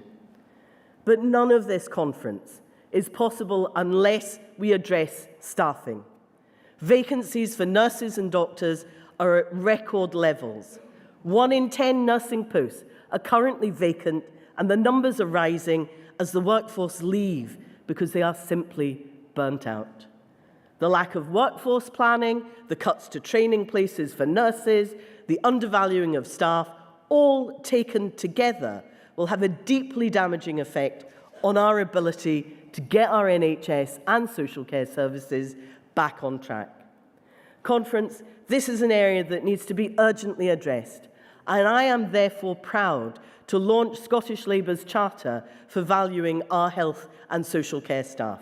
This lays out exactly what the Scottish Government could do right now to retain our existing staff and recruit more by improving terms and conditions for health and social care workers. Everything from investing in staff well-being and development, ending zero-hours contracts, and finally, recognising the value of what they do.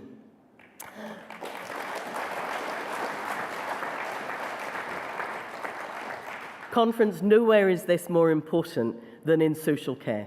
Care workers were at the very epicentre of the pandemic. They cared for our older people, our parents, our grandparents, in care homes and cared for at home, initially without PPE, putting themselves and their families at risk. Most of them are women. All of them are low paid. The time to truly value the contribution they make to our society is now. Scottish Labour has always supported the GMB's Fight for 15 campaign and Unite the Union's demand for £15 an hour. We put it in our budget proposals 2 years running, starting with £12 an hour, then moving to 15. But the SNP said no. Their response? A measly, disgraceful 48 pence rise. That conference is shameful.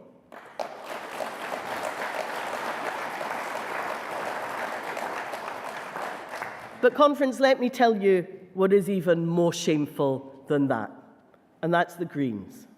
In favour of £15 for care workers before and during the election, but post-election, their principles quietly shelved for an electric ministerial Mondeo. Social care workers, they don't want warm words, they want fair pay, and they want it now. And conference, they deserve it now.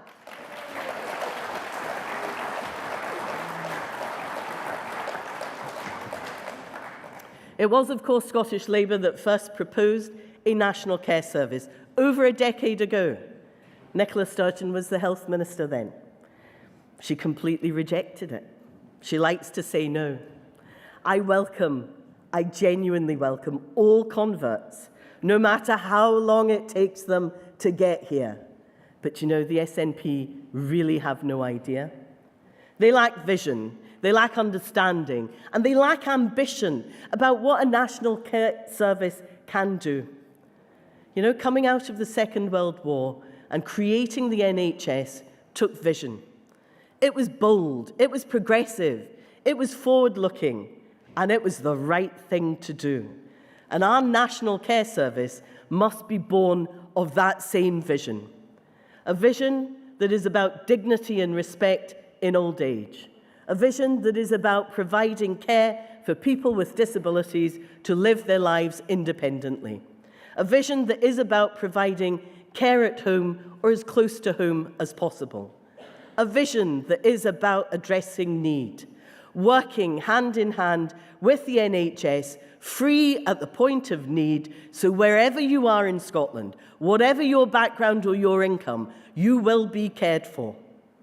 And Asawa has clearly set out our vision and direction of travel. As we come out of the pandemic, we need to be as bold and as ambitious for our future as those who created the NHS. So I am proud that Scottish Labour will, in government, end all residential care charges for our older people. No longer will families have to worry about the burden of care or be forced to make heartbreaking decisions. This will transform the lives of hundreds of thousands of Scots. And you know, while the SNP motor along in the slow lane, taking advice from KPMG and PwC, who, by the way, have a vested interest in private care, we don't accept that we should wait until 2026 for the National Care Service to take shape. Because, conference, we can do things now. Let's pass Anne's Law so care home visiting can resume. Let's restart respite care. Let's restart day services. Let's provide support for family carers who stepped up during the pandemic but badly need our support now. Let's end non-residential care charging. Let's pause commissioning. Let's give social workers a decent pay rise. And conference, let's use procurement to stop those private sector care organisations headquartered in offshore tax havens from making obscene profits on the backs of our older people.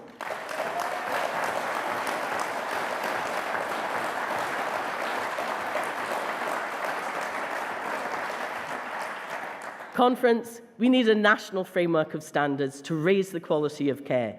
We need the National Care Service to be locally delivered and locally accountable, not the centralising model that the SNP favour. We will make local bodies democratically accountable. We will increase representation of our local elected councillors, and we will make sure that carers and those cared for have a voice and a vote at the table.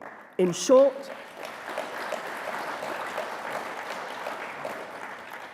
we want to transform the experience of care in every community, in every part of Scotland.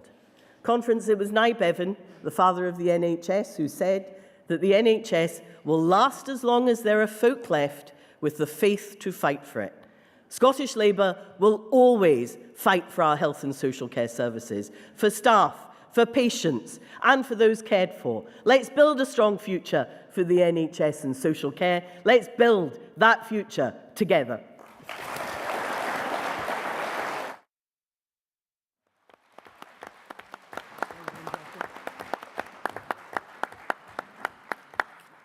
Thank you, Jackie. Can I ask delegates who are moving and seconding motions 15, 16 and 17, composite motion 5 and emergency motion 1 to be ready to come forward? And if the delegate moving motion 15 can come to the rostrum now, and other delegates moving and seconding in the session can make themselves known to the stewards so we can maximise time for speakers to make contributions. So can I call the delegate moving motion 15 to the rostrum, please?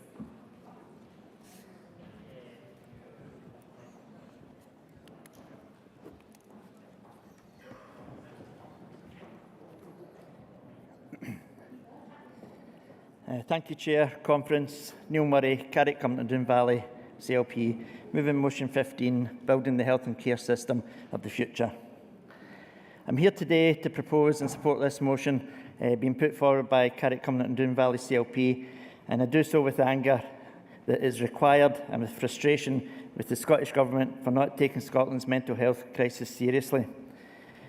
Mental health services in Scotland are not fit for purpose. They don't work for patients who end up feeling let down by the service. Experts tell us time and again that services are being stretched to breaking point, that there's too little funding and patients and relatives' families are not being listened to. Conference, this can't go on. The pandemic has exacerbated many of the issues that already existed in our mental health services, with more and more children, adolescents and adults on waiting lists for treatment, with some even waiting years before they are seen.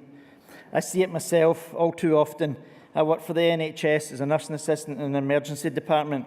Every day we get people turning up looking for help as a last resort, but because they can't get the assistance that they are looking for from the appropriate services. But Conference, I want to focus my remarks today on the crisis in the CAMHS service.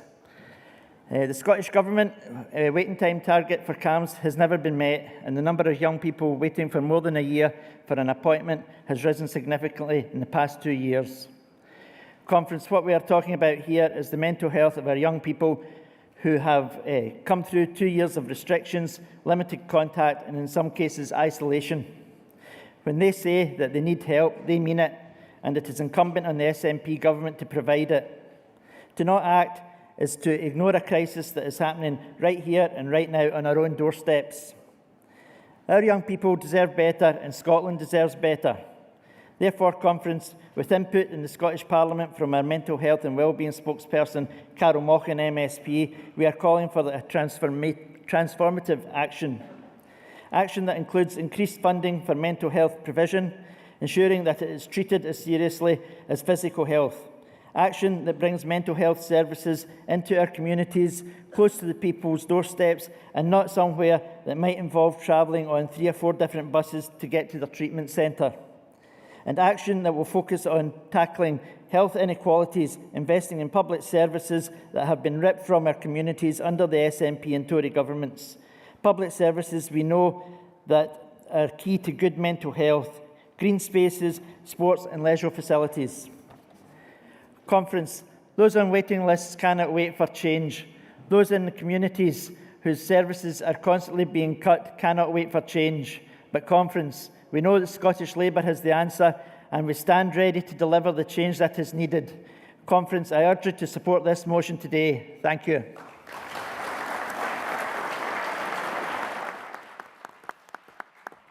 Can I ask the delegate seconding motion 15 to come to the rostrum, please?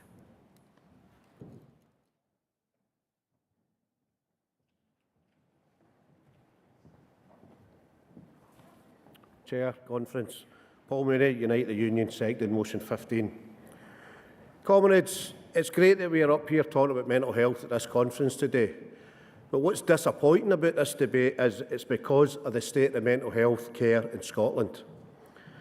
Over the years, we have made excellent progress in erasing the stigma that surrounds mental health difficulties within our communities and our workplaces. However, if we do not have the resources or the health professionals to help those in need, then we are fighting a losing battle. I work in construction. I am not a healthcare worker. But mental health support within the construction industry has never been at its highest. A lot of that comes from young people and apprentices. The unions and some decent companies are firefighting with mental health first aiders, but we cannot and will not be a substitute for the NHS care workers. Our role is like any first aid worker. We make a patient safe, we comfort them, and then we hand them over to professionals. We are construction workers, not care workers. Conference, if there is no recruitment strategy available due to poor government investment, then we are heading for a tsunami, a mental health tsunami, that could be worse than any pandemic ever seen in Scotland. And it's going to hit our communities and our workplaces very hard. To put it bluntly, every life that we are losing in Scotland due to mental health, we, everybody sitting in here and out there, should be appalled. But more than that, we should be angry. And we should be angry at a government that don't seem to think we've got a problem out there. We're moving towards Mental Health Awareness Week in May. The theme in May is loneliness. Loneliness is something that affects everybody's mental health, no matter what their age is. You take into the fact that some people going into winter won't be able to put lights on, heating on. Sitting in a house, dark, cold house, could get very, very lonely. We must keep going to raise the awareness of this. We've got a duty, a care. Everybody in here's got a duty of care to do all we can to ensure that this is kept high on any government's agenda. So I ask you to support this motion, but send a clear message to the government that we won't be silenced, but send a clearer message to our communities and our workplaces that this party is the only party that cares and will put the care back into care. Thank you.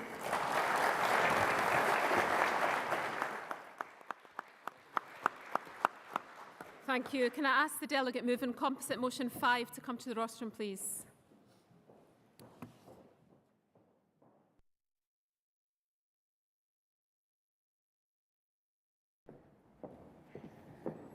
Hiya. Hello, conference. Can I just say first thanks to Jackie Bailey, MSP, for all the support that she's done for care workers, even before and at the onset of this pandemic in 2020, early 2020, just supporting in everything from PPE, the proper masks, etc. So thanks again, Jackie, from all our care workers. I'm Shona Thompson for the GMB, and I'm moving competent motion 5. I'm a first-time Scottish Labour delegate, and I'm a first-time speaker. So, and as an HCP convener, I've been proudly supporting GMB carers, social care workers. I've been a carer myself, an enhanced carer for over 20 years, so there's nothing I don't know about delivering a care service and the trials and the exertions and everything that these women have put themselves through, especially these last 2 years. And it's burnout, I can tell you. So I've been supporting these care workers throughout Scotland they've been working on the front line in our communities, caring for our vulnerable throughout the COVID pandemic.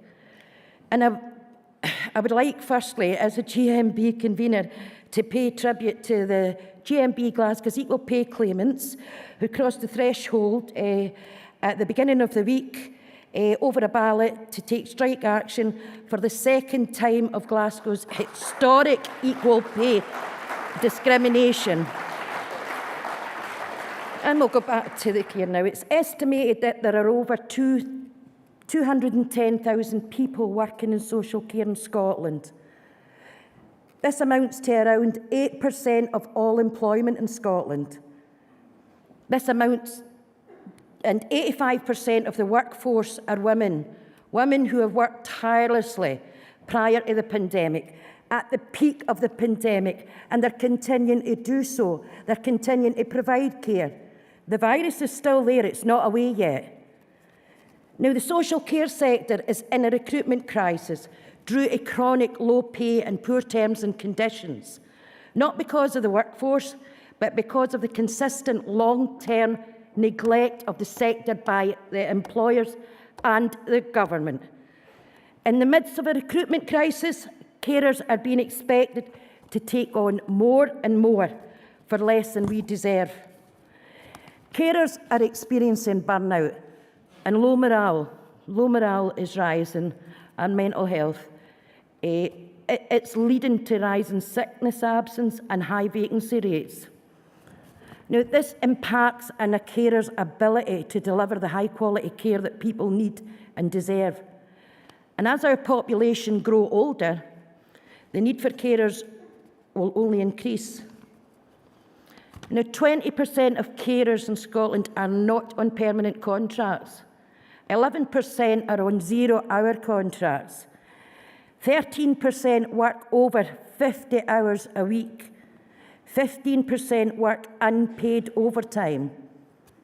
Almost 25% of staff leave within the first 3 months of joining an organisation. And who can blame them when the conditions are so bad? Carers need to feel valued so that they can remain in the sector. And these figures are not just numbers. Each and every one represents a person working in care and the many people they care for. These are real people with real needs. Instead of meeting these needs, profit has been put before people. The priority of care must be on providing high-quality, person-centred care, not in a race to the bottom in terms and conditions and workers' welfare.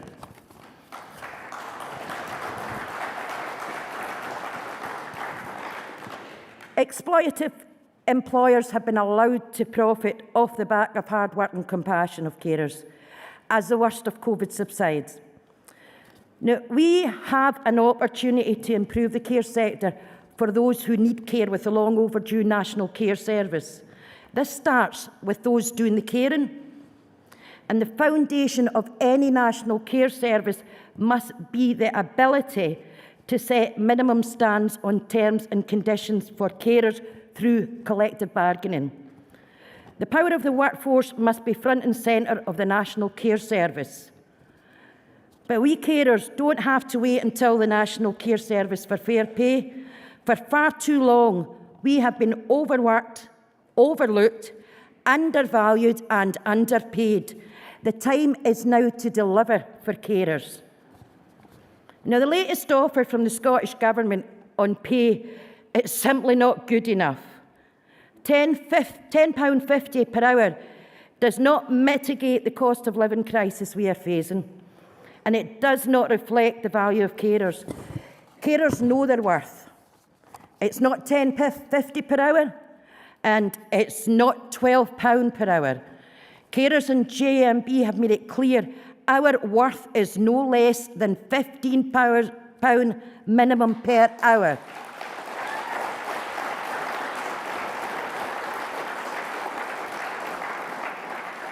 We have heard time and time again from the Scottish Government about its feminist credentials. But when it comes to delivering pay justice for female workers working on the front line of our public services, whether it be those working in care or those fighting for equal pay across local government, we are always expected to wait. But we can't wait. We deserve £15 now.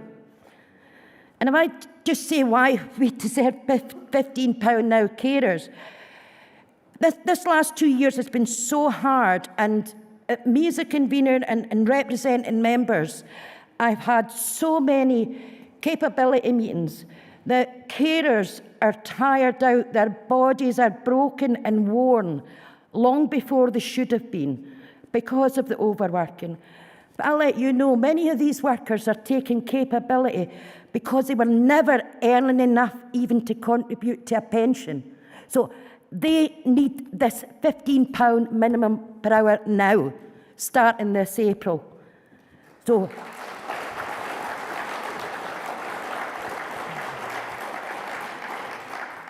now, health and social care partnerships have recognised this and have reacted to the understaffing. Yes, that's me just finishing. Thank you. Thanks. Right, because I put a wee extra bit in, sorry. Health and social care partnerships have recognised this and have reacted to the understaffing crisis by offering families of service users £15 an hour. Now it's time for all parties at levels of government to recognise that and implement £15 an hour minimum for all Scottish carers, not the £12, £15 hour minimum starting from April. Scotland's care workers have gone above and beyond to provide care across the country, and they will continue to do so. But pay is our priority. Conference, show Scotland's carers that you care and back our fight for £15 minimum per hour. Thank you. Conference, I move. Sorry.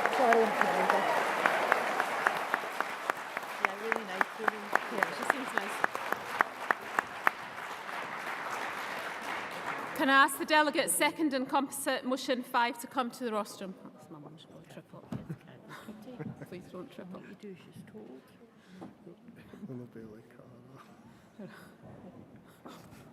Cathy Peaty, Communication Workers Union and Chair of the Scottish Labour Women's Committee, supporting second composite 5.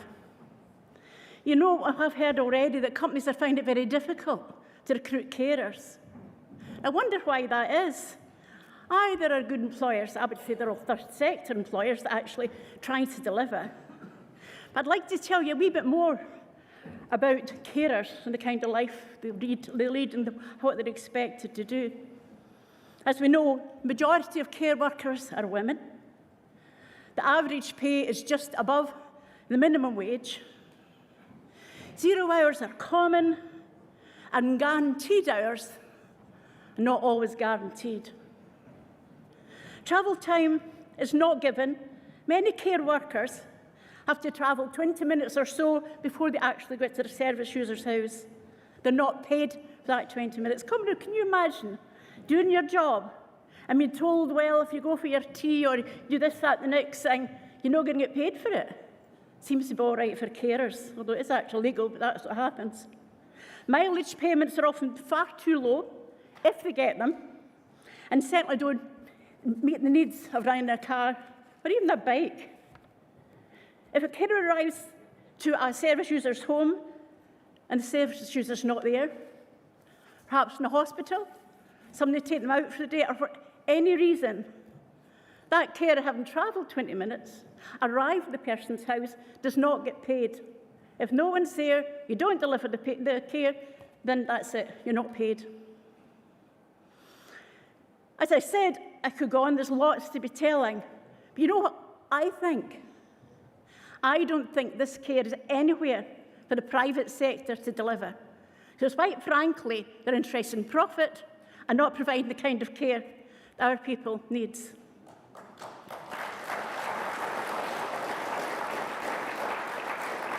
But the job has changed considerably over the years. In the past, it was about delivering personal care, maybe doing some domestic care, a blether, a chance to find out what's happening, to remember a carer might be the only person, an elderly person or a vulnerable person, seen in a day, and sometimes in a week. So it's important we remember the importance of taking that time. And although the Scottish Government talk about quality of care and giving people time, giving them options in terms of what they eat, etc., absolutely impossible in the time they've actually got. Times has changed, and just recently it's even worse, when carers are expected to deliver all sorts of services in 5, 10, 15 minutes. As I said earlier on, the third sector refused to get involved in this.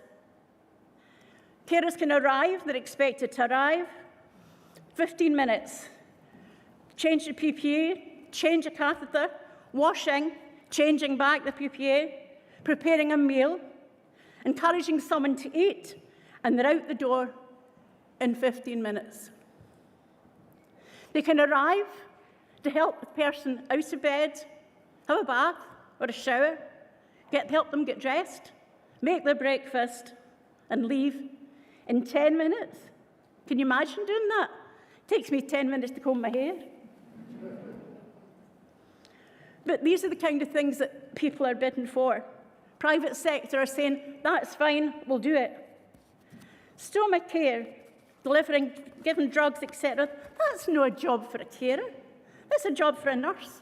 District nurses don't have the time to actually do their job. People are told, well, service a bit difficult at the moment. We'll come for your breakfast maybe between 7:30 and 11:30. Lunch maybe between 11:30, but it might be 2:30.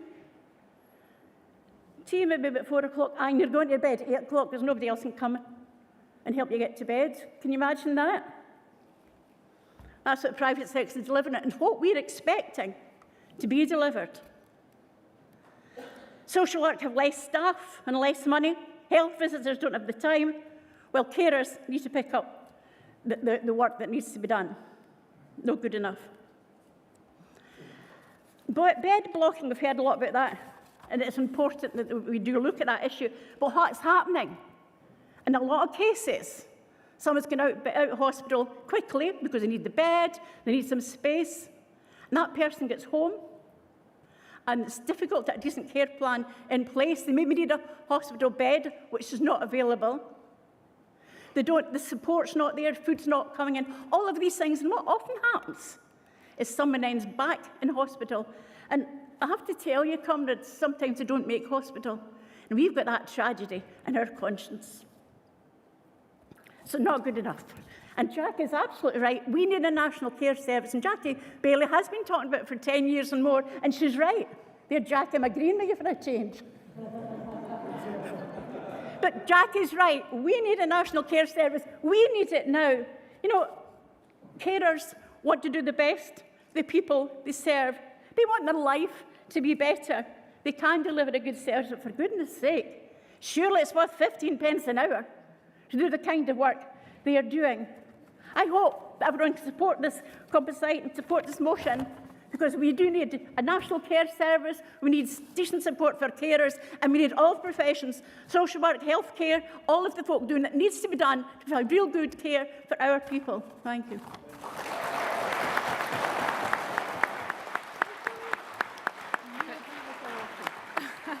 Can I remind delegates to keep to the time limits when they're making their speeches, please? Can I ask the delegate moving motion 16 to come to the rostrum, please?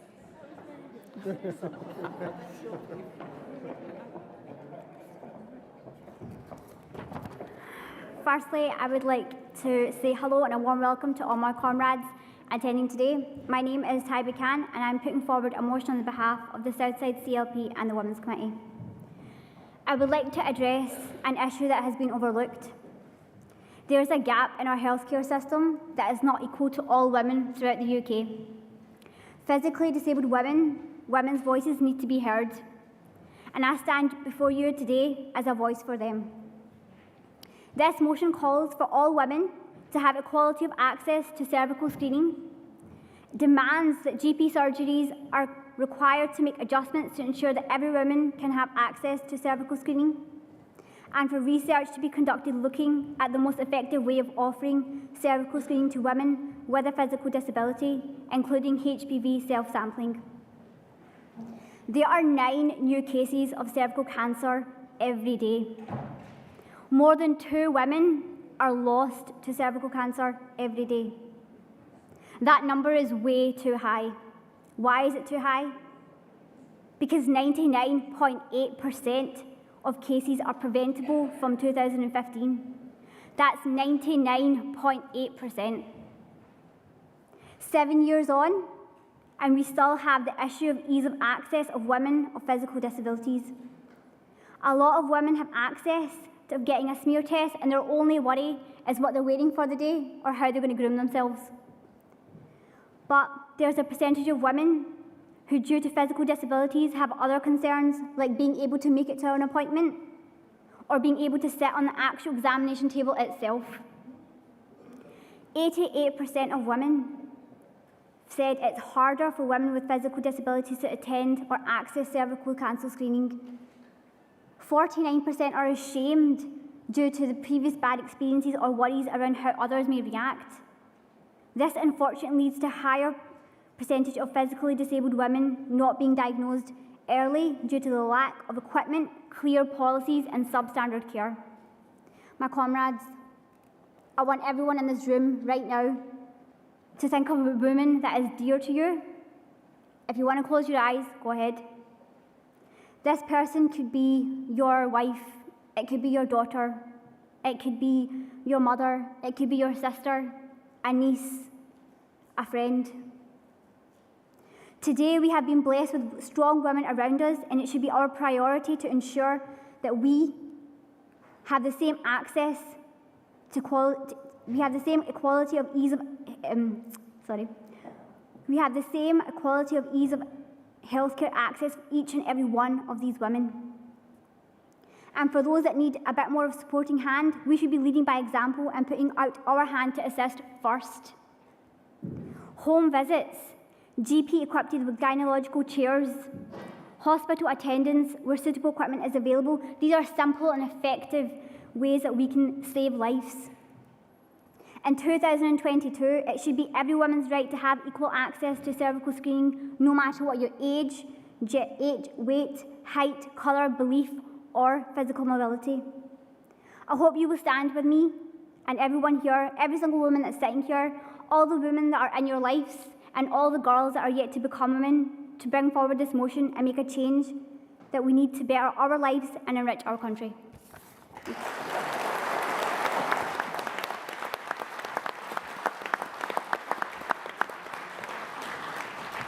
Can I ask the delegate seconder to come to the rostrum? Thank you, Susan. Hi, Susan King, Glasgow Southside CLP. Conference, I have so much anger that I need to stand before you today. How can it be the case in our country today, more than a decade on since the Equalities Act, that nearly 2/3 of women are unable to attend their cervical screening appointment because of their physical disability? This is a shameful statistic with far-reaching consequences for women's health. Ethically, legally and morally, no woman should ever face additional burdens or even be denied this potentially life-saving test due to their disability. Women are missing out and being left at risk because of something as simple as the right chair isn't available or there isn't enough space for a wheelchair. And yet there is already a duty on all service providers in Scotland to make reasonable adjustments for people with disabilities to ensure they are not disadvantaged. It's clear to me, and from the report from Joe's Cervical Cancer Trust, that more enforcement and regulations are needed when it comes to facilities at GPs. When it comes to facilities at GPs practices, we must end the postcode lottery across Scotland.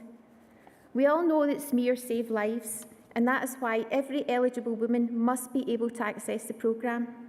I don't want anyone to eventually manage to get their smear and go through what I had to endure and have a full hysterectomy.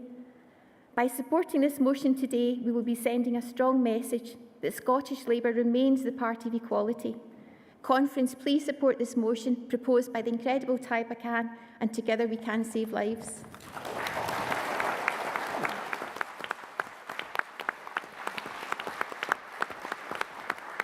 Can I ask the delegate moving motion 17 to come to the rostrum, please? 17, is it 17?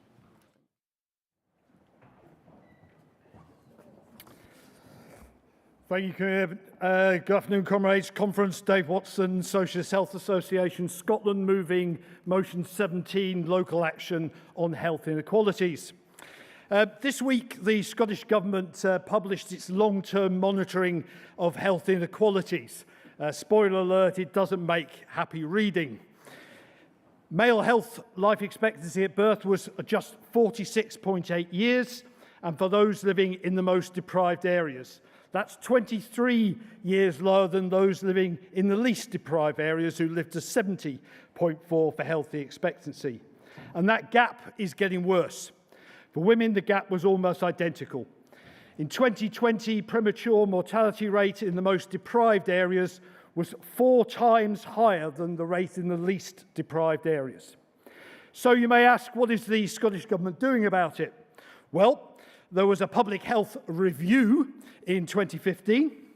There are many glossy documents and websites that say they are working towards reducing health inequalities. They are defining their priorities and a lot of similar guff like that. What's missing, as usual, is any sense of urgency to actually implement any of these plans. Now, let me give you just one small example. The Scottish Government rightly says that Fair Work is an important tool in reducing health inequalities, and procurement is an important lever. Last year, SHA Scotland spotted that the NHS Education for Scotland, which is a health quango, awarded a contract to Amazon.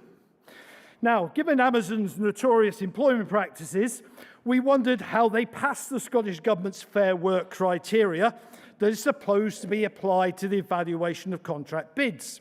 So we sent off an FOI request, and we were told that the Fair Work criteria wasn't applied to this contract. So here we have a government health quango who couldn't even be bothered to apply the policy. So it's no wonder there's such a huge gap between rhetoric and the delivery in policy in this as in so much else. Conference, important though national action is, many of the services and actions required to reduce health inequalities need to happen locally. No serious plan to tackle health inequalities in Scotland can ignore the pivotal role of local government. They make a vital contribution to weaving the social fabric of their areas and seeking to create and sustain healthy places for people to be born, grow, live, work and age. In a paper we launched this week, SHA Scotland has set out some of the ways that local government can make a difference. Through planning, public spaces, leisure and cultural services all make up the vital social infrastructure that promotes well-being in our communities. This helps tackle poor mental health through stronger social cohesion and social support. They can also create sustainable communities tackling air pollution and food poverty. But Conference, this cannot be achieved while the SNP cut the funding of councils by nearly £1 billion, passing on Tory austerity to local government while protecting their own pet projects. Fair funding for local government is crucial to tackling health inequalities. And centralising services in Edinburgh, as with the proposed National Care Service, is also the opposite of what's needed to reform social care. And that is announcement today of free residential care is absolutely the right policy, and we must also take profit out of the system. We must ensure that taxpayers' cash is not siphoned off to tax havens. This motion condemns these cuts to local services and also calls on Labour-led councils to lead the way with a community health strategy that puts reducing health inequalities at the heart of everything they do. When we focus on the social determinants of health, we see that focus on the social determinants of health, we see local government services are health services. Without local government, adults and children would die sooner, live in worse conditions, lead lives that made them ill more often, and experience less emotional, mental, and physical well-being than they do now. Scottish Labour must be the party that supports local action over SNP cuts, centralisation and privatisation. Please support the motion.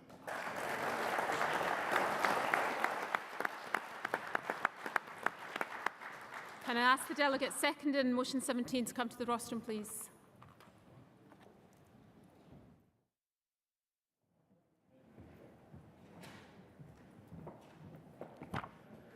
Chair, Conference, Stephen Lowe, Unison Scotland, seconding the motion. Earlier today, somebody was saying to me that the concept of health inequality can be quite difficult to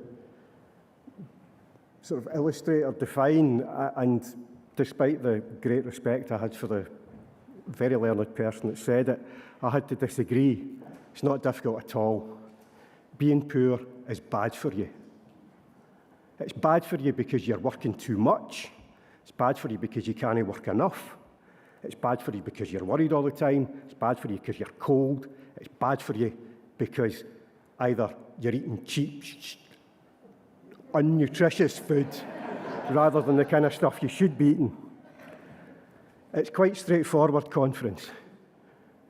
You show me a place with poor health, and I'll show you a place that's poor. And that it's as simple as that. Health inequalities are a function of the fact that we have a grotesque and obscenely unequal society. But we have the NHS and our wonderful, which must always be defended, NHS. But that's not enough because, well, as we can see today, tragically, in Ukraine, Palestine, Yemen, war isn't just about soldiers. And just as war isn't just about soldiers, health isn't just about the NHS. Local government and public services have got a massive role to play in sustaining and developing people's health, maintaining them. And we, as Dave's illustrated, seen a grotesque set of cuts to local government over a long, long time now. We've taken vast amounts of services that are vital to people, services that make life worth living, services that deal with a lot of the problems that I've already mentioned. But they don't get the funding, and we need to change that. We need to fight for a future of properly funded services, provided by properly paid people, incidentally.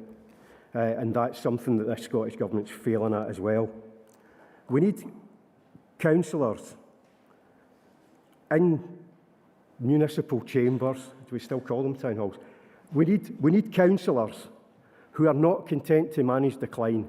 We need councillors that are going to be dynamic champions for their areas, for their communities. We need councillors, we need socialist councillors that are intent on creating and maintaining wealth in their community, because properly funded services, properly funded municipal enterprises, properly funded councils can change lives and lengthen lives. Please support the motion.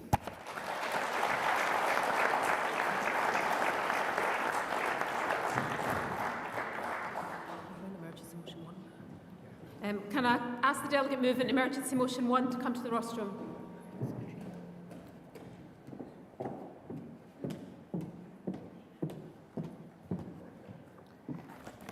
Chair, Conference, Katrina Murray, moving emergency motion 1 on behalf of Unison. I've been thinking a lot about this over the last couple of days, what I was doing around about this time about 2 years ago. And it was probably that point where we were sitting in our first command structure meetings, looking at what was coming in front of us and going, okay, what now? What do we do? Help. That we're making decisions on the back of, on the basis of hoping for the best, preparing for the worst. Now, that one didn't work, did it? That working with emergencies and actually for the first time properly working across our health, social care, local government, voluntary sector boundaries, because we had to do it, we had to make it work. And it became absolutely clear during that how much we need a national care service, because we found that our nurses, our care workers, were all providing mutual aid to each other, being able to support each other. I'm now probably, having written a speech on this, I'm going to have to divert completely from it because Jackie Bailey nicked most of it. And this might end up being cast up to me from here on in. Because we're completely right, the concept of the National Care Service is a Labour one. And when Jackie first announced it in 2010, it's fair to say as a union, with members across health, local government, social care, we were sceptical of yet another of structural change. But the realities of our organisation, of those sectors, is that we know how much now this is needed, that we need that national care service with national standards, national terms and conditions. And probably not as controversial a point as it was when I wrote this 2 hours ago, that it was free at the point of need. What we don't need is yet more private providers owned by multinationals, who our reps have to fight to get those conditions of service that are part of the agreement, that are part of nationally negotiated structures, being up the middle of all of this. As a union, Unison has continually challenged the role of the private sector within the delivery of our health service. That charging the NHS £9 for the provision of a £1.50 sandwich to a patient who's spent 8 hours in an accident in the emergency department is obscene, yet it's happening in our PFI hospitals. And in exactly the same way, we condemn those private social care providers who pay the predominantly female care workers the least they can, where the workers don't get paid for training, don't get paid for travel, don't get paid for uniforms, or enough PPE, but they can send the profits to the Cayman Islands. And the only reason that these workers are not on the minimum wage is because the trade union movement has made it so. But let's look at the National Care Service that's being proposed by the current government, as designed by PricewaterhouseCoopers, as scoped out by KPMG. This is not going to deliver the National Care Service the vision that we, as a party, but those of us who use care, who have family members who use care and who work in care, deserve or need. I've been negotiating within the health service for over 20 years now, negotiating organisational change. I've dealt with your PricewaterhouseCoopers, your Deloittes, your KPMG reports of this world. They promise the world. They can change things radically and change them quickly. It'll require a lot less staff. It'll have a lot more efficiency. And you know something? It's going to cost an awful lot less. What's common about all of that is it never delivers. It never works. All it does is provide disappointment and letdown.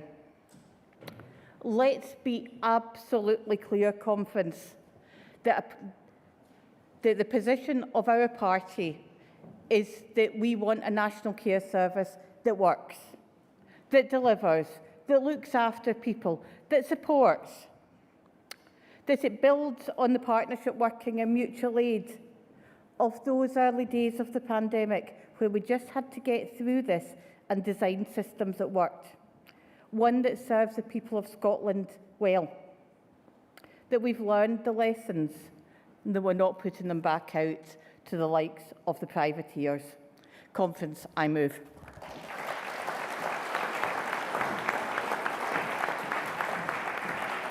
Can I ask the delegate second in the motion to come to the rostrum, please?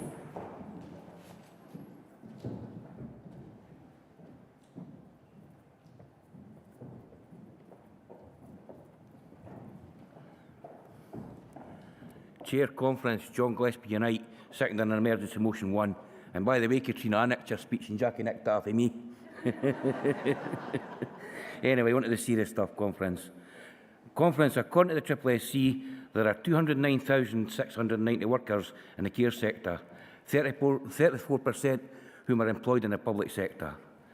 52% work more than 30 hours a week, but average earnings are just a mere £18,400 a year. The Feely report fell way short of our demands and hopes and aspirations of the workers in this sector, and included a continued role for commissioning of care services and little reference to collective bargaining with trade unions, seemingly replacing it with staff representatives, not acceptable. However, the Scottish Government Care Consultation document, which closed recently, stretched even beyond all recognition, with proposals to pull in children's services, housing and criminal justice, suggesting that such services could be taken out of local government control. These plans would affect about a third of local government workforce, removing them from all local democratic accountability from the system. Staff and services would be moved from local to central government, with local operational control being transferred to central appointed individuals. The consultation's 96 questions seem designed to give the answers the Scottish Government wanted. Indeed, the recent £100,000 contract the SNP handed to PricewaterhouseCoopers to design a national care service appears to be just a start of the consultancy gravy train, with further national care service-related contracts being awarded to KPMG, despite the fact that they are being questioned by the UK Government over their record in previous contracts. And KPMG now saying they will now voluntarily refrain from bidding for the future contracts for the time being. Adult social care sector contributes £3.4 billion to the Scottish economy. It is time to take it back to be publicly run, out of the hands of private provider companies like HSC1, formed on the collapse of Southern Cross in 2011. Based in Jersey, with its owners in the Cayman Islands, the tax havens are where profits are siphoned off, but not just from the cost of care. It's a property rip-off too, paying for the same property over and over again as companies change hands. The cost of public ownership would not only be as much as some say and argue. We can create jobs by building fit-for-purpose staff-designed buildings. The £3.4 billion can stay in Scotland rather than going offshore into shareholders' pockets. It should be invested back into the service. United Scottish Executive passed a motion last June calling on all parties standing in the holiday elections to commit to a publicly run national care service. Such then, our care combine, made up of 3 sectors, with members working in care, have gone further, not just working on our consultation response, but developing our care manifesto. We demand the SSSC registration be paid for by the Scottish Government. We demand the extension of collective bargaining, not just on pay, but for terms and conditions. Trade unions must be at the heart of the new care service. We need enhanced sick pay, pension provision, and policies to address sexual harassment, lone working to keep staff, predominantly women, safe at work. We need a properly funded, publicly owned national care service with trade unions and local accountability and a £15 an hour minimum for all social care workers. Our social care workers are worth it. In fact, we all recognised that through the COVID pandemic. They are worth their weight in gold. The least we should pay them is £15 an hour. Pay our care workers, value them. They do everything for us. I ask conference to do everything for them. I second the emergency motion. Thank you.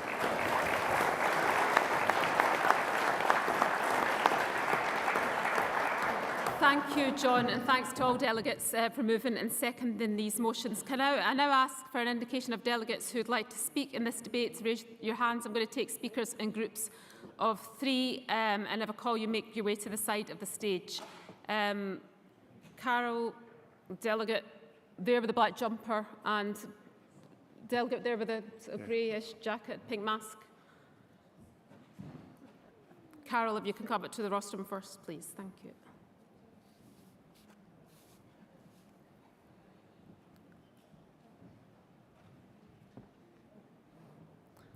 Oh no, that's not very cold. Thank you, Conference. And can I say it's a pleasure to be back in Glasgow with you all, a once great Labour city. And Conference, when you see the work going on here in Glasgow by our members and by our party, I am absolutely sure it will be Labour again soon.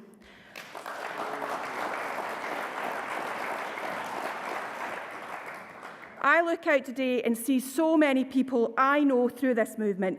People I have stood next to, have campaigned with, have knocked more than a few doors with, and I am proud to stand here as your spokesperson on mental well-being, women's health and sport. Under the SNP, mental health services have been shambolic, and too many people have been let down.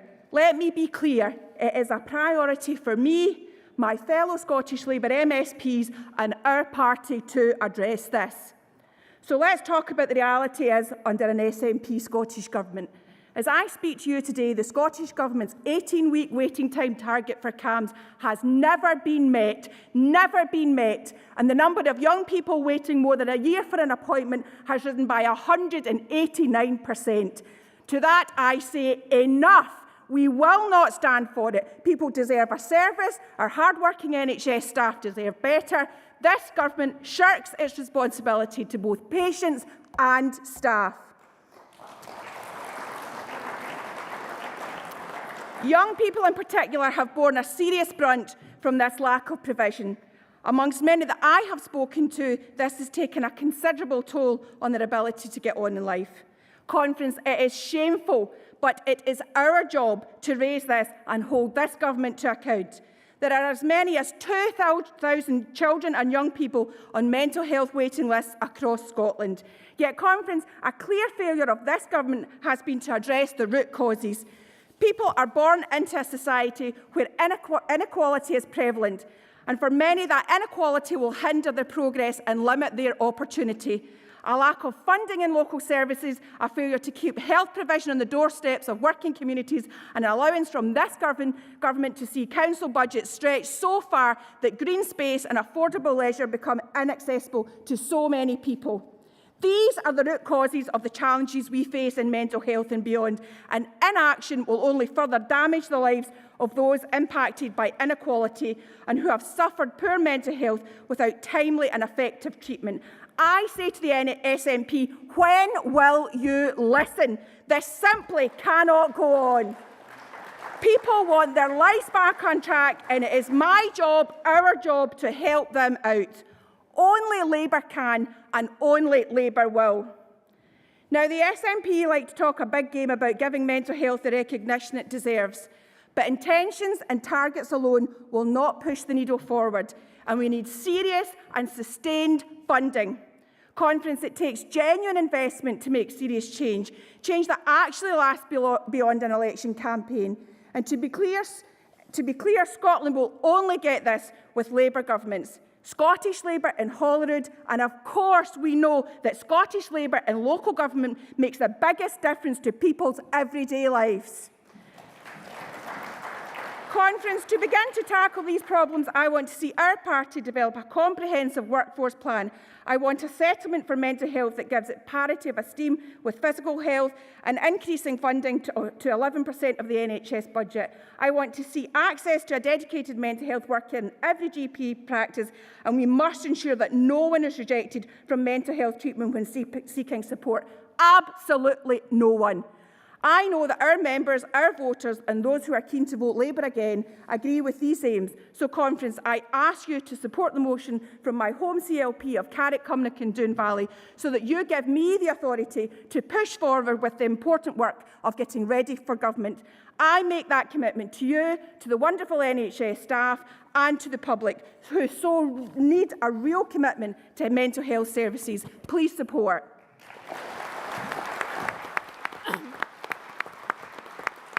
Call the next speaker to the rostrum, please. Thanks.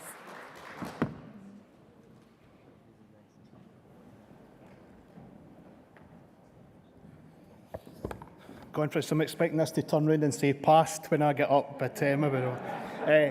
Neil Finlay, Armand Valley CLP, supporting emergency motion 1. Yesterday, my family received notification that my 82-year-old mum's care home fees are to be increased to £940 a week. Her contribution will be £2,865 a month. Our fees were increased last year by £200, and they've just been increased again by £200. And last year I challenged the director of the company why the fees have increased so much for those who self-fund their care because they saved or they sold their house to go into care. And he told me, openly, without any hesitation, that the government don't fund councils enough for the council-funded places. The care home providers have to make their 10% profit, and they do that by disproportionately charging those who self-fund their care. No ifs, no buts. He never tried to hide it. He told that straight up, because those people are the people they can maximise their profit from.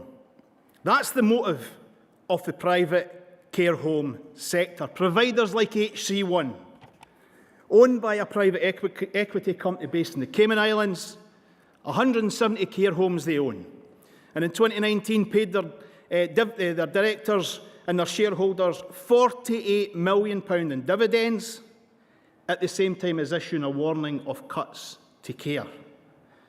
It's never posted a profit. It pays zero corporation tax, and yet still manages to pay $48 million in dividends. And today, I just checked on their website, HC1 advertised for care staff, for kitchen staff, for cleaners at £9.55 an hour. These people could not care whether they are trading in copper or coffee beans or our loved ones. And let me say this, they should be chased, not just out the care home sector, they should be chased out of our country once and for all. But they won't be. They won't be under the proposed National Care Service coming forward for the Scottish Government. They will continue to provide the services because it's not a National Care Service that's being proposed.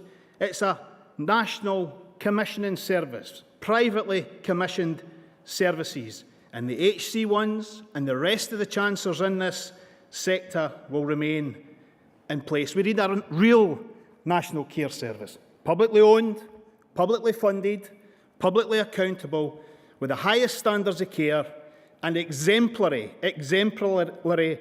employment practices, pay and conditions. Now, I understand there was an argument at the SEC about, and some wanted references to the profit motive in social care to not be taken out of this emergency motion. That's my understanding. Conference, I have to say to those arguing to retain the profit motive in the social care sector, have you turned up at the right conference? Our elderly relatives had their human rights repeatedly abused during the COVID pandemic. Staff with not enough PPE, staff tested not at all or too late. Residents refused admission to hospital when they were ill. Do not resuscitate orders put on them without their families' knowledge. This is the party of the NHS, and we must be the party of free, high-quality, publicly owned, publicly accountable social care services for everyone who needs it. And let's all commit, all of us, whether you're a member, an elected politician, an affiliate or whoever, to drive a campaign that ensures that in the future, for your mum, your dad, your granny, and let me say this, folks, for us in not too the distant future, there's a social care service for us all. Thank you.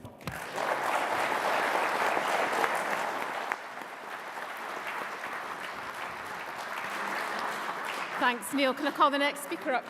Thank you.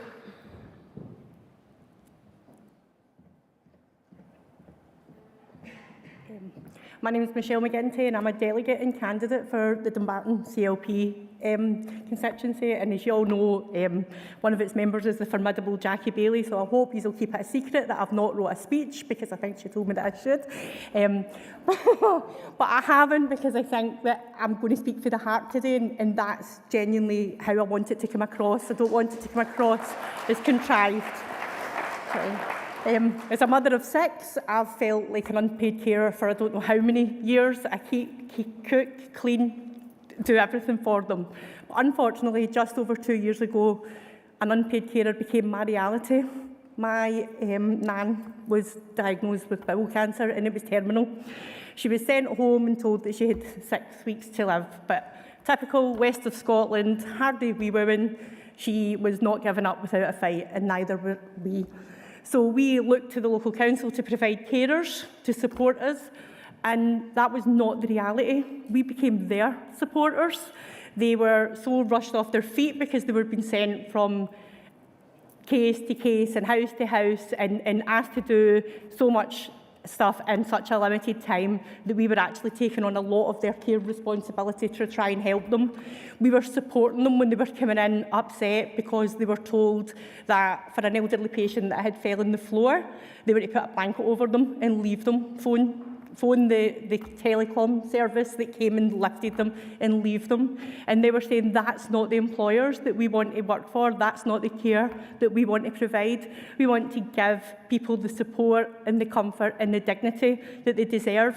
And I certainly felt that we done a lot of the care for my nana because they were so rushed off of their feet. Unfortunately, very quickly after my nana was diagnosed, my papa was diagnosed with dementia. So we were looking to get help with 2 people that were elderly. My nana died very recently in September, and we are still caring for my papa. And what I would ask for is that we have a care service that gives people dignity, it gives people support, and it actually allows us to support each other. We shouldn't be telling carers that it's okay, just go to the next person that needs it because they don't have someone or they don't have a family like ours that's able to do it. They should be able to do the job that they actually trained for. They should be able to do the job that they're passionate about, and they should be able to do the job that they care about. They shouldn't be leaving people's houses in tears because they've had to leave someone on a floor with a blanket over them. So I think that's why it's so important that we fight for the National Care Service. It's so important that people who come home maybe to die are doing it with dignity. It's so important that the voices that we have make sure that that argument is fought and we continue to fight that. I'm not going to say much more because I think it's quite personal, but I just wanted to kind of give you an example from the other side because I think we've heard a lot about carers and how provided they are and underpaid and whatever, but I wanted to say how much we want to support them and carers support them and think that they do an amazing job, and it's so difficult to see them struggling on, and no wonder so many are leaving because they need to be respected and cared for by the government in the way that we do, and that's basically all I would say. Thank you.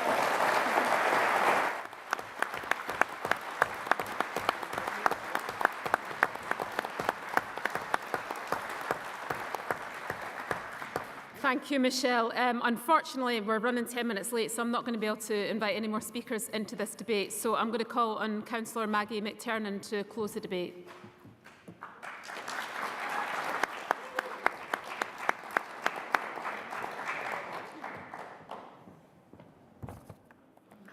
Maggie McTernan from Glasgow Kelvin, CLP, and also a councillor here in Glasgow City Council for Labour and the Co-op Party. And it's a privilege to speak at the end of this debate after so many eloquent voices of those who use and deliver our social health and social care services. It was my mother that taught me the importance of the NHS. She was born in the 1930s, and so she remembers the reality of life before the NHS. She lost her dad when she was only 10, because in those days you only went to the doctor when you were really ill. I suspect that most of you, like me, learnt those lessons from your parents and grandparents, although maybe there's 1 or 2 people in the hall here of my mum's generation. But we have all learnt for ourselves in the past 2 years how vital our health, our NHS is. We are all so thankful for what NHS staff have done these past 2 years to hold us together. From those in the wards tending to our patients, from those in the communities administering vaccines, to those walking up and down the corridors, wiping the door handles, we owe you a huge debt of gratitude. But we owe you more than gratitude. The NHS has cared for us, and now we must care for the NHS. We must rebuild once more with the vision and the aspiration of the 1940s. Conference, the Labour government of the 1940s gave us an NHS to be proud of. And for over a decade, Scottish Labour has been calling for a national care service to work alongside the NHS. But in the last year alone, the Scottish Government in Holyrood has taken £250 million out of local government. This is on top of nearly a decade of cuts to councils, a direct consequence of the decisions of SNP politicians, despite their claims that a big boy did it and ran away. Every year, their failure to recognise the demands and needs of our communities puts more pressure on services and undermines social care. The SNP have created a postcode lottery. It's wrong that the care you receive depends on which side of a council boundary you live on. It's wrong that people are told to get up and go to bed according to the needs of a shift pattern. And it's wrong, it is shameful, that people are told to wear incontinence pads because there's no one there to assist them to go to the toilet. We need social care that is shaped around those who use it. so that everyone in our society has what they need to enable them to flourish. And we need social care that works for all those who work in it, whether paid or unpaid. And it shouldn't be uncontroversial to say this, but we need social care delivered for people and not for profit.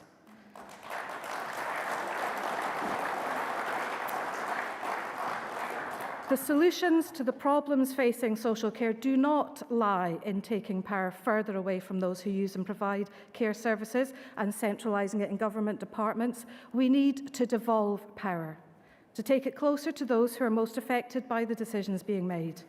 We need to hear and to heed what disabled people have been saying for so long: nothing about us without us.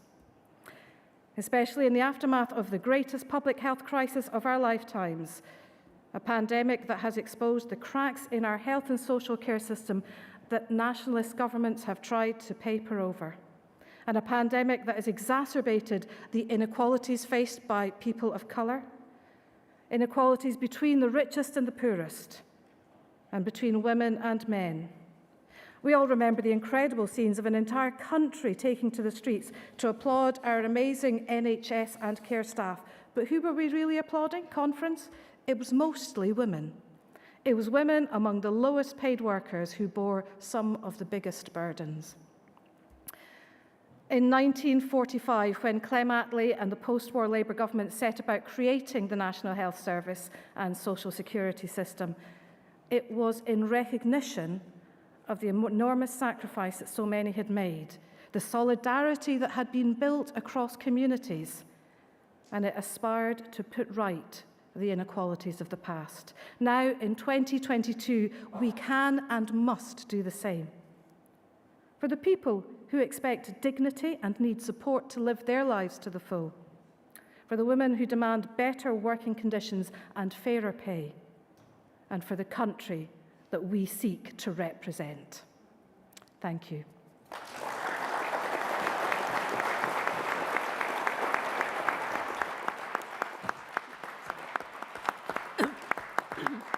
Thank you, Maggie. Conference, I'm now delighted to move to asking Anas to present the Keir Hardie Awards. Can I invite those that have been nominated for an award to join us on the stage as I call out each award? Where is he? Oh, there he is, just on time. The Outstanding Campaigner Award goes to Jill Brown. Jill...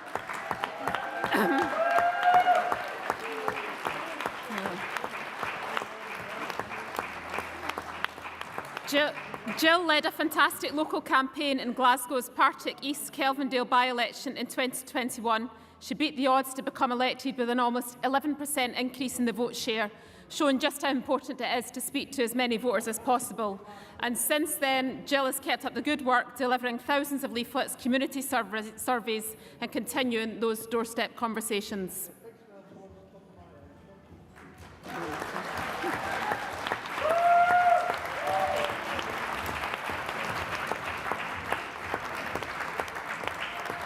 The next award is for our top social media campaigners, and they are from North Ayrshire, and it's Nairn and Aaron MacDonald.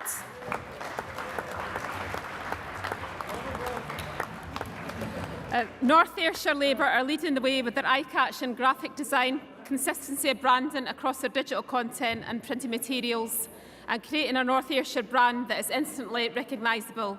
Nairn and Aaron MacDonald are the team that have been driving this and responsible for much of the campaigning activity in North Ayrshire.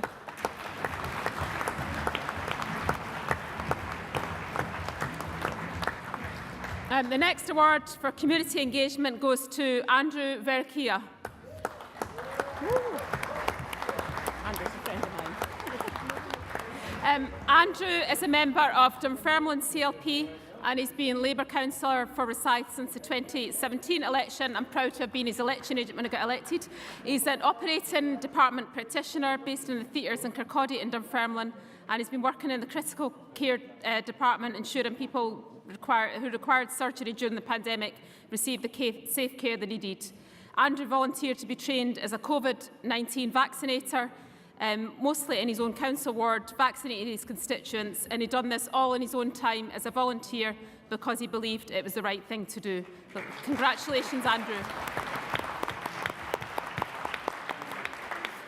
The award for membership, engagement and development goes to Glasgow, Maryhill and Springburn CLP.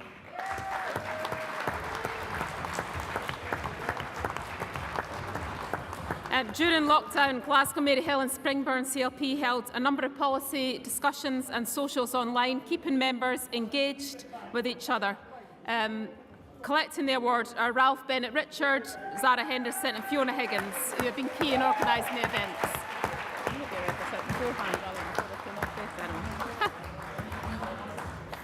The next award is CLP of the Year, and that goes to Dumbarton CLP.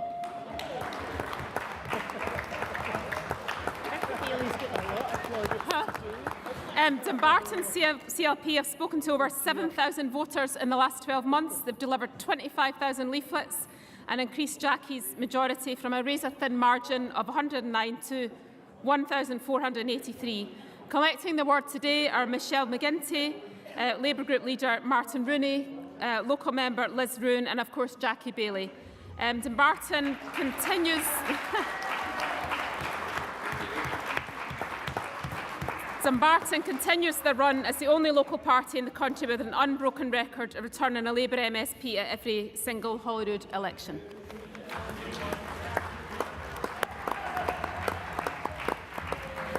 And finally, we have the award for workplace engagement, and that goes to Jackie Martin.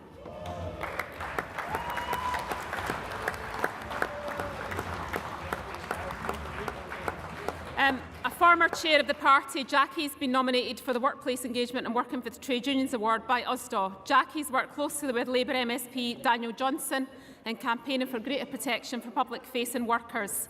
The Protection of Scotland Bill became an act on the 24th of February last year, and that will protect shop workers who worked tirelessly to keep us all fed during the pandemic. Congratulations, Jackie.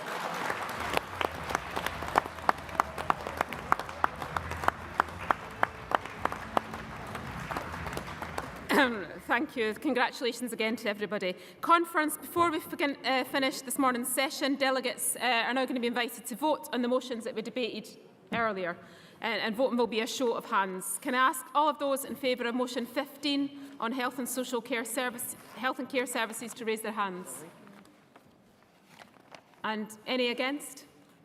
No, that's carried. Excellent. Can I ask all those in favour of composite motion 5 on social care to raise their hands? Thank you. Anyone against? Carried again, unanimously. Can I ask all those in favour of motion 16 on cervical cancer screening to raise their hands? Thank you. Is there anyone against? That's carried unanimously as well. Can I ask all those in favour of motion 17 on health inequalities to raise their hands? Thank you. Is there anybody against? No, that's unanimous too. And finally, can I ask all those in favour of emergency motion 1 on the National Care Service to raise their hands? Thanks. And anyone against? No, that's a unanimous streak there. So thanks, delegates. Just before we adjourn, could I remind you that there are a number of fringe events taking place within the venue here and also in the Conference Hotel, the Hilton Doubletree on Cambridge Street. If you can have a look in your conference guide for details. And as I said before lunch, I hope that members will support those fringes because it's those fringes that make this conference possible. And if you're confused about directions, and the stewards are on hand to help you. So I hope everybody has an excellent evening. And I'll see you all bright and early tomorrow at 10 a.m. for a sharp start.